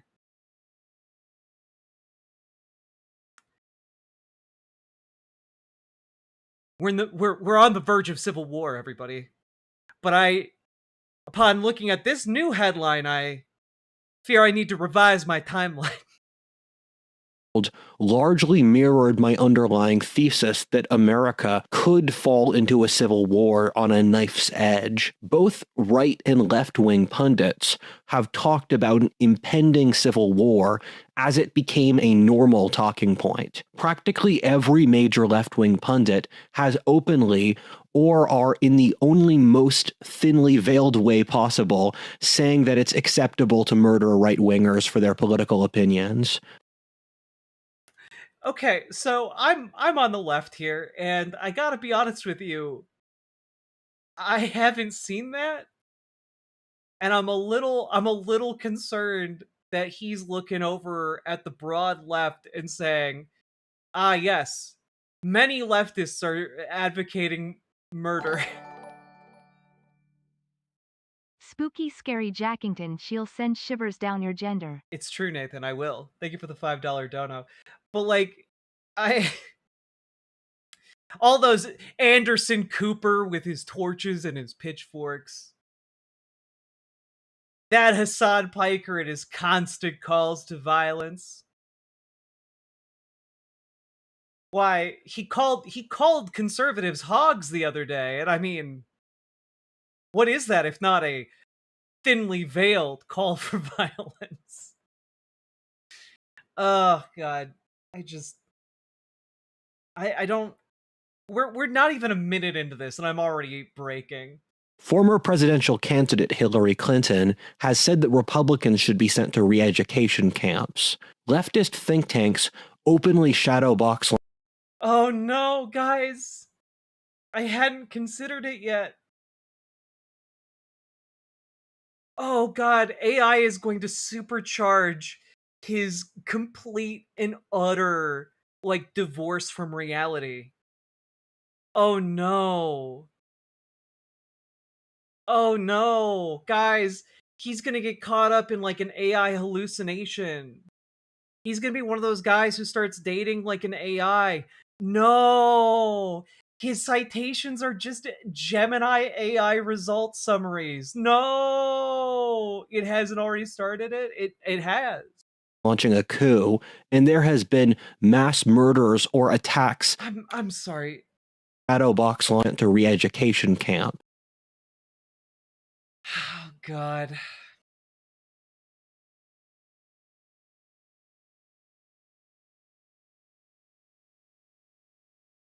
Just here, you know what? Let's not trust the AI here.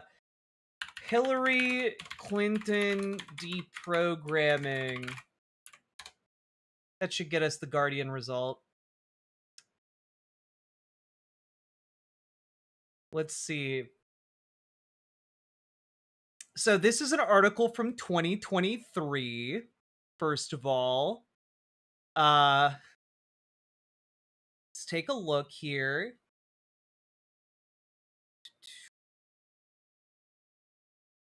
He's only in it for himself. He's now defending himself in civil actions and criminal actions. And when do they break with him? Because at some point, maybe there needs to be a formal deprogramming of the cult members, but something needs to happen. This doesn't sound like a call for any kind of re-education camp creation. But okay. All right. Leftist think tanks openly shadowbox launching a coup, and citation needed. There has been mass murders or attacks against either Tesla owners or Doge employees. There have been mass murders against Tesla owners and Doge employees? Also citation needed. Also, what attack on Doge employees? Because I can only think of one that he might be referencing. Which happened in Washington, D.C. Let's take a look here. What were the charges in this particular case?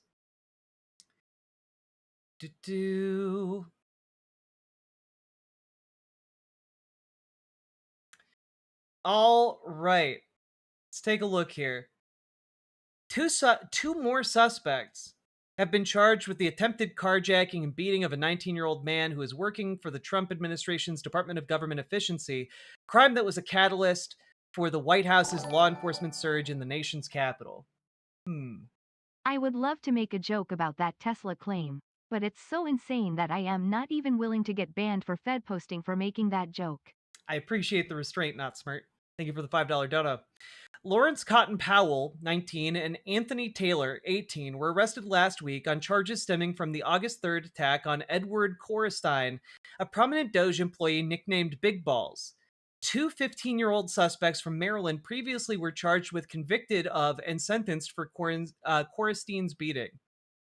This case underscores the escalating challenges. Korestein was walking a woman to her car in the city's Logan Circle neighborhood when he was attacked by a group of teenagers who repeatedly punched and kicked him. The suspects fled when they spotted a police officer nearby. Oh, and the two people who were arrested and charged were all, in this particular instance, were also participating in a separate attack and robbery of a man at a gas station. Cool.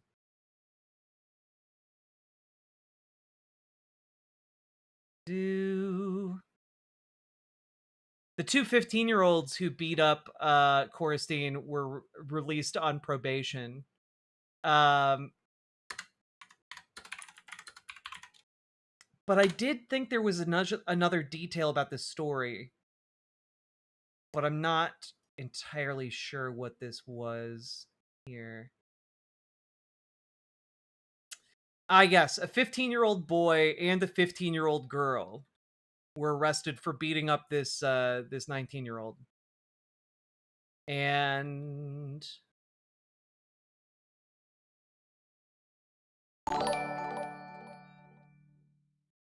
Twitch still deletes my follows of you every few days, but I keep coming back. JFTIOLD James, JFTIOLD James. Eric McKetton, thank you very much for continuing to come back. Appreciate it. There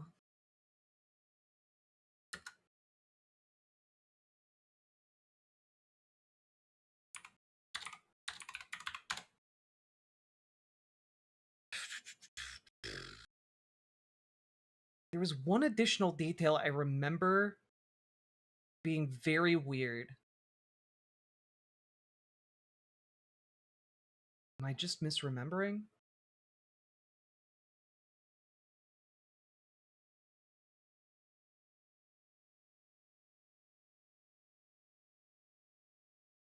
Yeah, like this started off with the idea that he was attacked by 10 teenagers.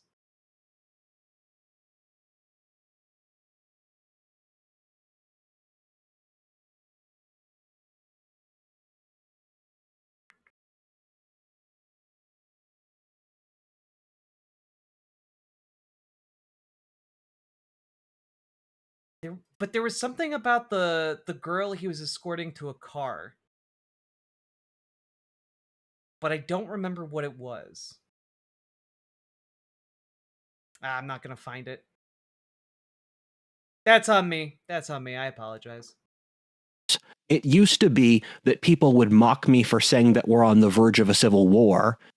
I mean, I am here to mock you for saying we're on the verge of a civil war because you have one story of a Doge employee being beaten up by 15-year-old hooligans. No one does that now. This really then begs the question, why haven't we had a civil war already? I've already made half a dozen videos laying out my argument for why I believe we could have a civil war, so I won't go for that now. I've made 6 videos about the impending civil war. It hasn't happened yet. Sourced my argument from a variety of historic cycles or computer models, which have Oh god, a variety of computer models. He's asking AI. He's asking AI, isn't he? Oh god. He's asking AI to come up with his own alt-hist now. Oh no. Oh god, he's gonna get more insane. been proven to be able to predict when societies have revolutions or civil wars. I've been on this for a while where I've thought America would have a civil war since 2020, given I've read a lot of books on the topic that said that. COVID also showed how thin the veil of sanity or societal functioning really is. I mean, I don't think COVID showed how thin the veil between sanity and insanity is. I think we're seeing it right now.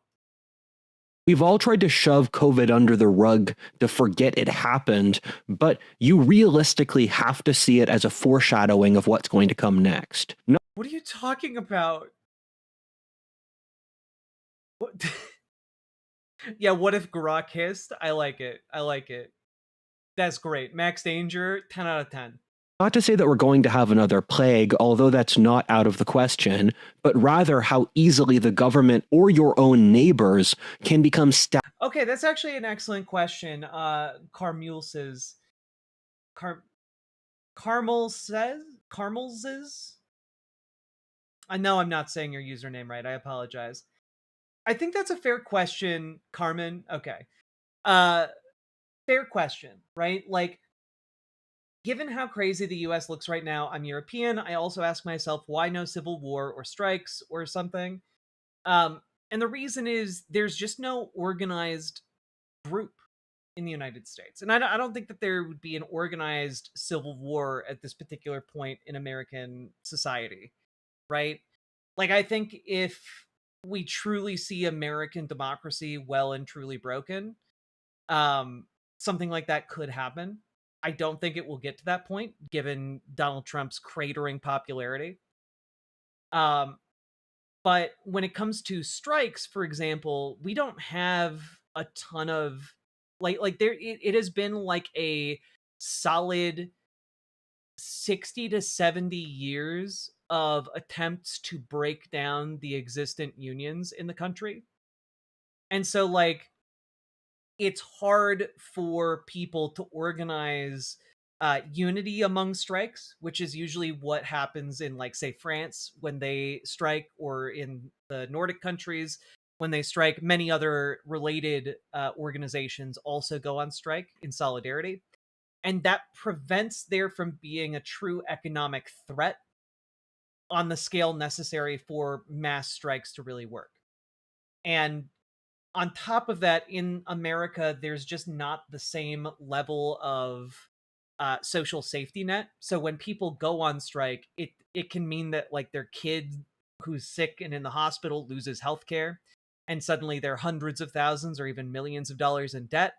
And like that's prohibitive, right? People have a lot to lose. It's one of the reasons why a lot of companies lobbied against Medicare for all, specifically because even though it costs the companies money to pay for health insurance plans for employees, it allows them to trap employees, right? It allows them to force compliance from employees. And all of this links together to form a chain of problems, which doesn't mean that it's insurmountable. One of the things that I think is really, really interesting about 2028 in America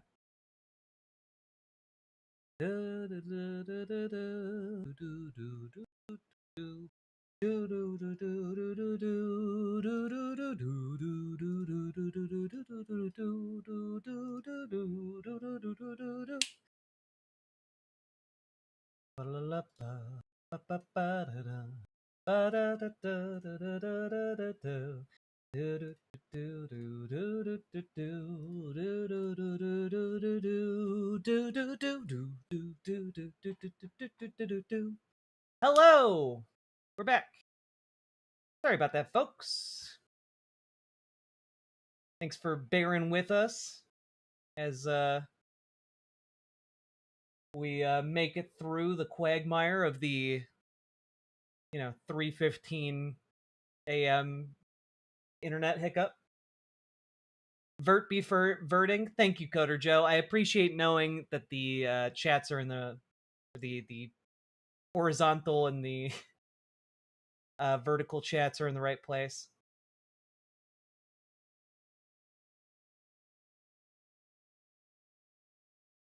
Woof.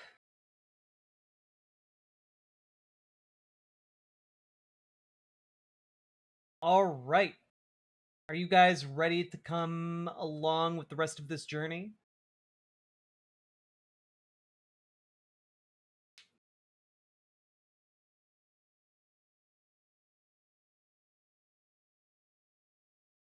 Hell yeah, Shadow Haven. All right. To finish answering Carmen's question, in 2028, the UAW, United Auto Workers, has their contract renewal set, and they've been going around the country connecting with other major unions to all sync up when their contracts are being negotiated, specifically so that all of the major unions that are still left can pool together their collective efforts to negotiate better contracts and negotiate even better contracts while also making it clear that they are willing to go on strike collectively, which will be the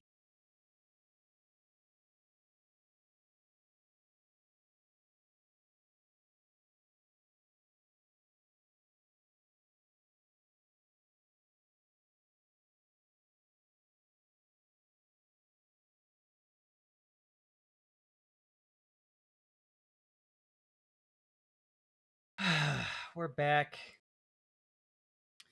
If this does crash again, though, we might have to wait until tomorrow. Did it go out again? It went out again! Not the dreaded double ISP reset. That move was forbidden. Truly you are a skilled one. Yeah.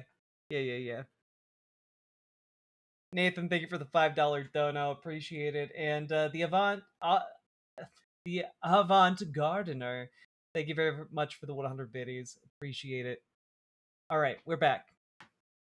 Let me switch over the YouTube chats to live chat again.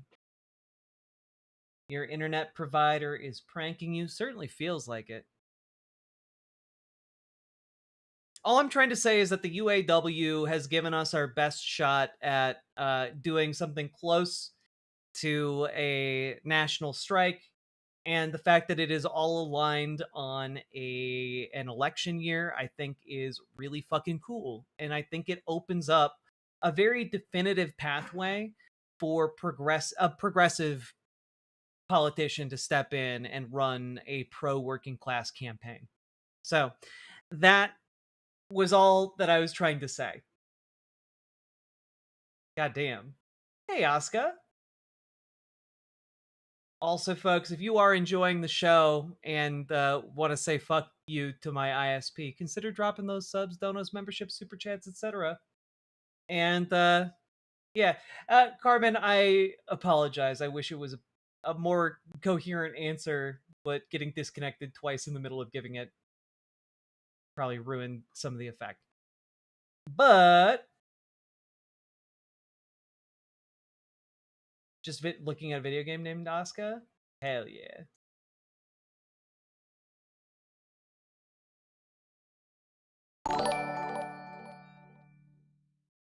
Thanks for the answer. I appreciate your content a lot, C.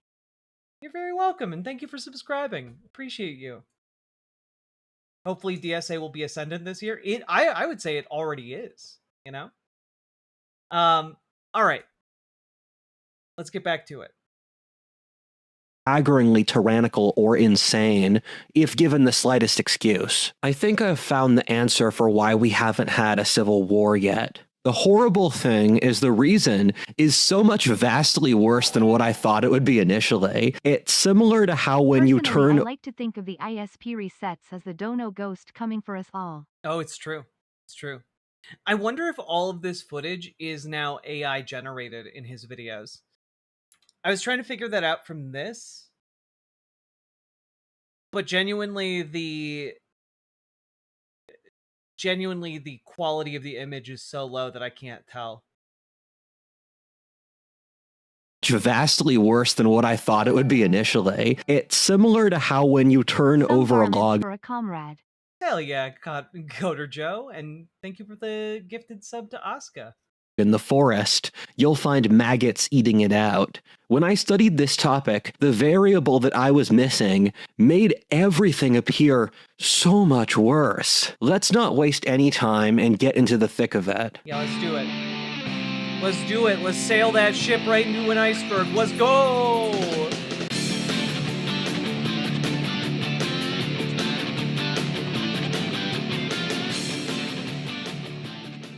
Part 1 talks about maggots, shows not maggots. I was going to be pedantic about that, but then I was just like, I genuinely don't think he knows the difference.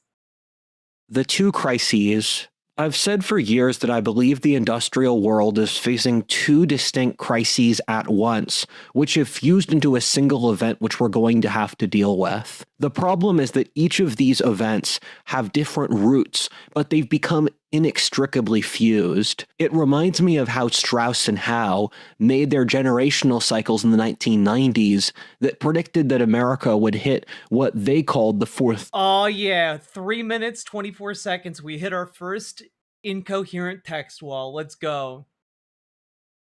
George Friedman, who's the person who first got me interested in geopolitics, predicted in 2010 that America would have the greatest crisis in our political history in the 2020s. He was pulling this from Strauss and Howe, but added his own stuff on top.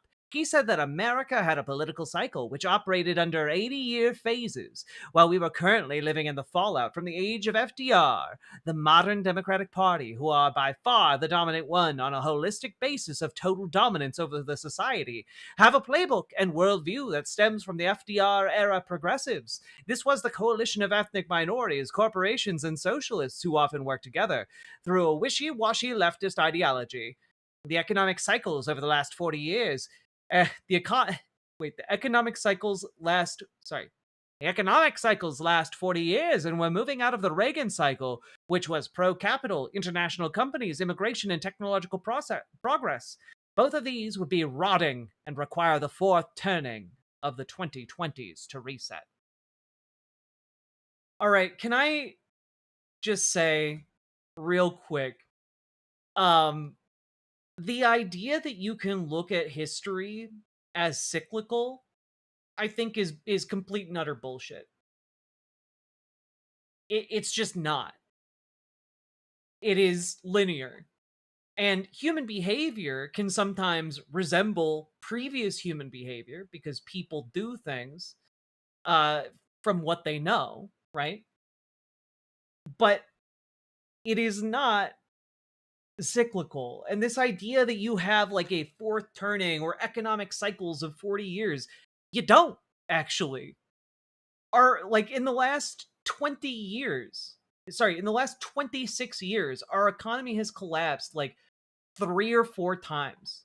It's not a 40-year cycle of economics. There isn't like this idea of FDR Democrats as the heart and soul of the current Democratic Party. Like Chuck Schumer, it has way more in common with Ronald Reagan than with FDR. Like this entire idea is just bullshit if you know anything about history. Turning in the 2020s, this was the first time in American history that their parallel economic and political cycles would crash at once, thus making it the most dangerous era of American history so far. My friend Balaji says that we're currently seeing 4 different... Oh hey, it's Balaji Srinivasan, the author of The Network State. You know, that piece of fascist trash that advocates for billionaires to buy police departments via corrupt practices in order to facilitate a fascist coup for power. You know, that Balaji, his buddy. Cycles of American history converging. Then imperial dynasties tend to last 250 years, as best articulated by Peter Turchin recently, but with authors going back centuries ago like Titler also saying it. This... Yeah, maybe, like again, this idea, oh, everything goes in 250-year cycles. No, it doesn't, actually. Oh, God.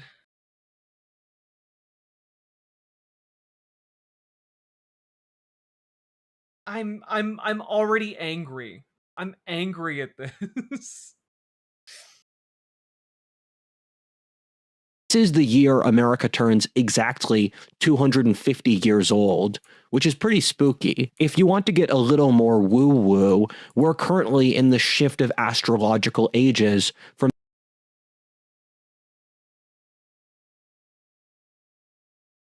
You know, when I tell you guys that this guy engages in Nazi esotericism, like I don't even have to bring up the time that he called that he said he met like Odin and Jesus and went to hell, and he believes in like magical bloodlines that transmit concepts like justice. Like, I don't even have to talk about that because he'll just straight up say, and if you want to get woo about it, we're going through an astrological divinity cycle. Like, what? It's fucking crazy. He's just a eugenicist with extra steps. In the age of Pisces to Aquarius, the ancients put enormous stock into stuff like that. It's difficult to be able to try to explain to people why they should articulate 2 separate lines of causation in a society where most people want to blame complex events on a single scapegoat. I'm just like, you know, in the same way a lot of like crunchy granola hippie moms in the wellness community became conservatives, in a similar way, I do think that there's an element where like astrology can lead people into the same kind of pipeline. And it's just like, you gotta be careful about that shit. You know? You gotta be careful. Once you've embraced like an idea that allows you to just like uncritically and illogically attribute your world to forces beyond your understanding, like you have opened a door to a slippery slope where people can lead you by the nose to almost any conclusion, you know?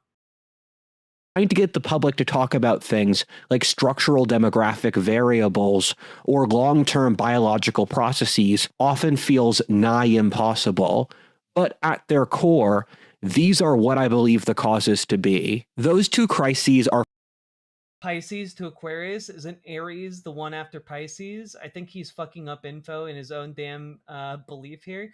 Yeah, I don't know anything about star signs, so I'll take anybody's word on that. I don't care enough to look it up because I already think it's bullshit. firstly the secular cycle, which authors like Peter Turchin or David Hackett Fisher wrote about. These are 250-year regime shift cycles, with earlier examples in Western history being the French Revolution, the 30 Years' War, or the Black Death. Like, can we just talk about the fact that the idea of the fourth turning as put forward by Strauss and Howe is just frankly bullshit? Like, it's pseudoscience. It arises from the exact same phenomenon where people talk about numerology as if it has any significance whatsoever, except like your brain doing pattern recognition wrong. You know? That's effectively what Strauss and Howe did. Like, they cherry-picked a lot of their examples to come up with a thesis that looks good, and if you don't know enough about it and just kind of nod along, then it sounds very convincing to dumb rubes. And that's it. That is the entirety of the content of their analysis of the fourth turning. These occur when the world changes while the old ruling class grows corrupt.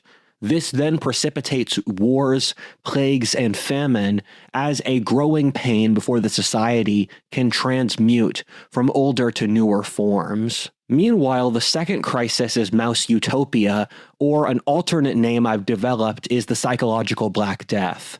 I've made a video analyzing mouse utopia that you can watch if you want. Oh, look, another pseudoscientific bullshit thing that he's latched onto. Huh. Kind of nailing this Nazi esotericism thing he's got going on. The idea of mouse utopia, by the way, is that, if you give mice as much space as they want and as much food as they want, and make it into a mouse utopia, their society thrives for a while and then dies. And that isn't what mouse utopia proved. It just it was a poorly constructed experiment, and the guy doing it went fucking crazy. And also, none of his findings have ever been replicated. And also, really, all he managed to prove is that people crammed into overly close proximity, or not people, mice crammed into overly close proximity to one another, get stressed out, and then begin dying or fighting or having different coping mechanisms, which isn't at all really applicable to human beings because we aren't mice and we have more agency in our surroundings, in our world, and we also are able to think and understand our situations. Want to know more? Mouse Utopia was an experiment run repeatedly in the 60s and 70s about how... I have an entire video, by the way, where I go over his main video on Mouse Utopia and explain in detail why it's bullshit. How to test for what the consequences of exponential population growth are. Calhoun ran the experiment over 30 times, and in each case, they put 9 mice... Pseudoscience gobbledygook? I wouldn't talk if I were you. I don't know. I feel comfortable talking. All of my opinions are based on science and reason. Unlike this. Into a cage that could hold 6,000. The mouse population balloons to over 2,000, and then the colony fails in the same ways. You saw a complete breakdown of the mouse social structure, where ironically, the mice do have a society built off reciprocal social relations in the same manner that humans do. Much like us, the mice are totally dependent on their colonies, where failure means total death. I remember when I read the experiment having it click for the first time in my mind that the only thing holding our highly complex advanced society together is a series of social relationships between people. If those fall apart, we'll all die and lose all of the trappings of the modern world. Meanwhile, our society doesn't study or value these social ties at all. The mice saw a breakdown of their sexual polarity, with female mice becoming masculine and male mice effeminate. Just to like really hammer this home, the Mouse Utopia experiment was very much flawed, in part because when you create a sealed ecosystem like that, you are creating the circumstances for extreme inbreeding, and also you are creating an unchanging environment that they get bored of because they need shit to do, because they are in fact creatures. And then you start seeing also, because they're animals that are not necessarily group oriented like human beings, you see resource hoarding, where certain mice would hoard resources and they'd be bigger and stronger than other mice. And it turns out all these things doom a mouse population. And none of these were controlled factors in the experiment. And neither did Calhoun talk about these factors. Instead, he attributed it all to overpopulation, which is not, in fact, the issue with this entire experiment. Like,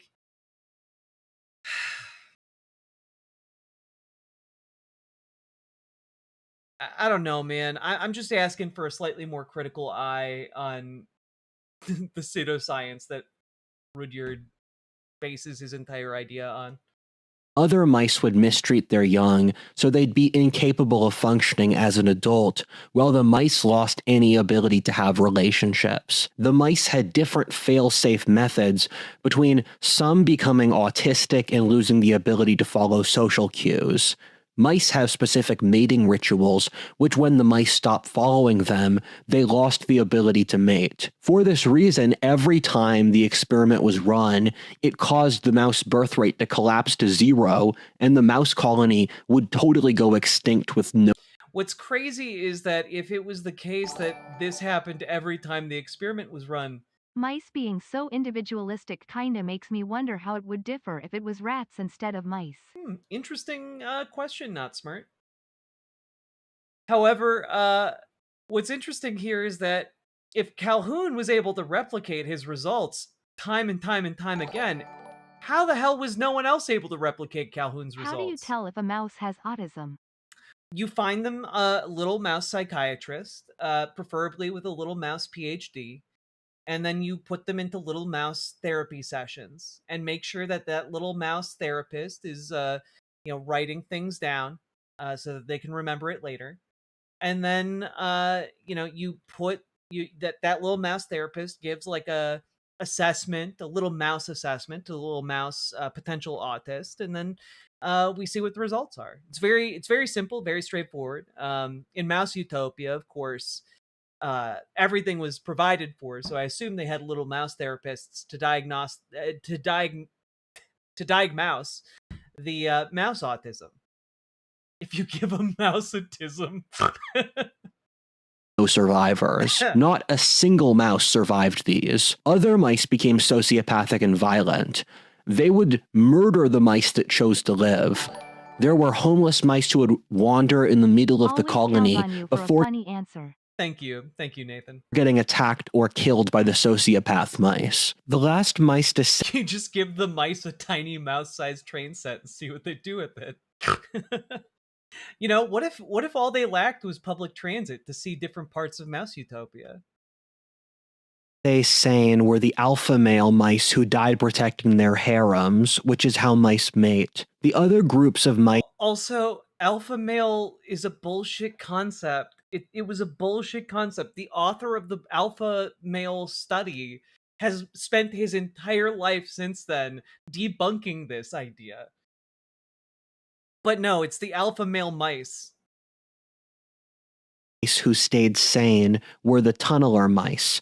The only mouse form of creativity is making tunnels or balls of dirt. The mice, much like humans, offshore their ability to maintain sanity or think to the group.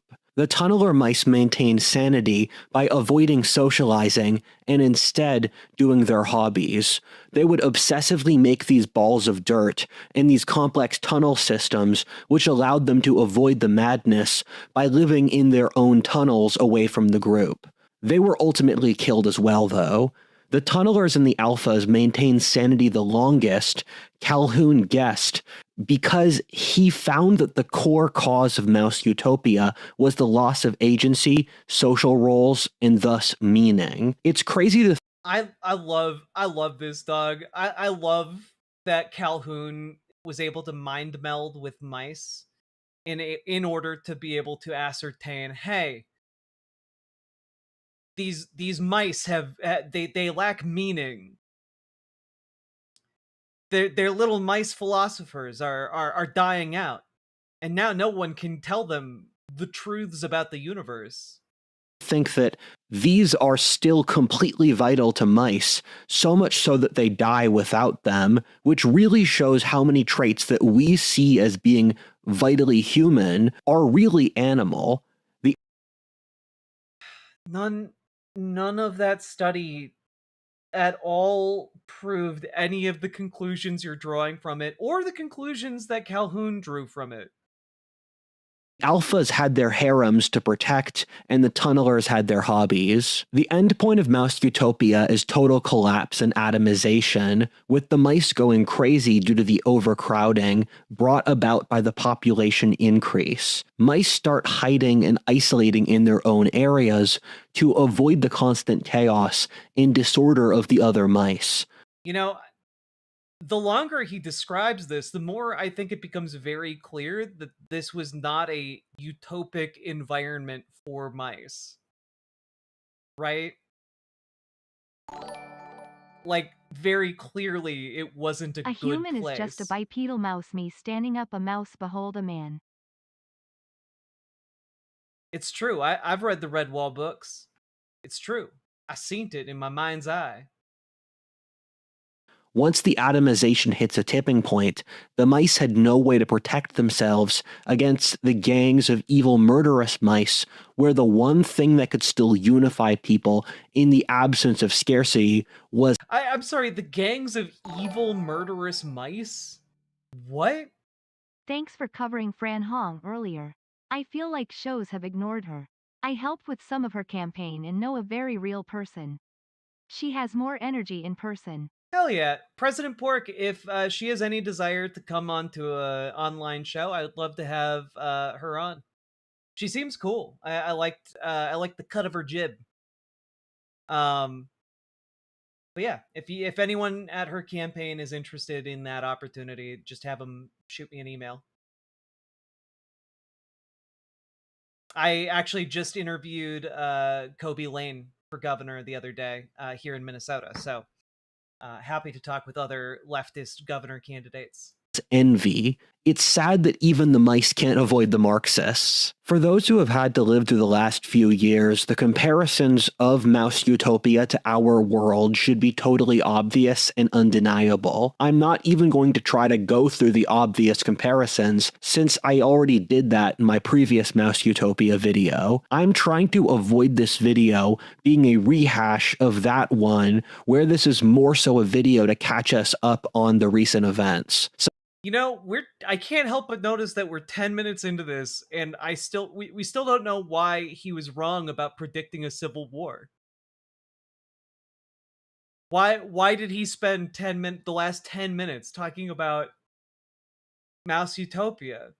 Like, I understand he thinks it has direct parallels to what's happening in human society today, which I want to reiterate is absolutely batshit insane and has no basis to draw that conclusion from. But we're a fifth of the way into this video. I expected some kind of elaboration by now.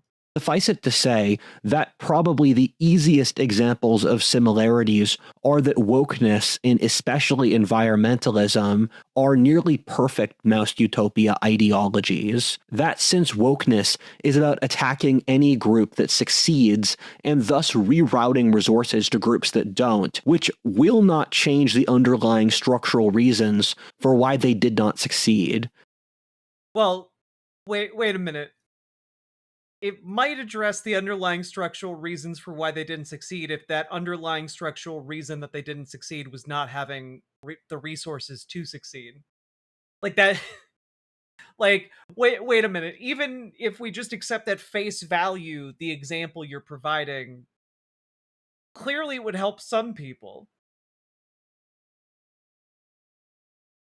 Oh, God. Is there anybody out there who would like to see Rudyard regain some level of improved health? I don't think he ever had that to begin with. Though it'd be cool to see him become unbrain poisoned. I am rooting for that outcome.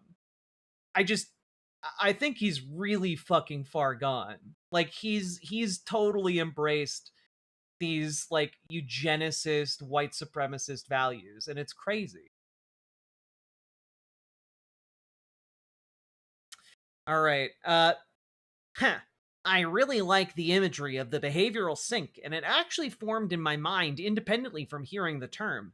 That's since I was looking around the modern world, and I was living in Los Angeles at the time, and I thought to myself, quote, people are flushing highly complex cultural systems down the drain with no plan for or replacement, unquote.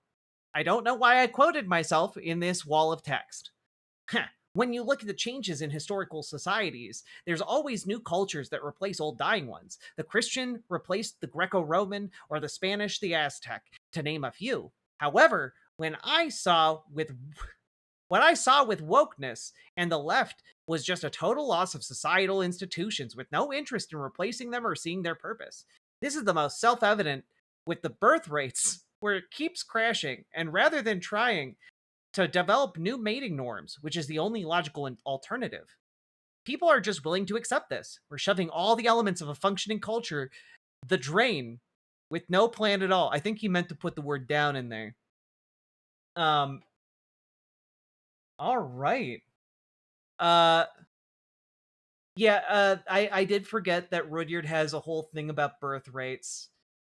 And I want to remind everyone that the reason the birth rate has fallen in the United States is largely due to the fact that teen pregnancy has gone down thanks to years and years of efforts to, better educate children about what it means to, like, do family planning and make healthy decisions about sex, and also making contraceptives available.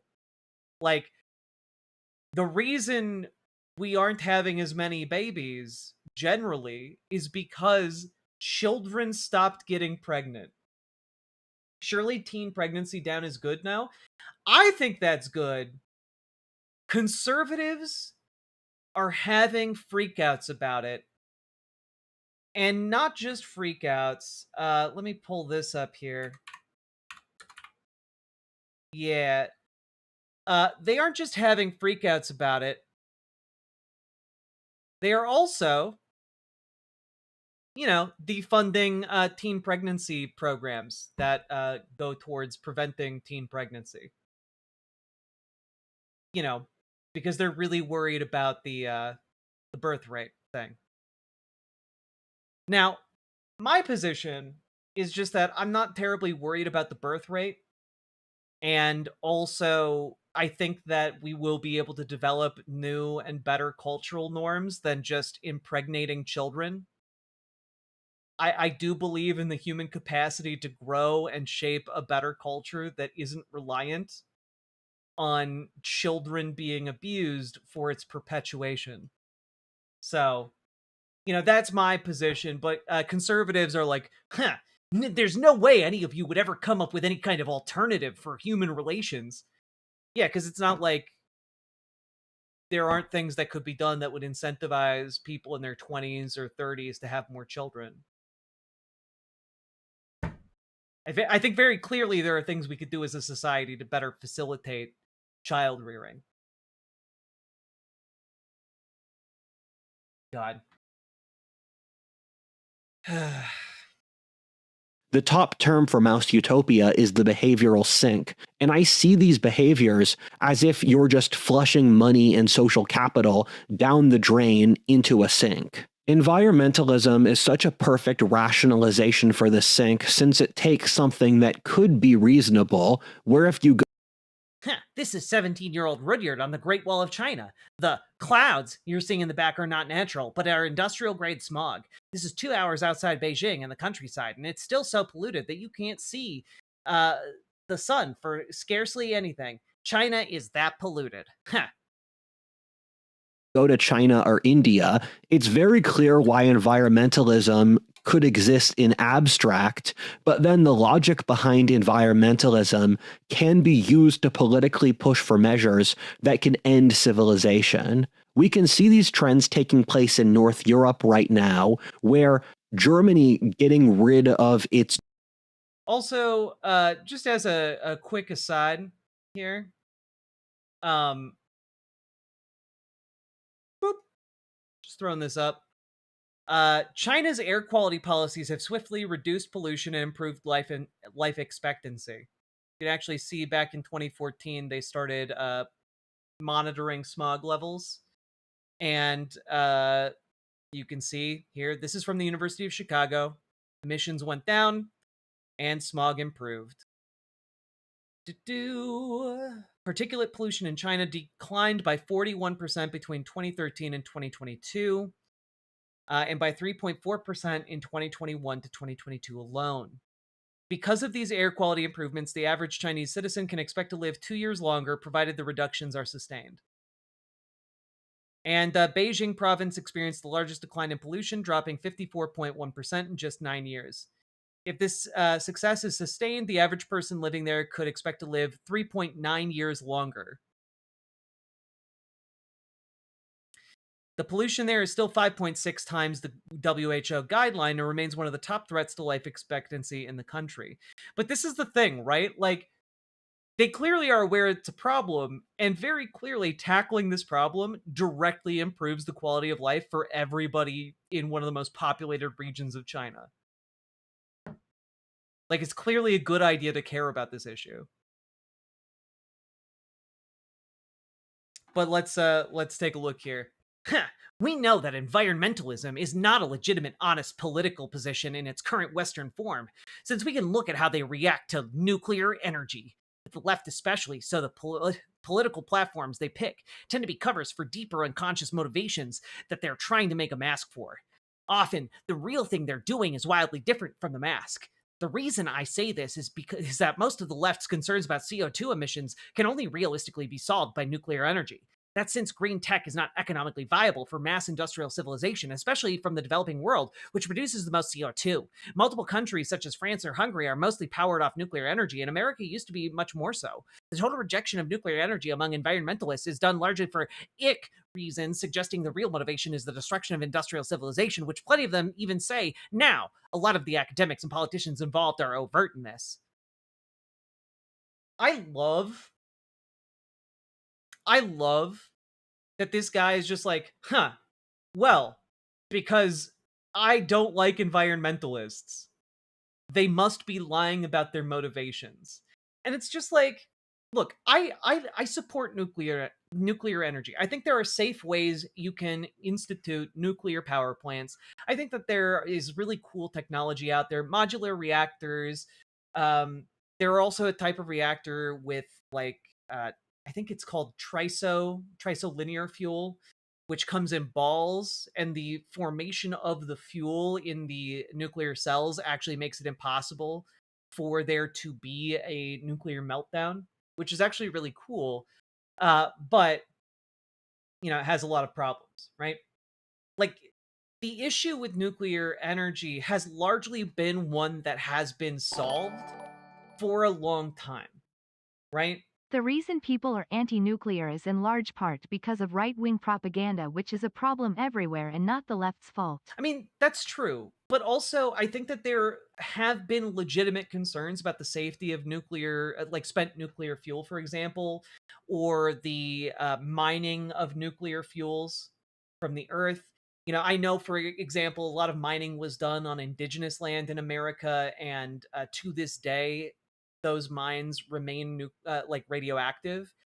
And when you look at the history of nuclear energy in America, the problem isn't that we don't know how to safely store spent nuclear fuel. The problem isn't that we don't know how to extract nuclear fuels from the environment safely. The problem is that, much like a lot of different things, it gets passed off to private corporations, right? And the private corporations are incentivized to cut costs, which means cutting those safety measures that are so important to the safe storage of nuclear fuel, to the safe handling of nuclear fuels once that they're being extracted in their raw form, and like the building of nuclear power plants themselves, right? And so part of the problem is the safety is compromised by the pursuit of profit. If the United States itself were to implement a slate of safety protocols that it actually intended to follow and then built plants along those guidelines, I would actually be way more in favor of it. As well as, the United States handling the sequestration of like spent nuclear fuel, right? Like, the issue here is that corporations that have focused on extracting resources like uranium have polluted lands, and plants built in the past have had nuclear Now the meltdowns. legitimate concerns are real, but a lot of them are solved issues again. This is a propaganda thing. Proper care, investment, and problem solving would fix all that. Well, but that's the thing, right? The thing is, there is a lot of emphasis on proper care and proper problem solving, but capitalism undermines both of those things, right? A good example, by the way, would be with Fukushima, right? Fukushima Daiichi, the nuclear power plant there, was built quickly by independent contractors, and the parts of the facility that failed were parts that were not built up to the appropriate standards because they were looking to build it fast and looking to build it cheap, and that meant quality suffered. And when we start looking at that problem, that doesn't go away, right? And we have developed better and safer ways of making nuclear energy, and I think those should be pursued. But I do think that it should be something that is pursued by the government rather than by private investors looking to make money. Because I think ultimately, when you're talking about something that has dangerous ramifications like nuclear waste seepage into the environment and stuff like that, the government that is accountable to the people that could be poisoned needs to be the one handling that. So that's my 2 cents, right? I'm in favor of like all approaches to fixing our massive warming problem on Earth, and I think nuclear energy has a place for that. But I also think that like we need to explore all the things.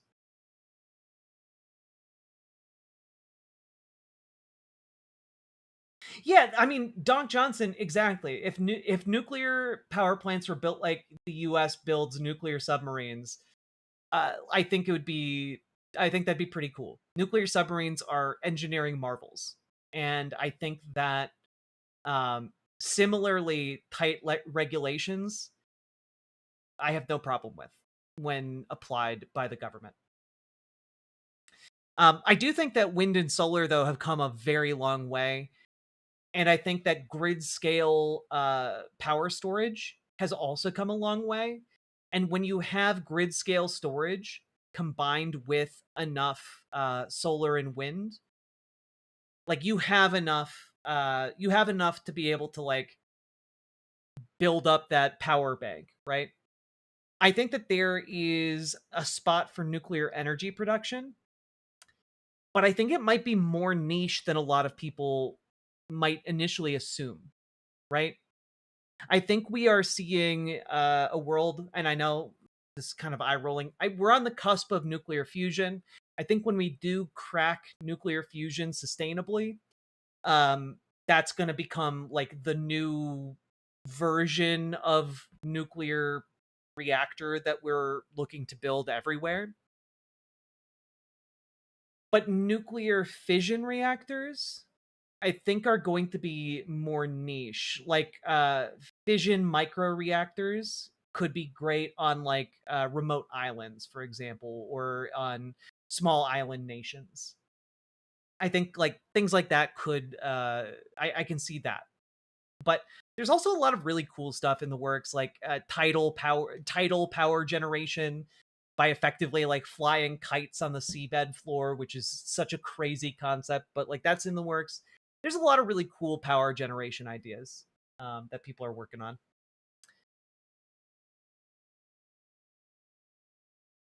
We already do fission. I said when fusion becomes a thing, that will become the main thing that people build. I still think that there will be places where fission has a place. I know that we already do fission. That's the only one that we currently do on a grid scale. Nuclear power plants and replacing it with coal doesn't make sense inside an environmentalist perspective. You're right, it doesn't.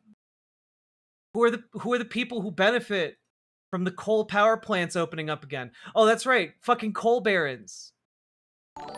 But makes total sense from a mouse utopia destroying civilization. I am glad you brought up Fukushima. At the heart of it, people possibly doing it wrong isn't a good reason to not do it. I agree with your implementation. I was just being pedantic. Oh yeah, of course, Nathan.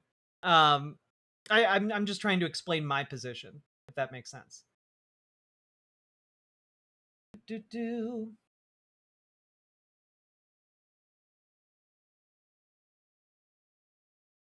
Don't act like it's basically green energy. I mean, it's not green energy, but I do know that there are ways to like crystallize it and make it into something that doesn't leak. It's just energy intensive, which is something that I think we had, fusion reactors, for example, or better grid scale storage. I think that basically eliminates the problem of nuclear waste if we can crystallize it, but that's, a whole other discussion.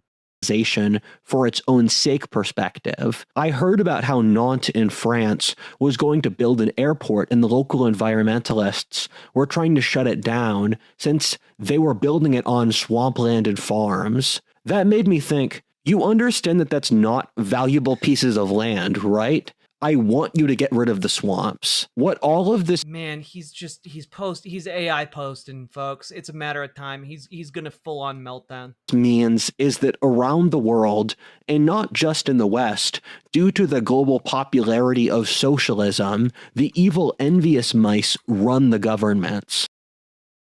Oh my god. What? Oh my god, this is one of the worst maps I've ever seen. How Marxism and its descendants, like wokeness and socialism, conquered the world. Functionally Marxist Latin America, South America. Functionally Marxist Madagascar. Oh, like, what the hell is this? India is third way socialism?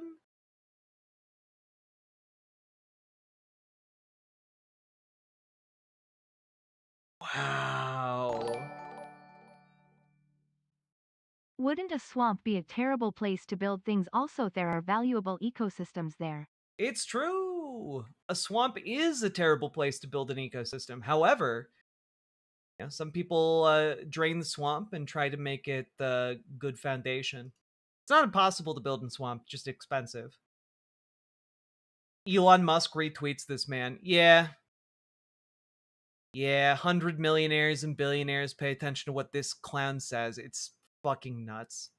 That means that these types of regimes will either actively push for mouse utopia or not be willing to take measures against it. Part 2, what I got wrong. When I predicted that we'd thank God. We're finally about to learn. Have a revolution or a civil war, I said that these events were completely certain except for one caveat, that being that mouse utopia was so far advanced that society was about to totally collapse anyway. The reason I said that is that from the Civil War, or revolutionary analysis, that every variable was already in motion to a degree that you couldn't stop. This is what Peter Turchin said when he predicted a civil war in the mid-2020s, writing around 2010, that you would have to change decades of history leading up to that point, where even in 2010 it was certain. When both sides have rhetoric where they currently are, and the entire government or society divided up, you have an enormous pressure towards conflict without any real pressure towards unity. You need an equivalently large pressure in forces like this to stop these historic trajectories. The thing is that we have something that big, which proved to be even greater than I expected. I don't feel bad for getting my prediction wrong. How to Disappear writes, "This is like the world from Disco Elysium." And you know what? Rudyard does talk like a character from Disco Elysium, and I mean that very derogatorily. Looking back on it, I see that I did all of my analysis correctly, but we ended up in the fringe timeline, which I used as a caveat. Oh my god, so many of these. This logical fallacy is very Age of the Last Men coded, of saying that the idea that history could change is deeply unrealistic. Also, that whatever happens is by its own nature progress, since progress is a natural law. For example, people like to say the South could never have won the Civil War, or the Germans World War II, although for each of them they nearly occupied the enemy's country capital, and were only stopped from doing so by one or two fairly tight battles. I see it with all the predictions people made in the early 21st century about the future. I read one that the US, Mexico, and Canada would fuse into a federation as nations grew weaker. All the predictions were hyper-modern and managed, where by the end of history was too perfect to alter. The reality, in fact, caused by this frame being too weak to lead, was the most schizo-insane timeline as we are all barreling towards extinction and total national collapses. The Nothing Can Change school, in fact, causes staggering changes by enabling entropy since no one can think big enough.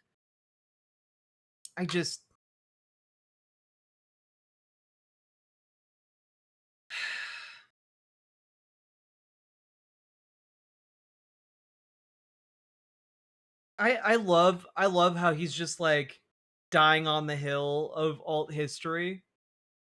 You know? Just like, you said the Nazis couldn't have won World War II. Well, let me present to you 5 different ways they actually could have won World War II if things had gone exactly as I imagined them to.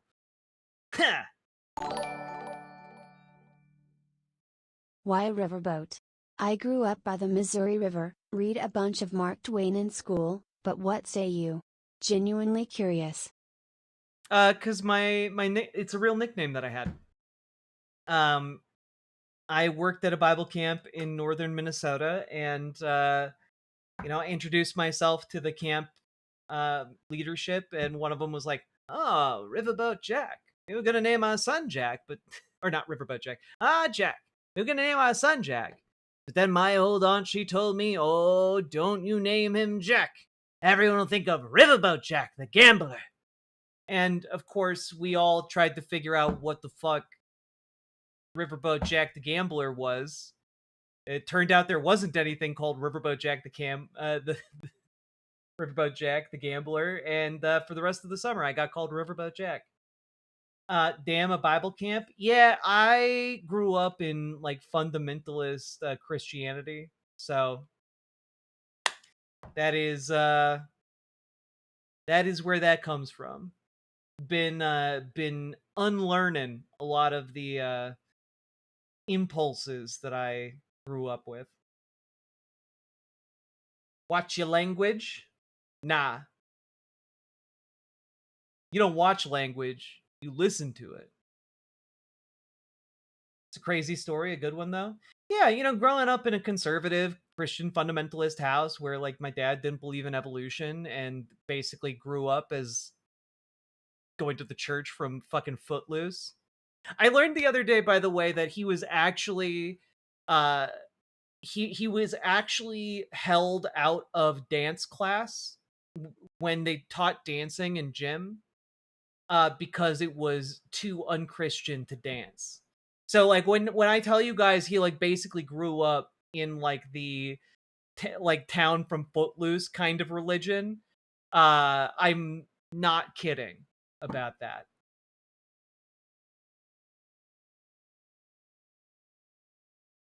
Please don't curse. That's all I'm saying. Fuck you. You go do your own show where you don't curse. That's so sad. It is. But he never really grew out of it. And I'm, you know, I pity him, but you know, his life. He can do what he wants with it.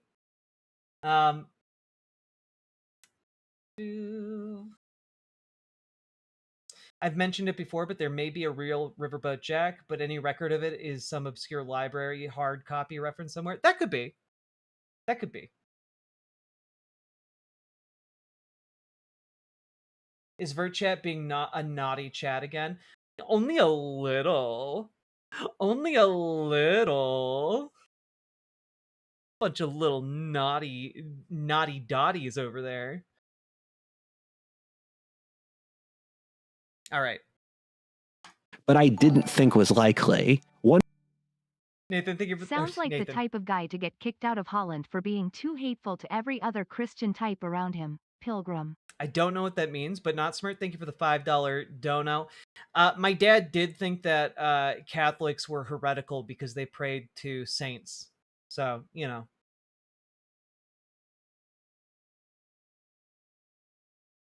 It's not an uncommon evangelical belief.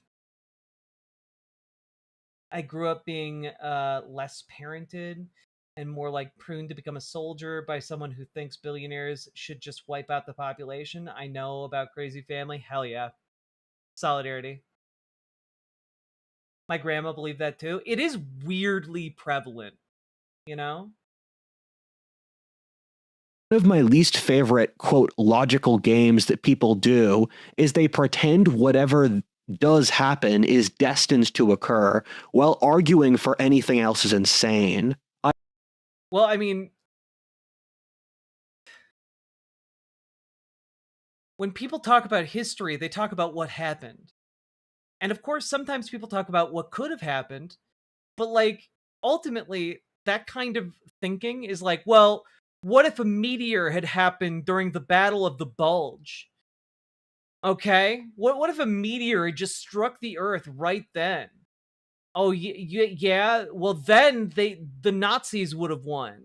And it's like, well, oh, okay, but like what if dinosaurs emerged from a hole in the earth and consumed an entire village? And one of the villagers that was eaten was baby Hitler. What then? You know, it's look, these are the alt histories I seriously engage with and think would be fun. Meteor during the bulge, the double bulge. Look, I'm still in favor of German dinosaur hellhole. What it meant is a large number of American pilgrims were forced out of Holland or somewhere because they were too hateful to other Christian sects after they fled from England for the same reason. Oh, okay. Sorry, I thought you were talking about like some kind of Christian sect currently in Holland. Jackie's called what I feltest. I think alternative history is a given here. I mean, that's true. He just doesn't usually talk about it like it. He doesn't usually talk about alternative history specifically as if it is relevant to modern political analysis, but, you know, whatever. I remember when I was a teen and I was watching an alternate history YouTube channel that said that the US could never have conquered Canada in the War of 1812, even though we had 10 times Canada's population at the time. Huh. What if we sent in an entire squadron of Rambos into Canada? You never thought of that, did you? Alt history channel I watched as a teenager. Huh. I want as many Riverboat Jack origin stories as possible.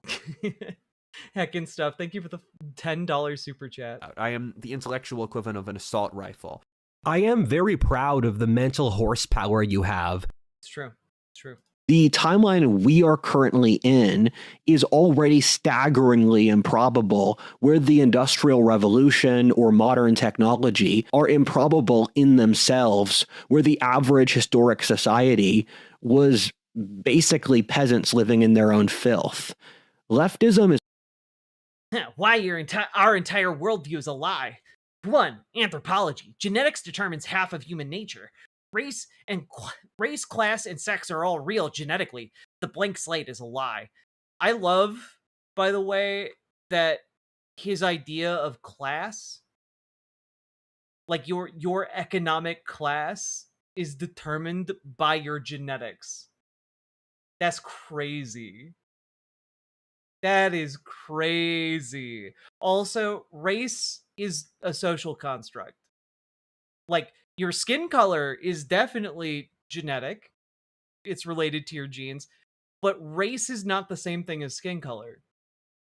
You know, race was developed as like a bullshit categorization system for Europeans trying to justify phrenology. Like, that entire idea system around the race is bullshit and made up, and relatively recent too. But skin color, of course, has always been around. Also, just want to point out that none of that is what anthropology is. Anthropology is not about how genetics shape half of human nature. It has nothing to do with any of those things, so that's interesting. 2. History. It's clear that the West's rise was not due to oppression, and Europeans are not uniquely evil. No serious historian disagrees. Well, of course Europeans aren't uniquely evil, but the period of, like, colonialism is a hugely recent event that has sweeping ramifications and was incredibly evil. It's not uniquely evil to Europeans. Other civilizations have done similar activities in the past. But with industrialization, it allowed Europeans to do it on a scale previously unimaginable.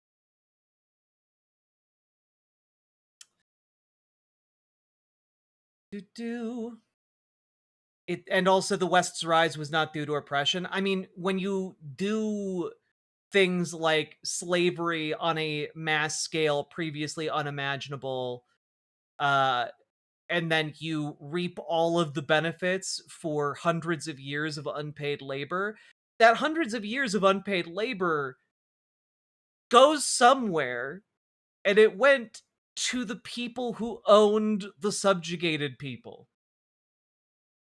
Like, that's...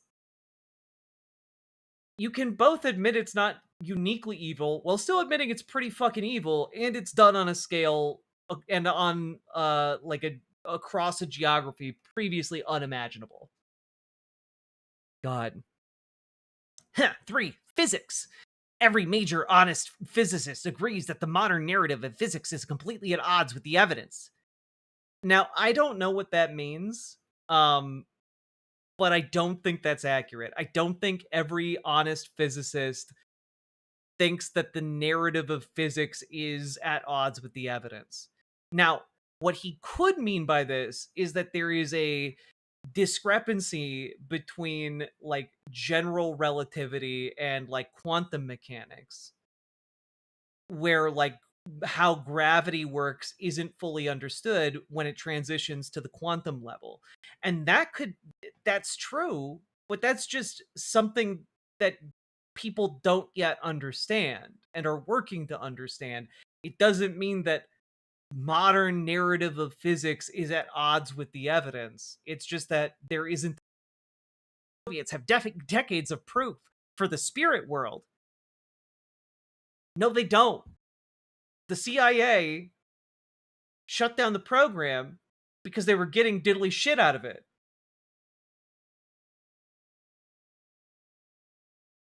Like, this is insane gibberish.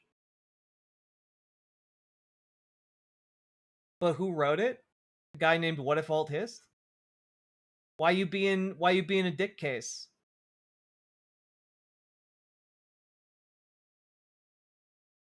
We good? I didn't lose any frames on my end. Weird. I'm curious. Well, you don't have to be a dick about it. You can just, like, ask a question.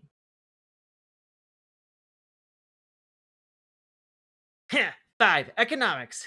Keynesianism was an abject failure.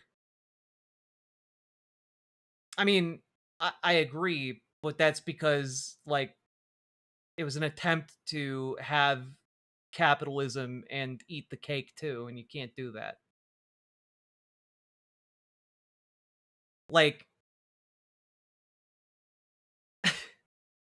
the reason Keynesianism doesn't work is the same reason all formulations of capitalism don't work and lead to massive economic busts, which is that when you have people at the top hoarding profit and then have speculative markets, those markets will get a lot of attention, blow up into bubbles, and then fucking collapse. We've seen it happen routinely, and it is not great.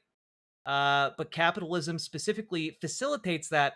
And while you might think, hey, that seems like a flaw in capitalism, it's actually not, because capitalism is designed to work for the rich. It's designed to work for an aristocracy.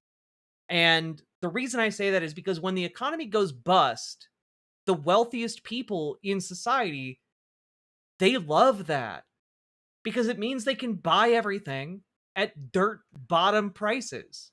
They still have all the money in the world, right? It's just you guys, working people, who actually get shafted.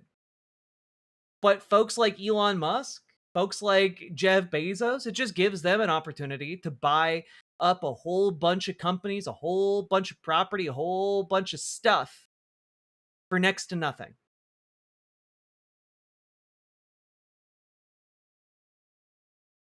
It's also staggeringly incorrect by any historic standard, and the fact that our shared social beliefs... Oh god, I didn't finish the last two. Fuck. Sociology. Marxism is an abject failure and yet continues to rule the world indirectly through critical theory and the CCP. Now, Marxism has never been tried on the scale of a nation. Just to be very clear, specifically because in order for that to be true, workers would have to own the means of production in that country as the predominant economic mode of production, right? And what that would look like would be like an entire country full of democratic worker co-ops, and not just state ownership. State ownership is not workers owning the means of production. It's just a different abstracted ownership that profits from the labor that's done in the workplace, right? Like, the idea that, like, state ownership is Marxism is completely at odds with the ideas put forward by Marx and the goals put forward by Marx. The goals of communism is a stateless, classless, moneyless society, which you'll note is completely at odds with the idea of state ownership. And so saying Marxism has been proven to be an abject failure, that's not the case. We just haven't actually seen it on a mass scale. We have seen it on smaller scales in the form of democratic worker co-ops, by the way. And the data on those is that they perform much better than traditional privately owned businesses. So just as an FYI, we have them in the United States. They work great. And my proposal to transition us to a better economy is just, let's make more of those. Let's make it easier to make democratic worker co-ops. Let's provide mechanisms for workers to be able to buy their workplaces. Pretty straightforward. There are a lot of benefits to this, both for the people who work here in the United States, for the people who live in the United States, for the communities these businesses work in. I think there's a lot of solid evidence for this. But Marxism continues to rule the world indirectly through critical theory and the CCP. I'm sorry, but like, if your ideas can't withstand scrutiny through a point of view that prioritizes worker well-being, then your ideas are bad. And finally, the CCP isn't Marxist. I know this might come as a shock to some people, but China having nationalized corporations and then completely almost completely free market capital areas of the country, this is not Marxist at all. And 7, diet. The food pyramid says that carbs are the healthiest food and that seed oil and sugar isn't bad. Have been completely debunked. 1, I have never seen a food pyramid that talks anything about seed oil. But 2, yeah, because the food pyramids were like created by lobbyists for the American food industry. Like all the got milk signs created by lobbyists from the dairy industry. Like, yeah, congrats, you've encountered a marketing campaign for the first time. Are this incorrect already doesn't really make any sense, since 99.9% of human societies in history would say that the things we believe as a society are just completely insane. Doing these sorts of predictions are Rough to the rescue, it's all good. You're 10,000 times better than the average person who comes in from vertical chat, so I appreciate you.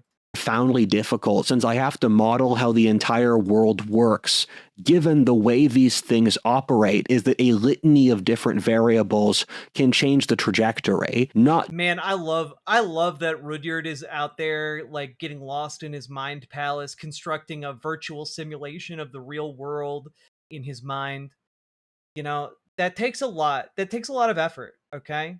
I am very proud of the mental horsepower you have. Just the variables you're measuring or are aware of. This is why technocracy and social engineering always fails on such a staggering level. These are often driven by unpredictable variables. In many cases, yeah, I'm pretty sure the CCP's current position I is remember dengism. back in elementary school, Got Milk had people convinced bones were as brittle as leaves. It's true, Nathan, it's true. Yeah, like dengism is the embracing of capitalism in an effort to, at some point in the future, return to socialism. I don't know. I think dengism is quite silly, but that's just me. the thing that changes the equation you're looking at is what Nassim Taleb calls black swans, which are unpredictable variables that ironically occur with... Here are the predictions I got correct. 1, mouse utopia. You didn't predict that. Not gonna lie, most of these weren't that hard to spot if you had your ears to the ground and knew how societies work historically. The thing though is I was calling this going back to 2020, and most people were very deep in cope until super recently. The modernist where special cope was everywhere and happened to vanish now. I can't wait for people to say they've always believed this, going back on the years of abuse for calling these early. Again, this is some true Nostradamus predictions, right? Oh, civilizational decline. Oh, wow, you said civilization will decline, and then civilization got worse? That's not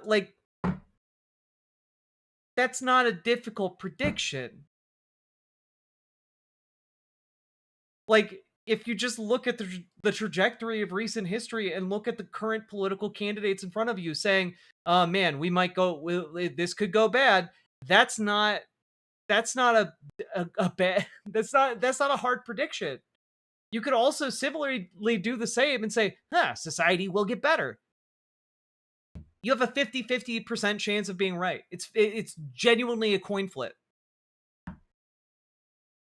So much vague posting in that list, right? The suicide of the West. What does that mean? What are you talking about? US sliding into civil war. You didn't get that correct. You're literally making a video right now about how you didn't get that right. 5, the rise of incel politics. Incels have been around since before you made predictions in 2020. I was writing about them in like 2012. Like, that's crazy.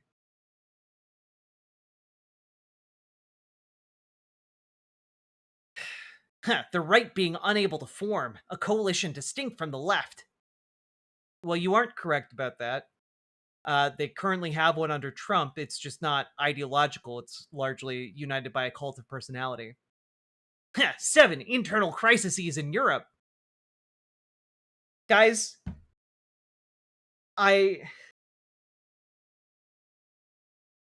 he's taking credit for pointing out a continent and saying that there are going to be problems there.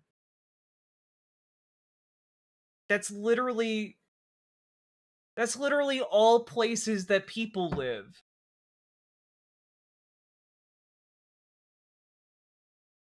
China becoming totalitarian. Oh my god. China was authoritarian in 2020. What do you... The elites being pedos. Jeffrey Epstein had already been convicted, and we knew about him being a fucking scumbag already. You predicted the exact week Russia invaded Ukraine? I'm gonna need a citation on that one. The birth rate crisis collapsing to 0. It hasn't done that. These are just predictions you've made, but some of them are so vague they don't account for this. Like, the left going completely insane. What does that mean under your nonsense metric? The far-right backlash, Great Depression for normal people? Okay. Relative statistical frequency. This is why I say that my job is betting against God, and I don't fault myself for getting this stuff wrong.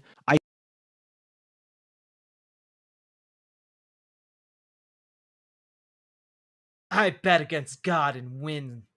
I challenge any of my critics to get a better predictive record than me, and here's a text wall of all the predictions I got right. Man, conservatives have gotten so fucking weird. Like, this is like so far gone from reality. It's crazy. The spirits like to convey the message that you should mentally see me as Gandalf. It's better to have a culture where we encourage people to take risks than one where we just hide in the corner. Also, my attitude towards these things is that I change my worldview every year with new information, and I don't know, man. I've been covering you for years. Your worldview is basically the same. It's the same, like, deeply hateful bullshit. You just have added more hateful bullshit onto it as time has passed. It's crazy. worldview is an open source code, which I'm constantly testing or feeding new inputs into. What happened here is that a handful of variables I wasn't tracking crystallized to make Mouse Utopia vastly worse than I expected initially. Mouse Utopia, over the last few years, was able to radically surge in importance. We're still going to have a civil war, in my opinion. It's just that Mouse Yeah, this is what if alt hist being fucking insane. Utopia is going to become the dominant variable around the world soon. It's similar to how the Black Death during the crisis of the 14th century became the most important event around the world, but you still have political crises like the 100 Years' War or the fall of Mongol China occurring at the same time as the Black Death. Mouse Utopia has grown. Man, I love how he frames that like it's a profound thing that two things can happen at once. He frames it as if like, did you know that one thing can happen in Europe and another thing can happen in China? Like, God. The quality of the conservative intelligentsia has gone so far downhill. So rapidly that it's eating literally every other variable in the society, and it will soon kill all of us if we can't change direction. We're stuck in a uniquely weird position as a society due to the internet, screen addiction, the baby boomers, and feminism or wokeness that allows us to get to the edge of a civil war, but then not actually cause one. Feminism edges us with civil war is one of the most wild things I've ever heard in my life. Then what happens is that Mouse Utopia becomes the main instigating variable, which allows a civil war-like conflict to emerge. I will unpack how the timeline we're currently in was practically designed by God to make the society involved look as pathetic as possible. As I said in my recent video on my second YouTube channel, History 102, with my video on the Age of the Last Men, Nietzsche Oh God, don't make me go to his second channel. Don't make me do it. I've done it once. I don't want to do it again. He wasn't actually wrong. He was too correct. Yeah, like he's transcended normal correctness. He is now super correct. Predicted that this would occur in the 19th century. He said that the society of the 21st century would be so horrifyingly complacent, nihilistic, and yeah, he has a second channel.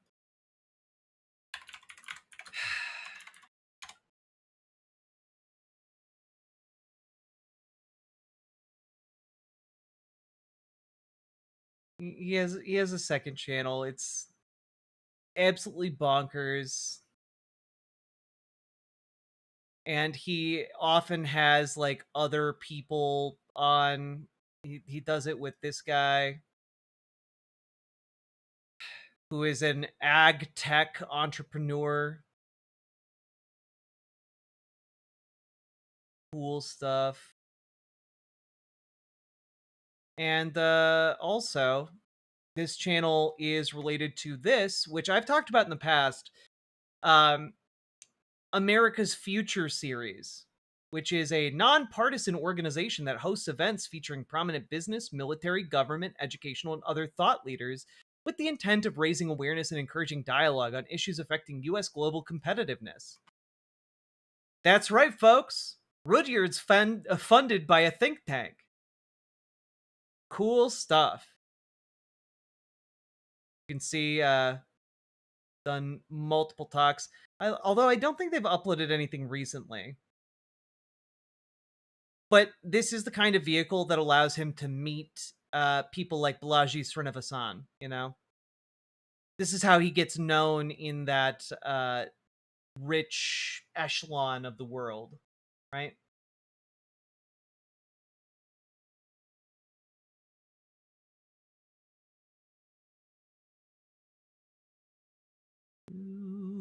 envious and pathetic as to become a benchmark for thousands of years for what we should avoid as a species. That is where we're stuck now. The good thing is that Nietzsche What is his channel? What if alt hist? predicted that the last men would lose and that their society would collapse. Screen addiction is an enormous variable. Still ass-licking a child rapist. Still supporting a child rapist. Trump molested young girls, and you're still here cheering this pedophile. You're a bitch. Fuck Israel. Look at you supporting a child rapist. Look at you supporting a child rapist. You're a disgraceful bitch. You need to be slapped up for real for supporting this pedophile protector. You know, I understand it's vertical chat, but I'm a socialist. I literally recorded like a 2-hour-long segment shitting on Donald Trump earlier. And you just came in, made a buttload of assumptions, and told me that I deserved to be beat up. I don't know.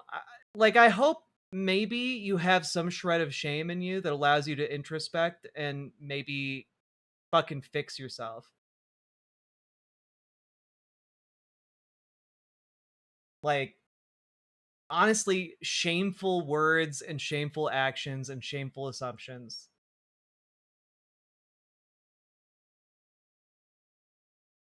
Here, which creeped in on us at the exact worst moment. It's hard to overstate how negative the consequences of screen addiction are. I've spent over a year trying to decenter myself from the internet, and I've been largely successful. I've developed my own system to manage screen addiction, which I'll make a video. Like, I don't know, I criticize Donald Trump like practically every day.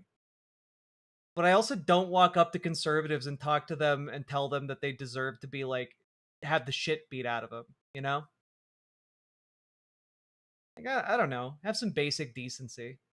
Video on this channel explaining soon. However, what I learned in the process is that screen addiction has consumed nearly everyone. Oh, is this the ad read? Is he about to do an ad read? Well, it's not really an option anymore. Screen addiction is practically mandatory now if you want to be a member of society. The trick the society does, where they'll give you a bad social product, like bad quality food, politics, or school, and say that if you don't like it, you can go somewhere else, is horrible, since the industrial system is so centralized that there really isn't another option, so you're just stuck with their bad quality product that they're totally unwilling to take responsibility for. One of the worst elements of Mouse Utopia is the atomization. Oh man, I really thought he was going to insert an ad read. He gets sponsorships.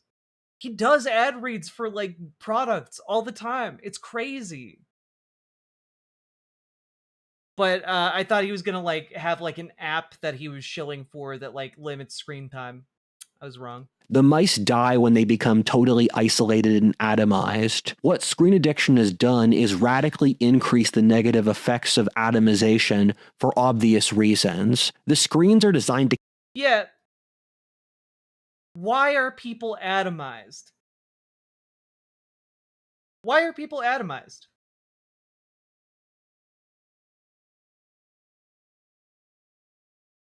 People are atomized by our capitalist ecosystem, by the capitalist economy we exist within. That's why people need to go do gig work. It's why people are increasingly isolated. It's to make them replaceable, to make them essentially mass-produced cogs that can fit into any part of the machine. That is the purpose of atomization. It is to leave people alone where the only place that they can go is to work for socialization. That's it. It makes you completely dependent on your job, completely dependent on doing capital labor. Or labor for capital, Bring rather. back third spaces, invest in public transport. Well, exactly. The death of third spaces was done by venture capitalists. And it's not even necessarily like a thing where like all the capitalists get together and they're just like, we're going to atomize everybody. But it is very clear to see that the push to maximize the amount of labor you get out of an employee, that push is what atomizes folks, you know, because, oh, well, we're only required to be there from 9 to 5, but, you know, if I don't show up at 8 o'clock and look like I'm the most productive one in my squad, I might get fired. Like, this is the kind of thing where, like, suddenly your time is getting eaten into, even beyond the confines of what you had contractually agreed to. And in turn, this means more and more of your time is pulled up, but is pulled up by your corporate overlords, right?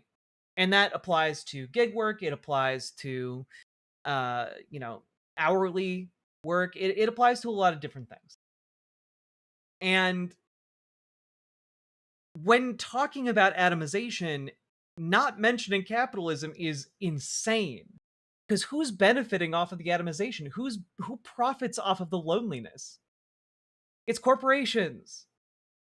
Like, the loneliness allows for dating apps to proliferate in order to try and fill that void, in order to try and make it more efficient to date. And suddenly you're paying, a huge amount of money to just try and find dates. Or, you have alternatively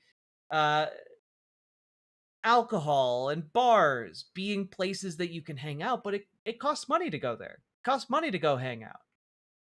Money that you need to like be able to afford breaks from the capitalist hellscape. Right? Like, there's a lot of different factors in here that pile on top of each other, and it doesn't take any concrete coordination between the different actors in the system. It's because the system itself is weighted towards this outcome. But people like Rudyard like to allege there's some kind of shadowy conspiracy by, I don't know, leftist Marxist or whatever to atomize people. Keep us constant. pulled up the video to read the description and got a list of sources. Got this gem in there, the Unabomber's Manifesto by Ted Kaczynski. Yeah, he thinks Ted Kaczynski was cool as shit.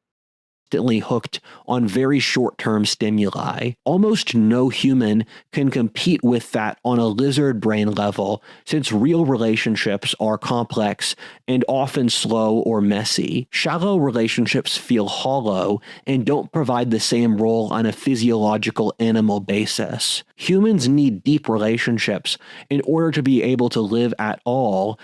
Almost like the social needs and relationships between human beings is one of the building blocks of the success of our species.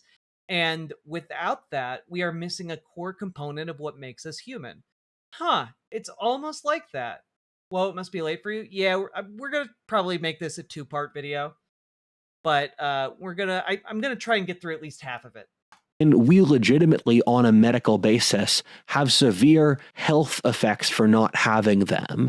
Loneliness cuts off as many years of your life as smoking cigarettes does. Another element of the mouse utopia atomization with screen addiction is that you have to see screen addiction as like abusing a drug, in that it puts people into an altered psychological state, which you can't compare to a normal sober person. As I've said before, I'm going to make a video on this topic soon.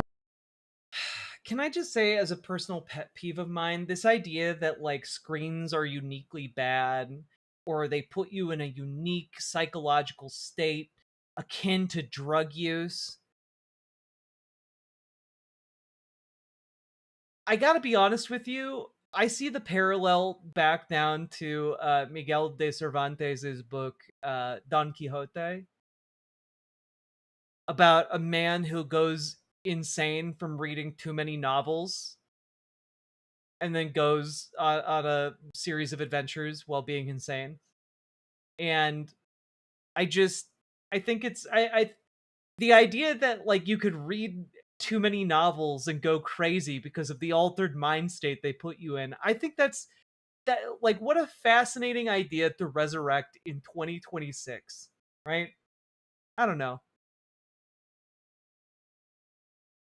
But it's hard to overestimate how much the internet is coloring society today. I only realized this as I tried to distance myself from screen addiction, and then it started changing how I thought, where I started to remember and revert back to the version of myself I was as a child before I had the internet. This addiction is true even for baby boomers and older people who are still addicted to their screens. Everyone is so addicted to their screens that they don't even realize how much it's affecting them already. The reason I say that is that all of the social or political trends today are downstream from the internet. The cable news stations still hold the legitimacy and the money, but the real cultural shifts or innovations stem from the internet. I will say one thing is that one thing I've noticed getting older is that a lot of people have lost attention span, you know? And that's because your attention span is like a muscle.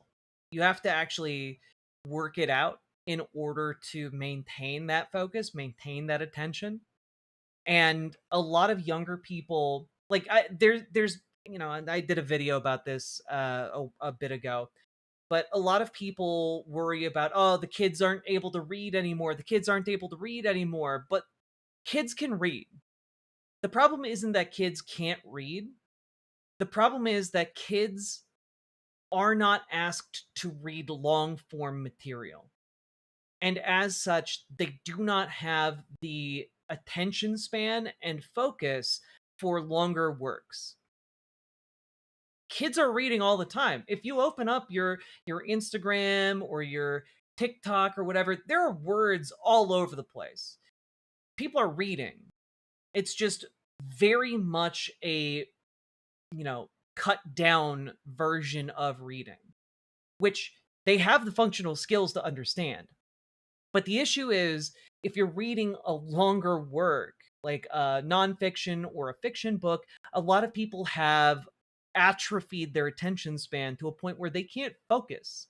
They can't actually like sit down and read a book. And part of that is the atomization. Part of it is, and the rise of this focus on screens is because people just don't have time to go home and sit down and read a book. Instead, they have to read microblogs on Twitter or Blue Sky, or that's what they have time for.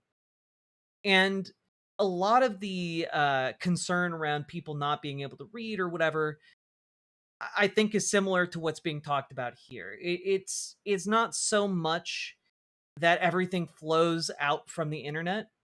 It's that the atomization of people means that there is less time available for even entertainment or academic pursuits. And so people are just getting information from their phones.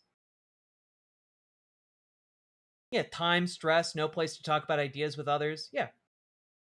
Every single major trend or event today is internet provoked because people are legitimately not going outside enough to spark trends in the real material reality. People will. Okay, but that's absolutely not true, though. People are sparking trends in material reality. You would have to go out and like find them, or find coverage of them in news and have the curiosity to go and look. But like, people come up with new trends all the time independent of the internet. It's just that the internet allows those trends to then be communicated to other people, and then you have the perception that it was all developed online, which is not the case. Will tell me to touch grass, and I'm sure I spend much more time in nature on a more frequent basis than any of these people, but there is no actual physical place to do things anymore. If young people want to form political groups, and I'm very active in the Texas right-wing youth scene, there aren't God, of course he is. really many options to do so. There's no third places for young people to meet or hang out. The only Shut your mouth. You are! If you're worried about being in a trend, don't be. You're in one. Okay, Barbosa. thing that I've found works is using the internet to organize people to meet up in person. I'm so angry that everyone is addicted to screens and we're so complacent that we don't even really talk about it. That's right. And that's why I'm asking you guys to get out from in front of your screens and to go join your local Dems and your local DSA. That's right, folks. It's time to organize because God help us all. This guy is actually organizing and if he can do it, you can too. And I'm willing to bet you guys can do it a lot better. All right, please join your local Dems, join your local DSA. If you need help doing that, join our Discord and reach out to Dragonfly for help joining your local Dems, and reach out to GamerG for help organizing with your local DSA. Let's go! Let's go, folks. All right. Link, do the things. There's also links to get involved in Progressive Victory down in the description. Go do that. They'll plug you in with any leftist campaign in the country just about, and you can do door knocking, phone banking, etc. You can really help out. You can make a huge difference. You guys have agency. Please, for the love of God, out-organize this clown. There's no social institutions to help deal with screen addiction. There's no recognition that this is an issue or so. There absolutely is a recognition it's an issue. They're trying to pass bills about it. They're trying to pass laws about it. Like, Jonathan Haidt's been writing about it for a long time. And by the way, I'm pretty skeptical about this idea that like limiting phone use will like make people better in general. But that's me. Social codes to help people be less addicted to their screens. It only makes sense if we're in the age of the last men. The only people I really see who talk about screen addiction are those who work in the tech industry, who see how the sausage gets made enough. Wait, Temmie, is Temmie a reference to the creatures from Undertale? I think it might be. I think the Temmies are creatures from Undertale. that they know about the negative consequences. I think we should all do our bit to lessen the addiction, but I'm also aware that lots of people, myself included, are dependent on work that requires using a screen, while every other vector of life has become mediated by screens, whether social, personal, entertainment, or even sexual. I think if screen addiction somehow vanished as a variable tomorrow, that we'd have a civil war. That's since what the internet algorithms and addictions do is hook people up to these giant egregores, which is a term for a collective group spirit, that are radically... Oh, God. Okay. All right. Internet algorithms and addictions do is hook people up to these giant egregores, which is a term for a collective group spirit.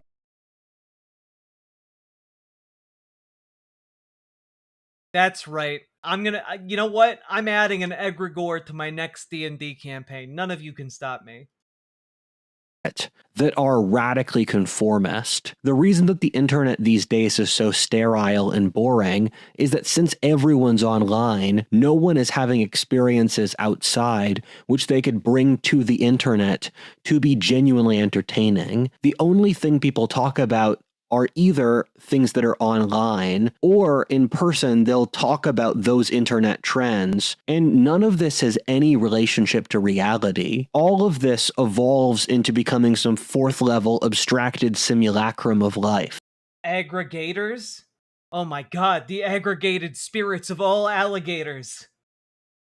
The digital culture also prizes conformity, insincerity, envy, and cruelty. These become psychological drives. Yeah, that's what I mean. He talks like Gary the crypto fascist from Disco Elysium. Absolutely. In their own right, and since people don't have lives outside their screens, then the biases implicit in these algorithms just become the new reality. People don't have enough objectivity to know how addicted they already are. At the same time, the screens suck up every extra moment, so they have... How is, like, I'm sorry, is your argument really that cell phones have stopped civil war because people just got distracted? People developed too much ADHD from their phones, and now the civil war is off? No, this is so stupid. This is so fucking stupid. No mental energy or time to think objectively to realize what's going on. This means it's impossible to organize people since the internet attacks anyone who is sincere in trying to fix things. What are you talking? It's impossible to organize anything? It's so much easier to organize things now than it ever was. Guys, before the internet, do you know how people found out about parties that were happening or nightclubs that were doing shit? Like, you had to find like a flyer, like just out in the world, or know somebody who was doing it. Like, there was nothing. You know what people can do now? Just look up events in my area, and then they find like 50 different events they can go to. It's so much easier. It's so much easier. People would just fly around a flyer? No, like a poster. The internet is so toxic and envious that it traps everyone in these low-trust games where nothing gets accomplished, but at the same time it uses psychological manipulation and constant dopamine to stop people from taking a step back and putting all the pieces together. The reason that all the presidential candidates for 2028 are reruns of older ones, while there are no new candidates which represent the... What are you talking about? No one has announced to run for 2028 yet. Also, the headliners for 2028 in the Democratic Party are all, like, almost all of them are people who haven't run before for president, like Gavin Newsom. Or AOC. Only one of them is Kamala Harris. The changing society is that the internet destroys anyone who tries to form genuine leadership. The internet has chewed up practically all of its formerly loved pundits, such as Jordan Peterson, Andrew Tate, Ben Shapiro. I mean, the internet does that to literally everybody. But also, there's a really easy solution to this. Don't be a bitch. Like, I don't know. The internet has chewed up. Like, sometimes people just move on to wanting to do other things. Destiny, Or you know, just like fall apart like Jordan Peterson. Vaush, or Hassan. The only reason I'm still around is I actively avoid you and everything you say. I literally do whatever the opposite of what the internet mob tells me to do, and it works quite well. When I realized that most of the internet would cheer on my death, it radically changed how I perceived the— Yo, I do not cheer for this man's death. Just to be very clear, I hope he lives a very long time. I think he's very funny. I think he's very dangerous, but I do think this guy is very funny. I derive an inappropriate amount of like comedy from the things he makes. God. Also, Hassan still exists. So Hassan is bigger than ever before. What are we talking about? Like, Hassan has literally never had a bigger profile than he has right now. May this man live as long as possible simply to prove him wrong. You know, I wasn't going to say it out loud, but then you did.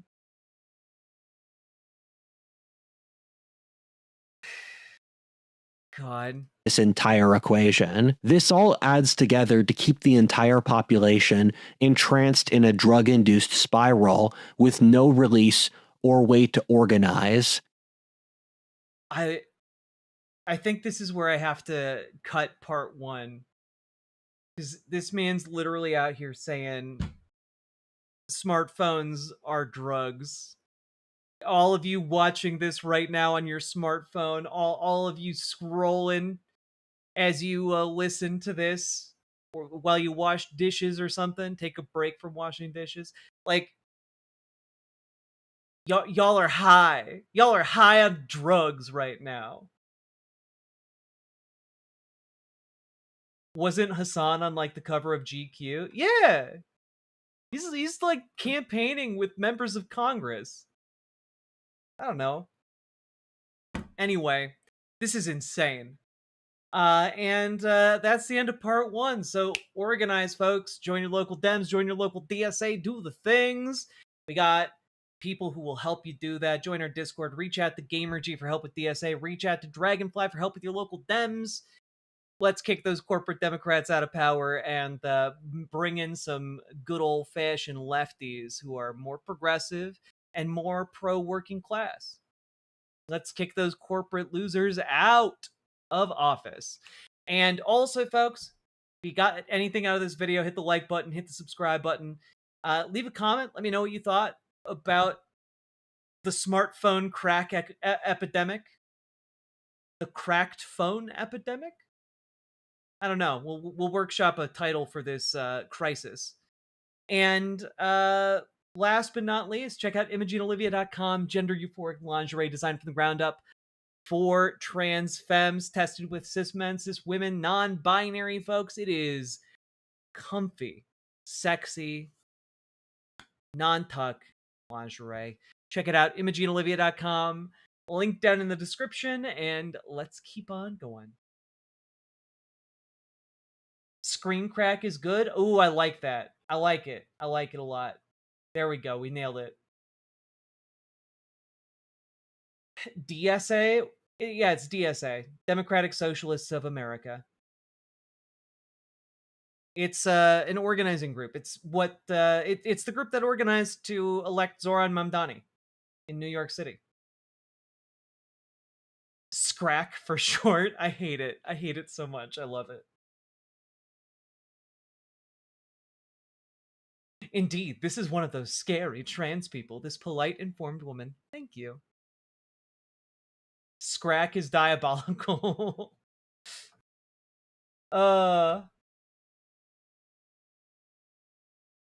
yeah, communists can work within DSA as well. They're big tent. All right, folks. I am going to skedoodle off to bed because it's 5 o'clock in the morning. God damn. All right, folks. Get good sleep. Get good rest. And also, remember, hit that subscribe button. And I'm going to play it one last time for those of you who missed it. Click the goddamn button. Go, go, go. Click the button. Click the button. Click the button. Rush to the rescue. Thank you. Click the button. Click the button. Click the button. Click the goddamn button. Click the button. Click the button. Click the button. Click the goddamn button. Click the button. Click the button. Click the button. Click the goddamn button. Click the button. Click the button. Click the button. Click the goddamn button. Click the button. Click the button. Click the button. Click the goddamn button. Click the button. Click the button. Click the button. Click the goddamn button. Click the button. Click the button. Click the button. Click the goddamn button. Click button. Click button. Click button.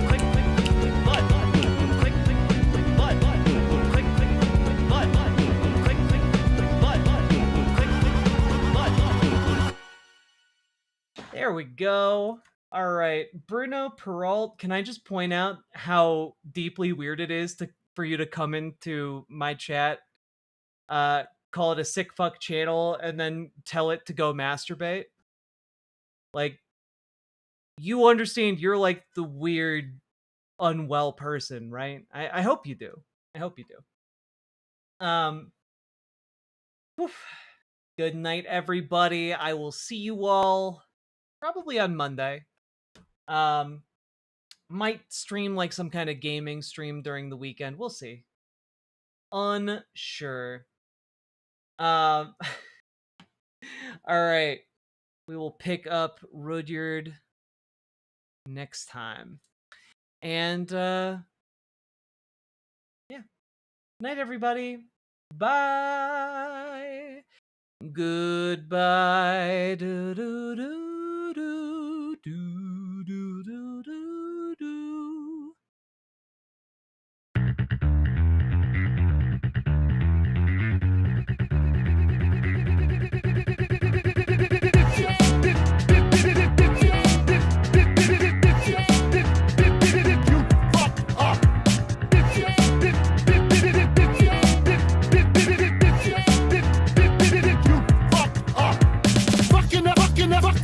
A bunch of bitches if I ever seen a bunch. And I'm telling you to your face, and if you don't like it, fuck you. They're fucking up this community.